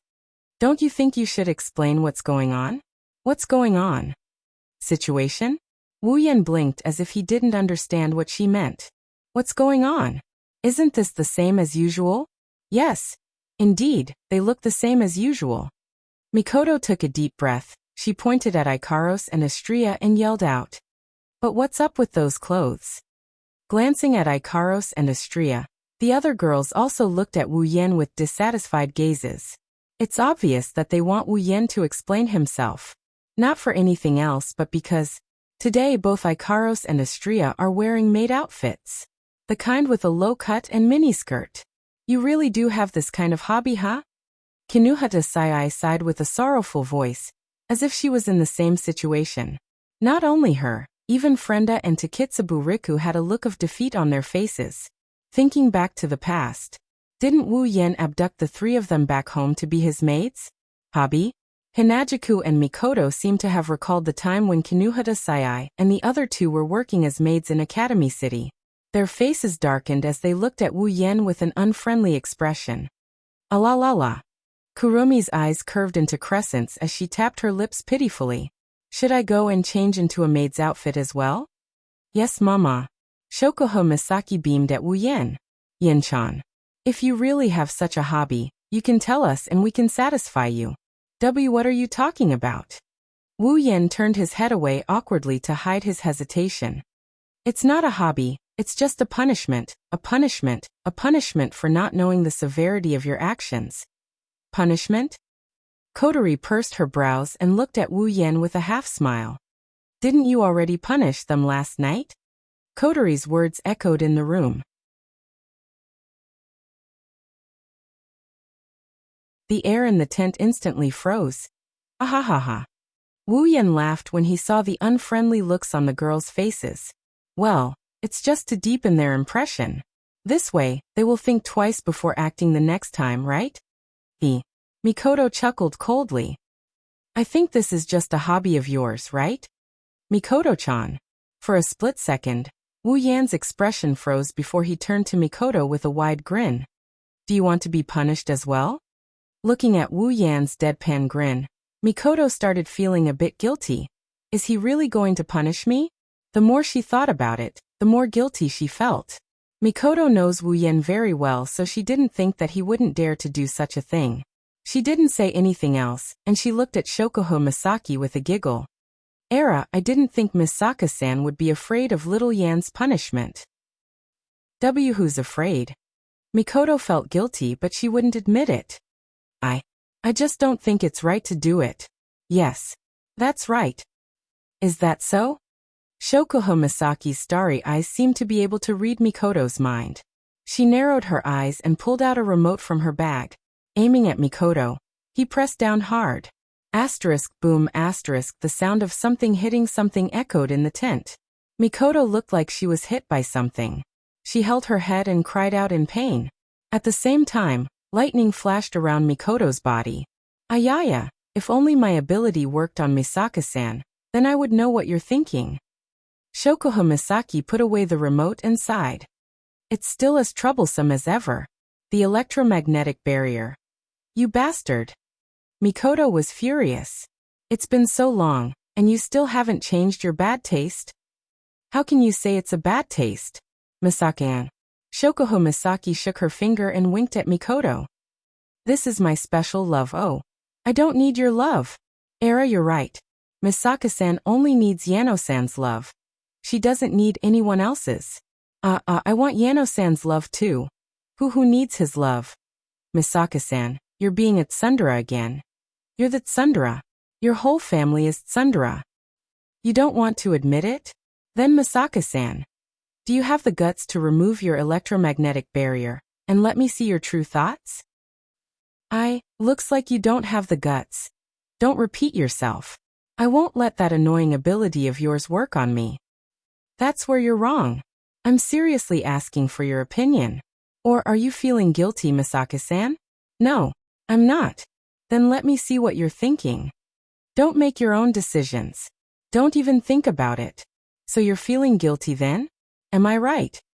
Are you trying to pick a fight with me? Whoa, Misaka-san is so scary.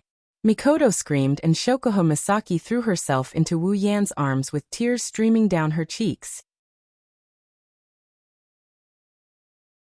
Yen-san, if Misaka-san wants to teach me a lesson, you have to protect me. You bastard. Mikoto's body trembled again and again. She resisted the urge to explode and sat down with a face full of anger. She grabbed a piece of bread in front of her and started eating like crazy. She's probably turning her anger into appetite, venting out the frustration in her heart. You too. Wu Yen facebombed when he saw Mikoto and Shokoho Misaki eating happily. It's been so long but you two are still so stubborn. This is different from before. Shokuho Misaki didn't leave Wu Yan's embrace. She looked at him, and she grinned from ear to ear. Before, we were fighting for status, now we're fighting for attention. I don't see how you're fighting for attention. Wu Yan raised an eyebrow and placed his finger on Shokuho Misaki's cheeks. You're just trying to make fun of Mikoto, right? Shokuho Misaki gasped, but her eyes were full of smiles. You found out. Mikoto, who was eating her bread, froze on the spot. Her body trembled, and she started panting. She clenched her fist and crushed the bread in her hand. I'll endure. I'll endure. Wu Yan and the other girls looked at each other helplessly. They bitterly laughed, but they knew that this is just Mikoto and Shokuho Misaki's way of interacting with each other. They didn't say anything about it, so they decided to just watch the drama unfold. At this moment, a Misaka girl walked into the tent with 3 other people behind her. Oni-sama, we have guests. Inside the tent, all the noises died down in an instant. Everyone looked at the entrance of the tent and saw the 3 people walking behind Misaka's sister, Pelosi, Bingling, and Bishi.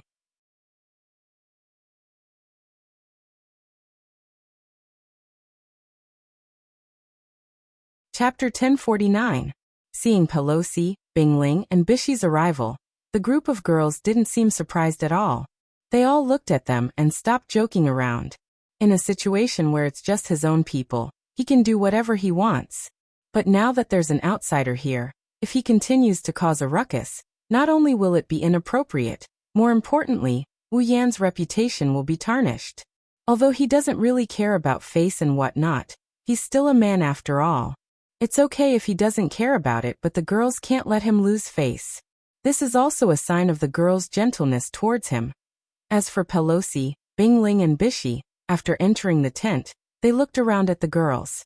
Looking at all the beautiful and youthful girls in the tent, they couldn't help but feel jealous of Wu Yan. Any one of the girls here had the capital to be a heartthrob. In addition, with their strength and ability, if any one of them was willing to join the 3 great families, or even the royal family, they would be put in an important position. In the future, their status would definitely not be lower than an ordinary empire's princess. But now, this group of people who have both looks and power are gathered around Wu Yan, and every one of them seems to have an ambiguous relationship with him. Pelosi and the other 2 are normal men. How can they not be jealous? Of course, they know that their jealousy is unnecessary. If Wu Yan was a good-for-nothing who only knows how to rely on women, they wouldn't be jealous. They'd be looking down on him. Unfortunately, Wu Yan isn't a good-for-nothing. On the contrary, he's the most dazzling person in the Spalier world. He's about the same age as Bingling and Bishi. It's only been a few months. In the Spalier World Academy, he went from a nobody to the strongest in the academy. He's able to fight against the princes of the Fea and Baruba empires without losing. A few months ago he was only a rank 7 student. After a few months, he's suspected to have reached rank 9. He even killed the second-in-command of the Saito and Ladine families, causing the entire Ailu Empire to tremble. The academy even called for a meeting to discuss this matter. In the end, they couldn't do anything to him. He has no background and there's nothing special about him, but he's highly valued by the Ailu Empire's emperor and the Lori family. He even managed to become the fiancé of the most dazzling princess in the Ailu Empire, Princess Sylph. But that's not all. The most important thing is that he has a demigod who can defeat a beast king. Isn't that enough to make him the most dazzling person in the Spalier world? Pelosi, Bingling, and Bishi are jealous of Wu Yan, but they didn't complain. After all, Wu Yan has the right to enjoy such treatment. Fortunately, Violet was still sleeping. Otherwise, if they saw a demigod realm expert here with their own eyes, then the jealousy in their hearts would probably explode. He's here? Wu Yan didn't know what Pelosi and the others were thinking. He smiled when he saw the 3 people in charge of the camps coming towards him. I've been waiting for you for a long time. Pelosi, Bingling, and Bishi looked at each other before looking at Wu Yan. Did you ask us to come here because you have news about that strange black light? Wu Yan shook his head and his expression turned serious. I called you here because I have a favor to ask of you. Pelosi and the others' hearts skipped a beat when they saw the serious look on Wu Yan's face. If even Wu Yan is treating this matter with such seriousness, it's definitely not a simple matter. The faces of the three leaders of the camps turned solemn and they asked in a deep voice, "What's the matter? If we can help, we will definitely." "That's great." Wu Yan's serious expression crumbled as if he just saw his savior. Before the three people in charge could react, he reached under the table and pulled out a creature. He threw it on the table and pointed at it with a hopeful expression before opening his mouth. "Please send this troublesome fellow back." Pelosi and the others were stunned. At the same time, the creature in Wu Yan's mouth let out a woo-woo sound and started wriggling. It struggled with all its might, banging its head against the table and successfully waking the three up. Unfortunately, the awakening was only temporary. When the three of them saw the true appearance of the thing squirming on the table, their eyes widened at the same time. "This is..." The ice spirit slowly opened her mouth and cried out involuntarily, "Princess Rina?" Bishi was also stunned. He rubbed his eyes and confirmed that the person who was tossed onto the table was Rina. Her mouth was stuffed with a rag, and she was looking at Wu Yan with hatred. His eyes almost fell to the ground. "Is it really Princess Rina? Why is she here?" Pelosi couldn't stay calm anymore. "And in such a manner.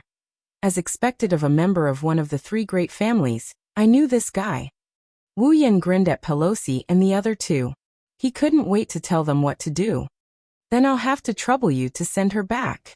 Please." Wu Yan's tone is one of sincerity. It's as if Pelosi and the other two don't agree, he would even kneel down. This made Pelosi and company who have never seen him like this feel even more surreal. "You asked us to come here." Bishi pointed at the struggling Rina, with uncertainty. "You want us to send Princess Rina back? What else do you think it is?" Wu Yan snickered. "Since you guys know her, you should know how troublesome she can be, right?" Pelosi, Bingling, and Bishi looked at each other speechlessly when they heard Wu Yan's words. They thought it was something important. They didn't expect it to turn out like this. Well, Rina's personality is famous in the Spalier World Academy. Not only is she a lesbian who is madly in love with Sylph, but she also hates men. Even if she doesn't hate them, she won't be nice to them either. Bingling and Bishi have heard more than once about a male student who called out Sylph's name in his dreams and was hung up on the arena tower by Rina the next day. It's not an exaggeration to say that Rina is a little devil. Bingling and Bishi thought back to the time when Rina took a leave of absence for a few months, and the male students even held a celebratory banquet to celebrate her absence. They started to understand why Wu Yan did this. However, Wu Yan is destined to be disappointed. "Even though we really want to help you," Bishi said with a gloating tone when Wu Yan was hoping that the three camp leaders would take Rina away. "But I'm sorry, there's nothing we can do this time." Pelosi and Bingling nodded their heads. Wu Yan was dumbfounded by this. "Why? It's just sending a person back. That shouldn't be hard for you, right?" Wu Yan raised his voice. "Are you worried that something will happen to this camp? Don't worry, I will protect this camp while you're away. I'll make sure it'll be fine when you return. You're thinking too much." Pelosi laughed at Wu Yan. "It's not because we can't help you, it's because we can't." "Can't help?" Wu Yan didn't understand. Seeing this, Pelosi said directly, "Even you can't control Princess Rina. Do you think we can make her listen to us and leave with us? What's so hard about that?" Wu Yan's forehead dripped with sweat. An ugly smile appeared on his face. "Look, isn't she very obedient right now? Why don't you just throw her on the airship and send her back to the Academy or Fea Empire? We're not as brave as you are." The three laughed bitterly. "She is a princess. If we treat her like this, not only will the Emperor of the Fea Empire do something to us, the Patriarch will definitely kick us out first." Dejected, Wu Yan asked again, "Is there no other way?" Pelosi and the other two were silent. After a long while, Pelosi suddenly raised his head. "Have you heard of the Land of Gods?"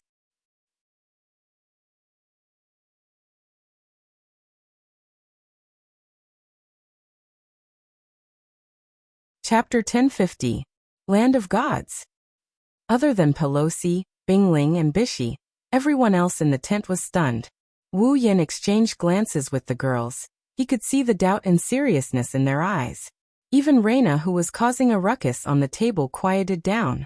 For a moment, the tent was silent. Only the faint sound of breathing could be heard. Not for anything else, it was because of that word. Gods. Narrowing his eyes, Wu Yan looked at Pelosi, Bingling, and Bishi standing in front of him. He tapped the table rhythmically. The atmosphere in the tent became heavy. The land of gods, huh? Wu Yan lowered his head, and after a moment of silence, he opened his mouth. Since it has something to do with the word God, then this so-called land of the gods shouldn't be simple, right? Something special. Pelosi sighed. It's more than that. In the eyes of the three empires, this land of gods might be even more important than the Spalier World Academy. Oh. Wu Yan raised an eyebrow. Can you elaborate? Pelosi lowered his head for a moment before raising it again. Have you ever wondered why the three empires have been so strong for so long? Wu Yan and Ko frowned when they heard this. Although Pelosi's words were somewhat disrespectful, it was still suspicious. But it was also a very correct point of view.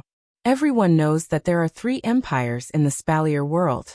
Ever since humans gained consciousness and started cultivating, the Spalier world has been around for hundreds of millions of years. In that long history, there were only three empires, the Ailu Empire, the Fea Empire, and the Baruba Empire. These three empires have existed in the Spalier world for tens of thousands of years, if not hundreds of thousands of years. But, after tens of thousands of years, the three empires have been around for a long time. Since ancient times, when there is prosperity, there is decline. That is the most basic rule. No matter what kind of force it was. Even the empire. After such a long period of time, they had been at the top of the Spalier world for so long. They had never declined. Furthermore, the three empires had always maintained a balance. They had suppressed the other powers for so long. It was strange that no fourth empire had appeared. Ever since the establishment of the three great empires, there would be three big families under each of the empires. Pelosi's tone seemed to be a little ethereal. There was even a hint of sorrow in his tone. However, the three major clans aren't fixed. In the long history of the empire, the three major clans have been constantly changing. Some of them declined and were dragged down by others. Some of them became powerful and occupied one of the three positions. Although the frequency of change isn't very frequent, it's definitely uncountable. That's right, the three major clans aren't fixed. In such a long history, the three major clans have been constantly changing. But, Pelosi took a deep breath. No force can avoid a decline, but the three empires have not. For a long time, they have been at the top of the world. The fundamental reason is because of the land of gods. With Pelosi's explanation, Wu Yan and the others gradually understood what the land of gods was. To put it bluntly, the land of gods was just a trick between the three gods who established the three great empires. Even Pelosi understood the logic of prosperity and decline. How could the three gods who aspired to be at the top of the world not understand? In order to prevent the empires that they worked so hard to establish from being destroyed in the future, it was necessary to provide some protection for the empires. But what should they do to ensure that the empires would not decline and not be destroyed? In the real world, it should be very difficult to prevent an empire from declining. It was not an exaggeration to say that it was impossible.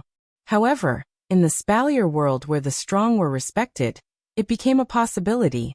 Because as long as the power of the royal family was able to suppress the other powers, no matter how big the storm, it would not be able to blow away the status of the empire. But this is no doubt a whimsical thing to do. The reason why a force would decline is because there is a lack of manpower within the force. The later generations can no longer keep up with the need to maintain the strength of the force. They do not have enough ability to maintain the position of the force and develop the force. Therefore, the strength of the force will continue to decline until it is lost. Since there are geniuses in this world, then there must be trash as well. No force can guarantee that there will be no trash in their force, and no force can guarantee that there will always be geniuses in their force. Once there are no more geniuses, then there will be more trash. Naturally, the force will decline. It is the same for empires. That is why it is said to be a whimsical thing to do. Fortunately, the ones who established the three great empires were the gods. In order to ensure that the imperial family could maintain their power as the strongest faction in the world, the three divine beings traveled all over the world of Silveria and collected all the treasures, items that could improve one's aptitude and strength. They were left for their descendants to use to ensure that the imperial family could last for a long time. Thus, the land of gods was born. Every once in a while, the younger generation, and even the older generation of the royal family of the three great empires would go to the land of gods in search of opportunities to improve themselves.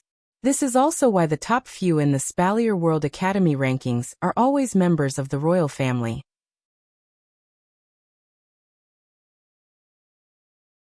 This was also the reason why, after so many years, behind the three great empires, there would definitely be a demigod expert as the guardian god. This is why Pelosi said that the land of gods is more important than the Spalier World Academy to the three great empires.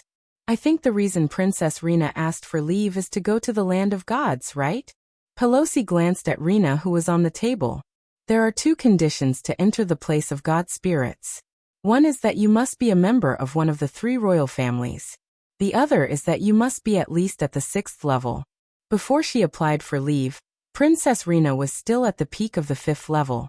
However, the place of god spirits will open again soon. In order to let Princess Rena enter the place of god spirits, the Fea Emperor must have prepared some treasure for her to use. That's why she applied for leave. Hearing this, everyone turned their heads to look at Rena. Rena immediately snorted and turned her head away.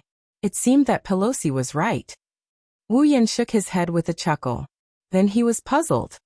I didn't expect there to be such a secret in the Spalier world. Why are you bringing this up? Don't you want Princess Rena to go back? Pelosi didn't mince his words. The land of gods will open soon. The three great empires should be there already. It's useless even if you send Princess Rena back to the Fea Empire. You might as well bring her with you. What? Wu Yan was shocked.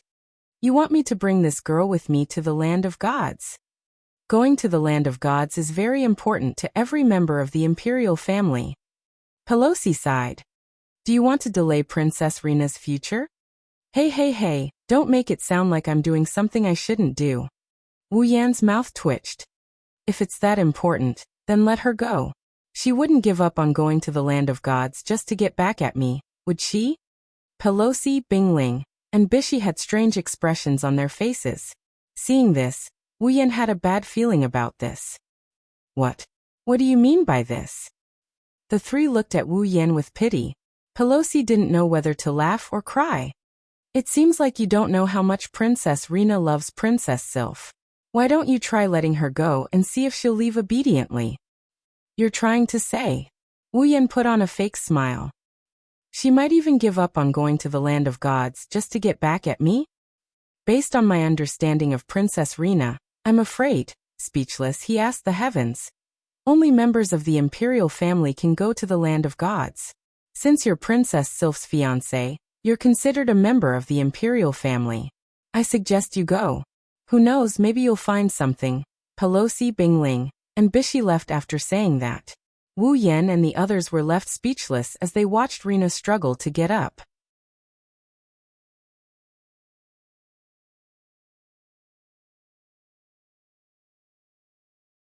Chapter 1051. Let's go then. Yukari, who woke up and came to the tent, listened to Wu Yan and Ko's explanation of what happened. Everyone was stunned by her words. Really? Are we really going? Wu Yan looked at Yukari in surprise. He couldn't believe that she would say something like that. That so-called land of divine spirits was left behind by the god-level powerhouses, who founded the three great empires for their descendants.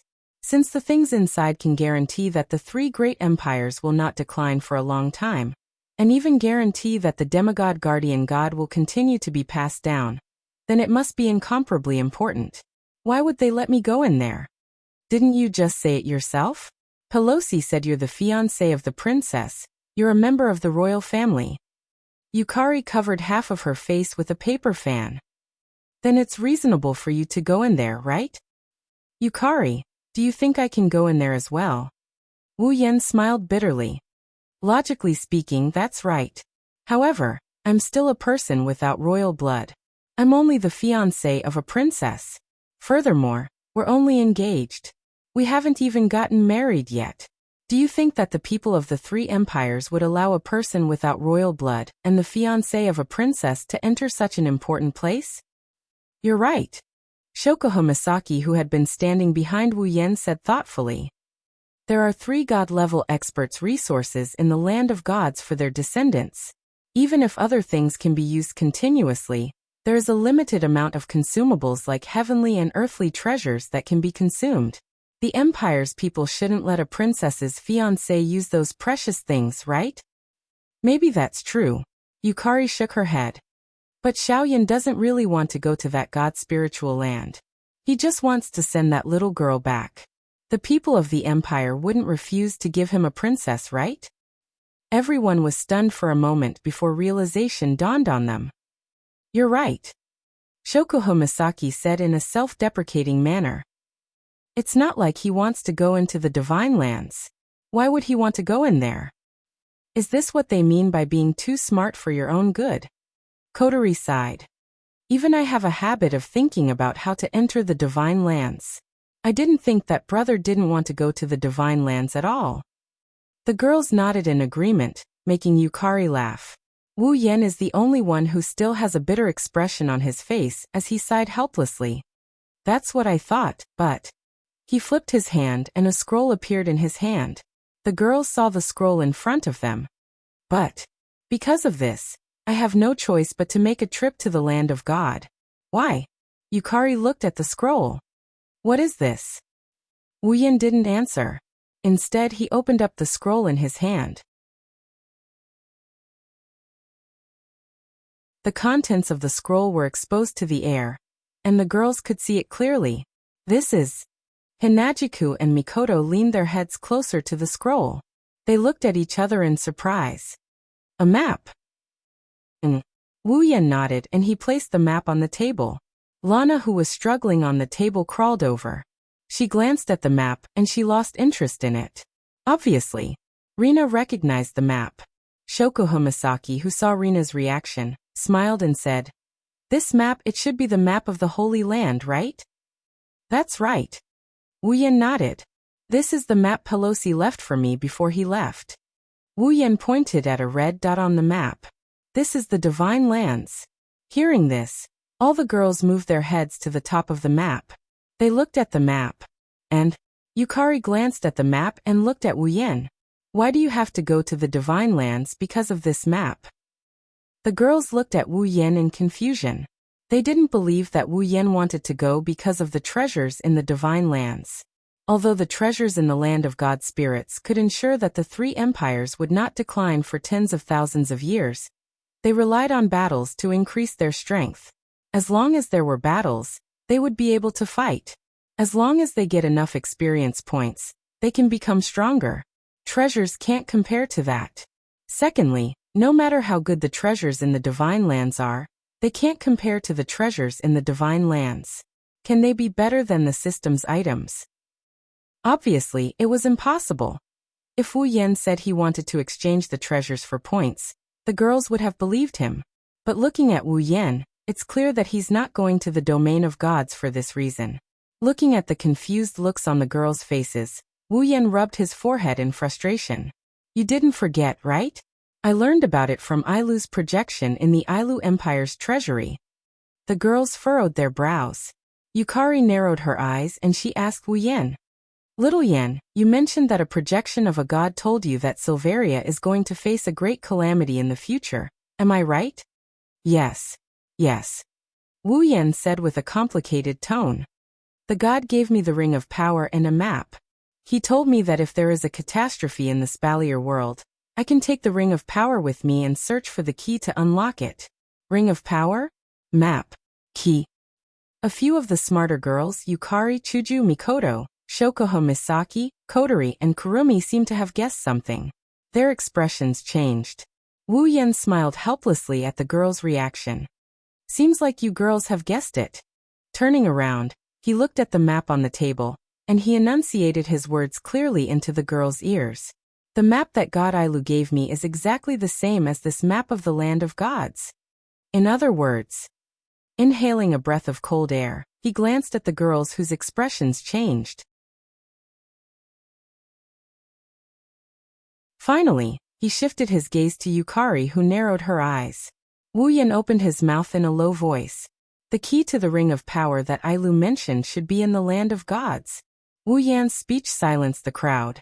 Lana was the only one who kept whimpering. Her eyes were filled with shock. What did she just hear? Ailu. God. Ring of power? Catastrophe? What's going on? Lana couldn't ignore what Wu Yan told her. Her body was tied up and her mouth was gagged. She could only shout as loudly as she could to get help from the others. Unfortunately, the others were too absorbed in Wu Yan's words to forget about Lana. Otherwise, they wouldn't have brought this up in front of her. Looks like we need to confirm it. Yukari spoke first.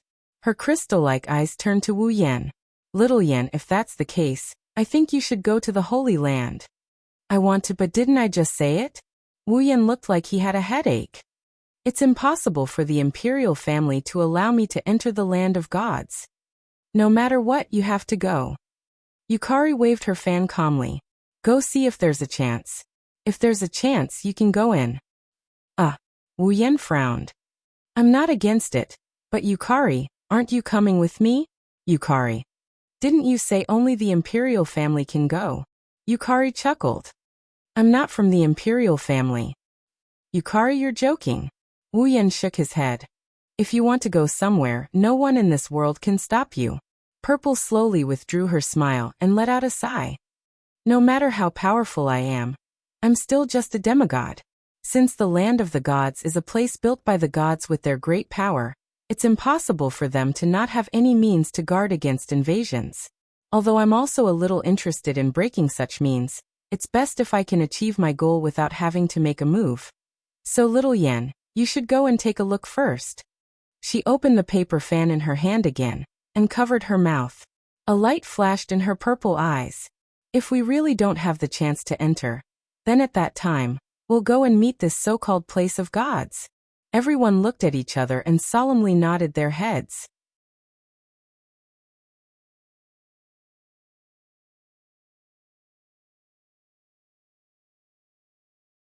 Chapter 1052. The Spalier world is actually very similar to Earth. It's not that the Spalier world is a planet, the Spalier world is just a flat surface. However, the surface area of this plane was more than 10 times larger than the surface area of the Earth. Moreover, the topography was completely incomparable. Whether it was in terms of shape or fundamental nature, the difference between the two could be said to be unimaginable. At the very least, people on Earth know that if you go through the sky and the atmosphere, you'll be in outer space, the universe. However, if you ask someone from the Spalier world what's outside the Spalier world's sky, 99% of them will think you're an idiot. The other 1% will be the real idiot. To the people of the Spalier world, the Spalier world is everything. The sky is the sky. The earth is the earth. No one ever thought about what's outside the sky. No one ever tried to find out where the sun and moon are or how far away they are from the Spalier world. There are no rockets or spaceships here. Even though Silveria is home to many cultivators, and any one of them could easily become the overlord of the humans on Earth, there is a saying that goes, where there are gains, there are losses. Without technology, Silveria is in some ways a backward world. If that's the case, why do people say that the Spalier world is similar to Earth? The reason is that the Spalier world is just like Earth, it's made up of land and ocean. However, the composition of the Spalier world's land and ocean is very simple. If you think of the Spalier world as a flat surface, then the Spalier world's continent is at the center. It's about 40% of the world's surface area. The other 60% is all ocean. A flat surface ocean. As for the land of gods, it was located right above this ocean. In the sky above the boundless ocean, on the similarly boundless horizon, an airship that was far different from the airship, but gave off an even more awe-inspiring feeling than the airship, tore through the air with a series of deafening sounds. Piercing through the atmosphere, It went against the strong wind pressure and whizzed past. That's Fraxinus. Wu Yan is standing in front of Fraxinus' command room, looking at the map of the land of gods in his hand. He's also looking at the projection of the endless ocean on the screen. His heart is pounding. The last time he saw an ocean was in Bloodlust Rampage World. Itagami Island was located on the ocean. It was easy to see the ocean on Itagami Island. Even though the ocean in front of him was no different from the ocean in the Blood Frenzy world and the ocean in other dungeon worlds, it gave him a strange sense of novelty. Wu Yan's heart surged with the thought. Maybe it's because Wu Yan knows that somewhere in front of Fraxinus, there's a place created by the gods. Even though gods aren't omnipotent in the minds of humans, they're not omnipotent. Being able to create a world and create human beings, the gods here were only at the pinnacle of power. However, it was precisely because of this that they didn't feel illusory and made people feel more reverence for the word gods. Wu Yan. He's no exception. Of course, respect is respect. If there's a real god standing in front of Wu Yan won't be afraid. After all, it's just a cultivation realm. However, Wu Yan is still curious about the place created by gods. Beep beep beep. While Wu Yan's heart was racing, a beeping sound came from the command center. Wu Yan's high-spirited expression crumbled. He was speechless. He turned around and looked at Kotori's seat on the commander's platform. He saw a curious girl pressing the buttons on the commander's platform like a child who found a new toy. Her eyes were filled with excitement as she listened to the sound effects of the buttons. Wu Yan felt even more helpless when he saw this. I say, little princess, can't you stop for a moment? It's been a few days since we set off from the Ailu Empire's giant beast forest camp. You've been pressing here and there every day. Aren't you tired of it? But didn't you say these are the equipment to control the airship? Reina continued to press on the button with great interest. This princess has never controlled an airship before, let alone such a cool one. I have to give it a try. I told you, I'm the only one who can control this airship. Wu Yan pursed his lips. Without my permission, you won't be able to control this airship even if you press the buttons until your hands go numb. Hurry up and give me your permission then, Lana said in a matter-of-fact manner. Wu Yan was infuriated. Even if I give you permission, do you know how to control it? Wu Yan looked at Lana with disdain. You don't know anything. If I let you control it, Fraxinus would have fallen a long time ago. You dare look down on this princess? Lana furrowed her brows and glared at Wu Yan with a look that says, I am very angry. Wu Yan responded with a look of disdain. Yes, I did.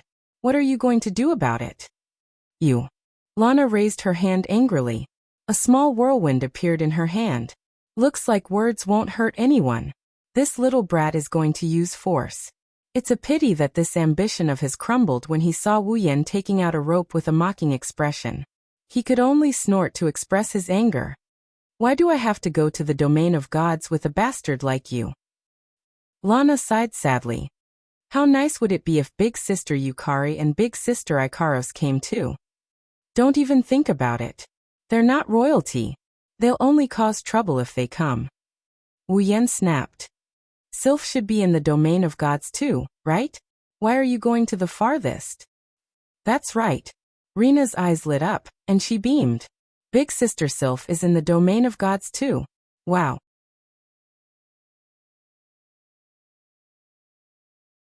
Lana will be able to meet Big Sister Sylph soon. What kind of happiness is this? Wu Yan rolled his eyes when he saw Lana acting like she's drunk. He ignored this Yuri girl, and continued to observe the sea. The moment Wu Yan turned away, Lana's expression changed. She opened her mouth as if she wanted to say something, but she didn't know where to start. In the end, Lana opened her mouth. Hey, the catastrophe you mentioned last time, what's going on? It's best if you don't ask too many questions.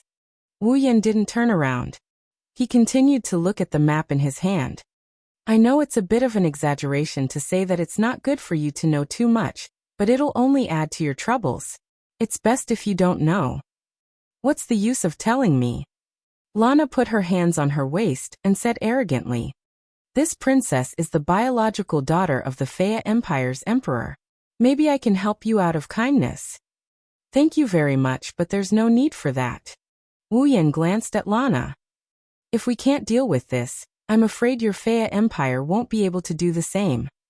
Hey, don't be so arrogant. Lana grumbled. Who do you think you are? You're comparable to the entire Faya Empire. Wu Yan shook his head helplessly. In Rena's eyes, the Faya Empire was no doubt amazing. After all, it was one of the 3 most powerful empires in Silveria. In this world, there was no existence that the Faya Empire couldn't compare to. However, excluding the lower rungs of power, Faya Empire only has a demigod guardian and a Tier 9 emperor. Even if there are other Tier 9 powerhouses hiding behind the Faya Empire, Wu Yan and Co. are definitely not inferior to them. There were a total of 7 Stage 9 powerhouses. They have a demigod as well. In terms of combat power, they're at the pinnacle of the world. It's just that Rena was still in the dark about this. As Fraxinus flew, an island finally appeared on the big screen in the command room.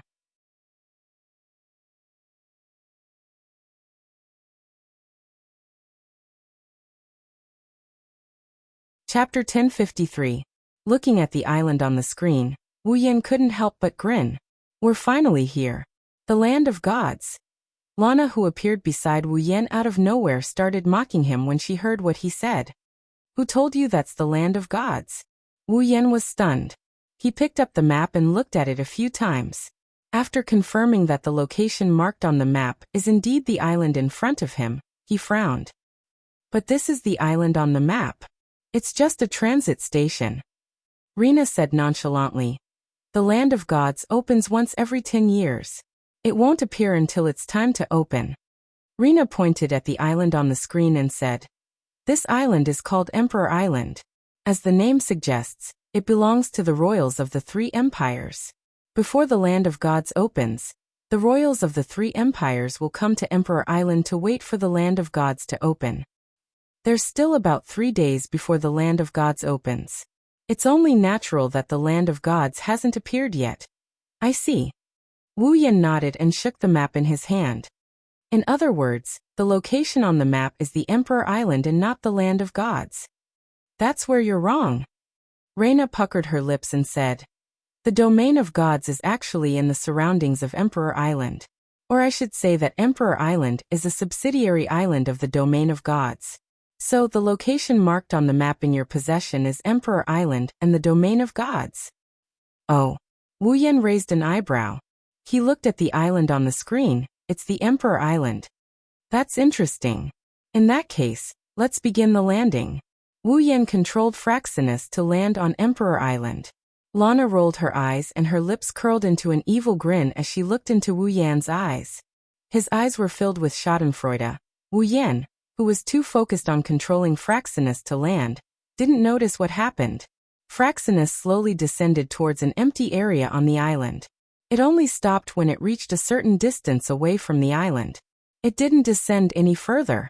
Shortly after, a dazzling beam of light shot down from the bottom of Fraxinus and hit the ground. But it didn't even cause a ripple. It's not lethal at all. Then 2 figures emerged from the ground. Here. Was this Emperor Island? Looking at the city-like island in front of him, Wu Yan laughed and shook his head. A city on an island? It looks exactly the same as Itagami Island. Wu Yan waved his hand and the gate of Babylon's crimson space rippled. It swallowed Fraxinus, who was hovering in midair. Then it slowly returned to normal. No one believed him. Just a moment ago, there was a gigantic object there. Wu Yan looked at the city and asked, So where should we go next? Wu Yan didn't get the answer he expected from Rena. He frowned and looked to the side. Wu Yan froze when he looked at it. Rena, who was supposed to be standing next to him, is gone. She's nowhere to be seen.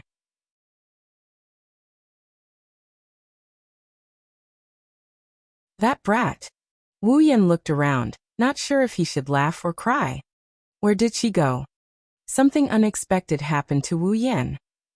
Clap, clap, clap, clap. Wu Yan heard chaotic footsteps coming from the city. When Wu Yan looked up, he saw a group of about 100 knights led by a peak tier 8 fighter. They're charging in front of Wu Yan. This. Wu Yan couldn't react in time when he saw the knights charging towards him with do qi and mana.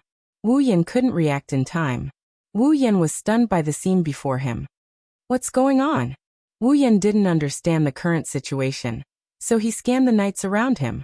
His gaze landed on the leader of the knights. He opened his mouth to ask something, but the leader beat him to it.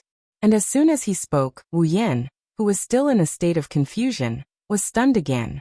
Grabbing the sword in his hand, the leader of the knights pointed the tip of the sword at Wu Yan and shouted loudly, "Take him down." Yes. A loud and clear response sounded in an instant. A group of rank 7 warriors with do qi surging around their bodies charged out from the group of over 100 knights. Without any explanation, they waved the weapons in their hands and charged forward like a war chariot. From the looks of it, they did not intend to take down Wu Yan as the leader of the knights had said. Instead, they intended to kill or injure him. Seeing a group of rank 7 warriors about to brandish their weapons at him, Wu Yan didn't know what was going on.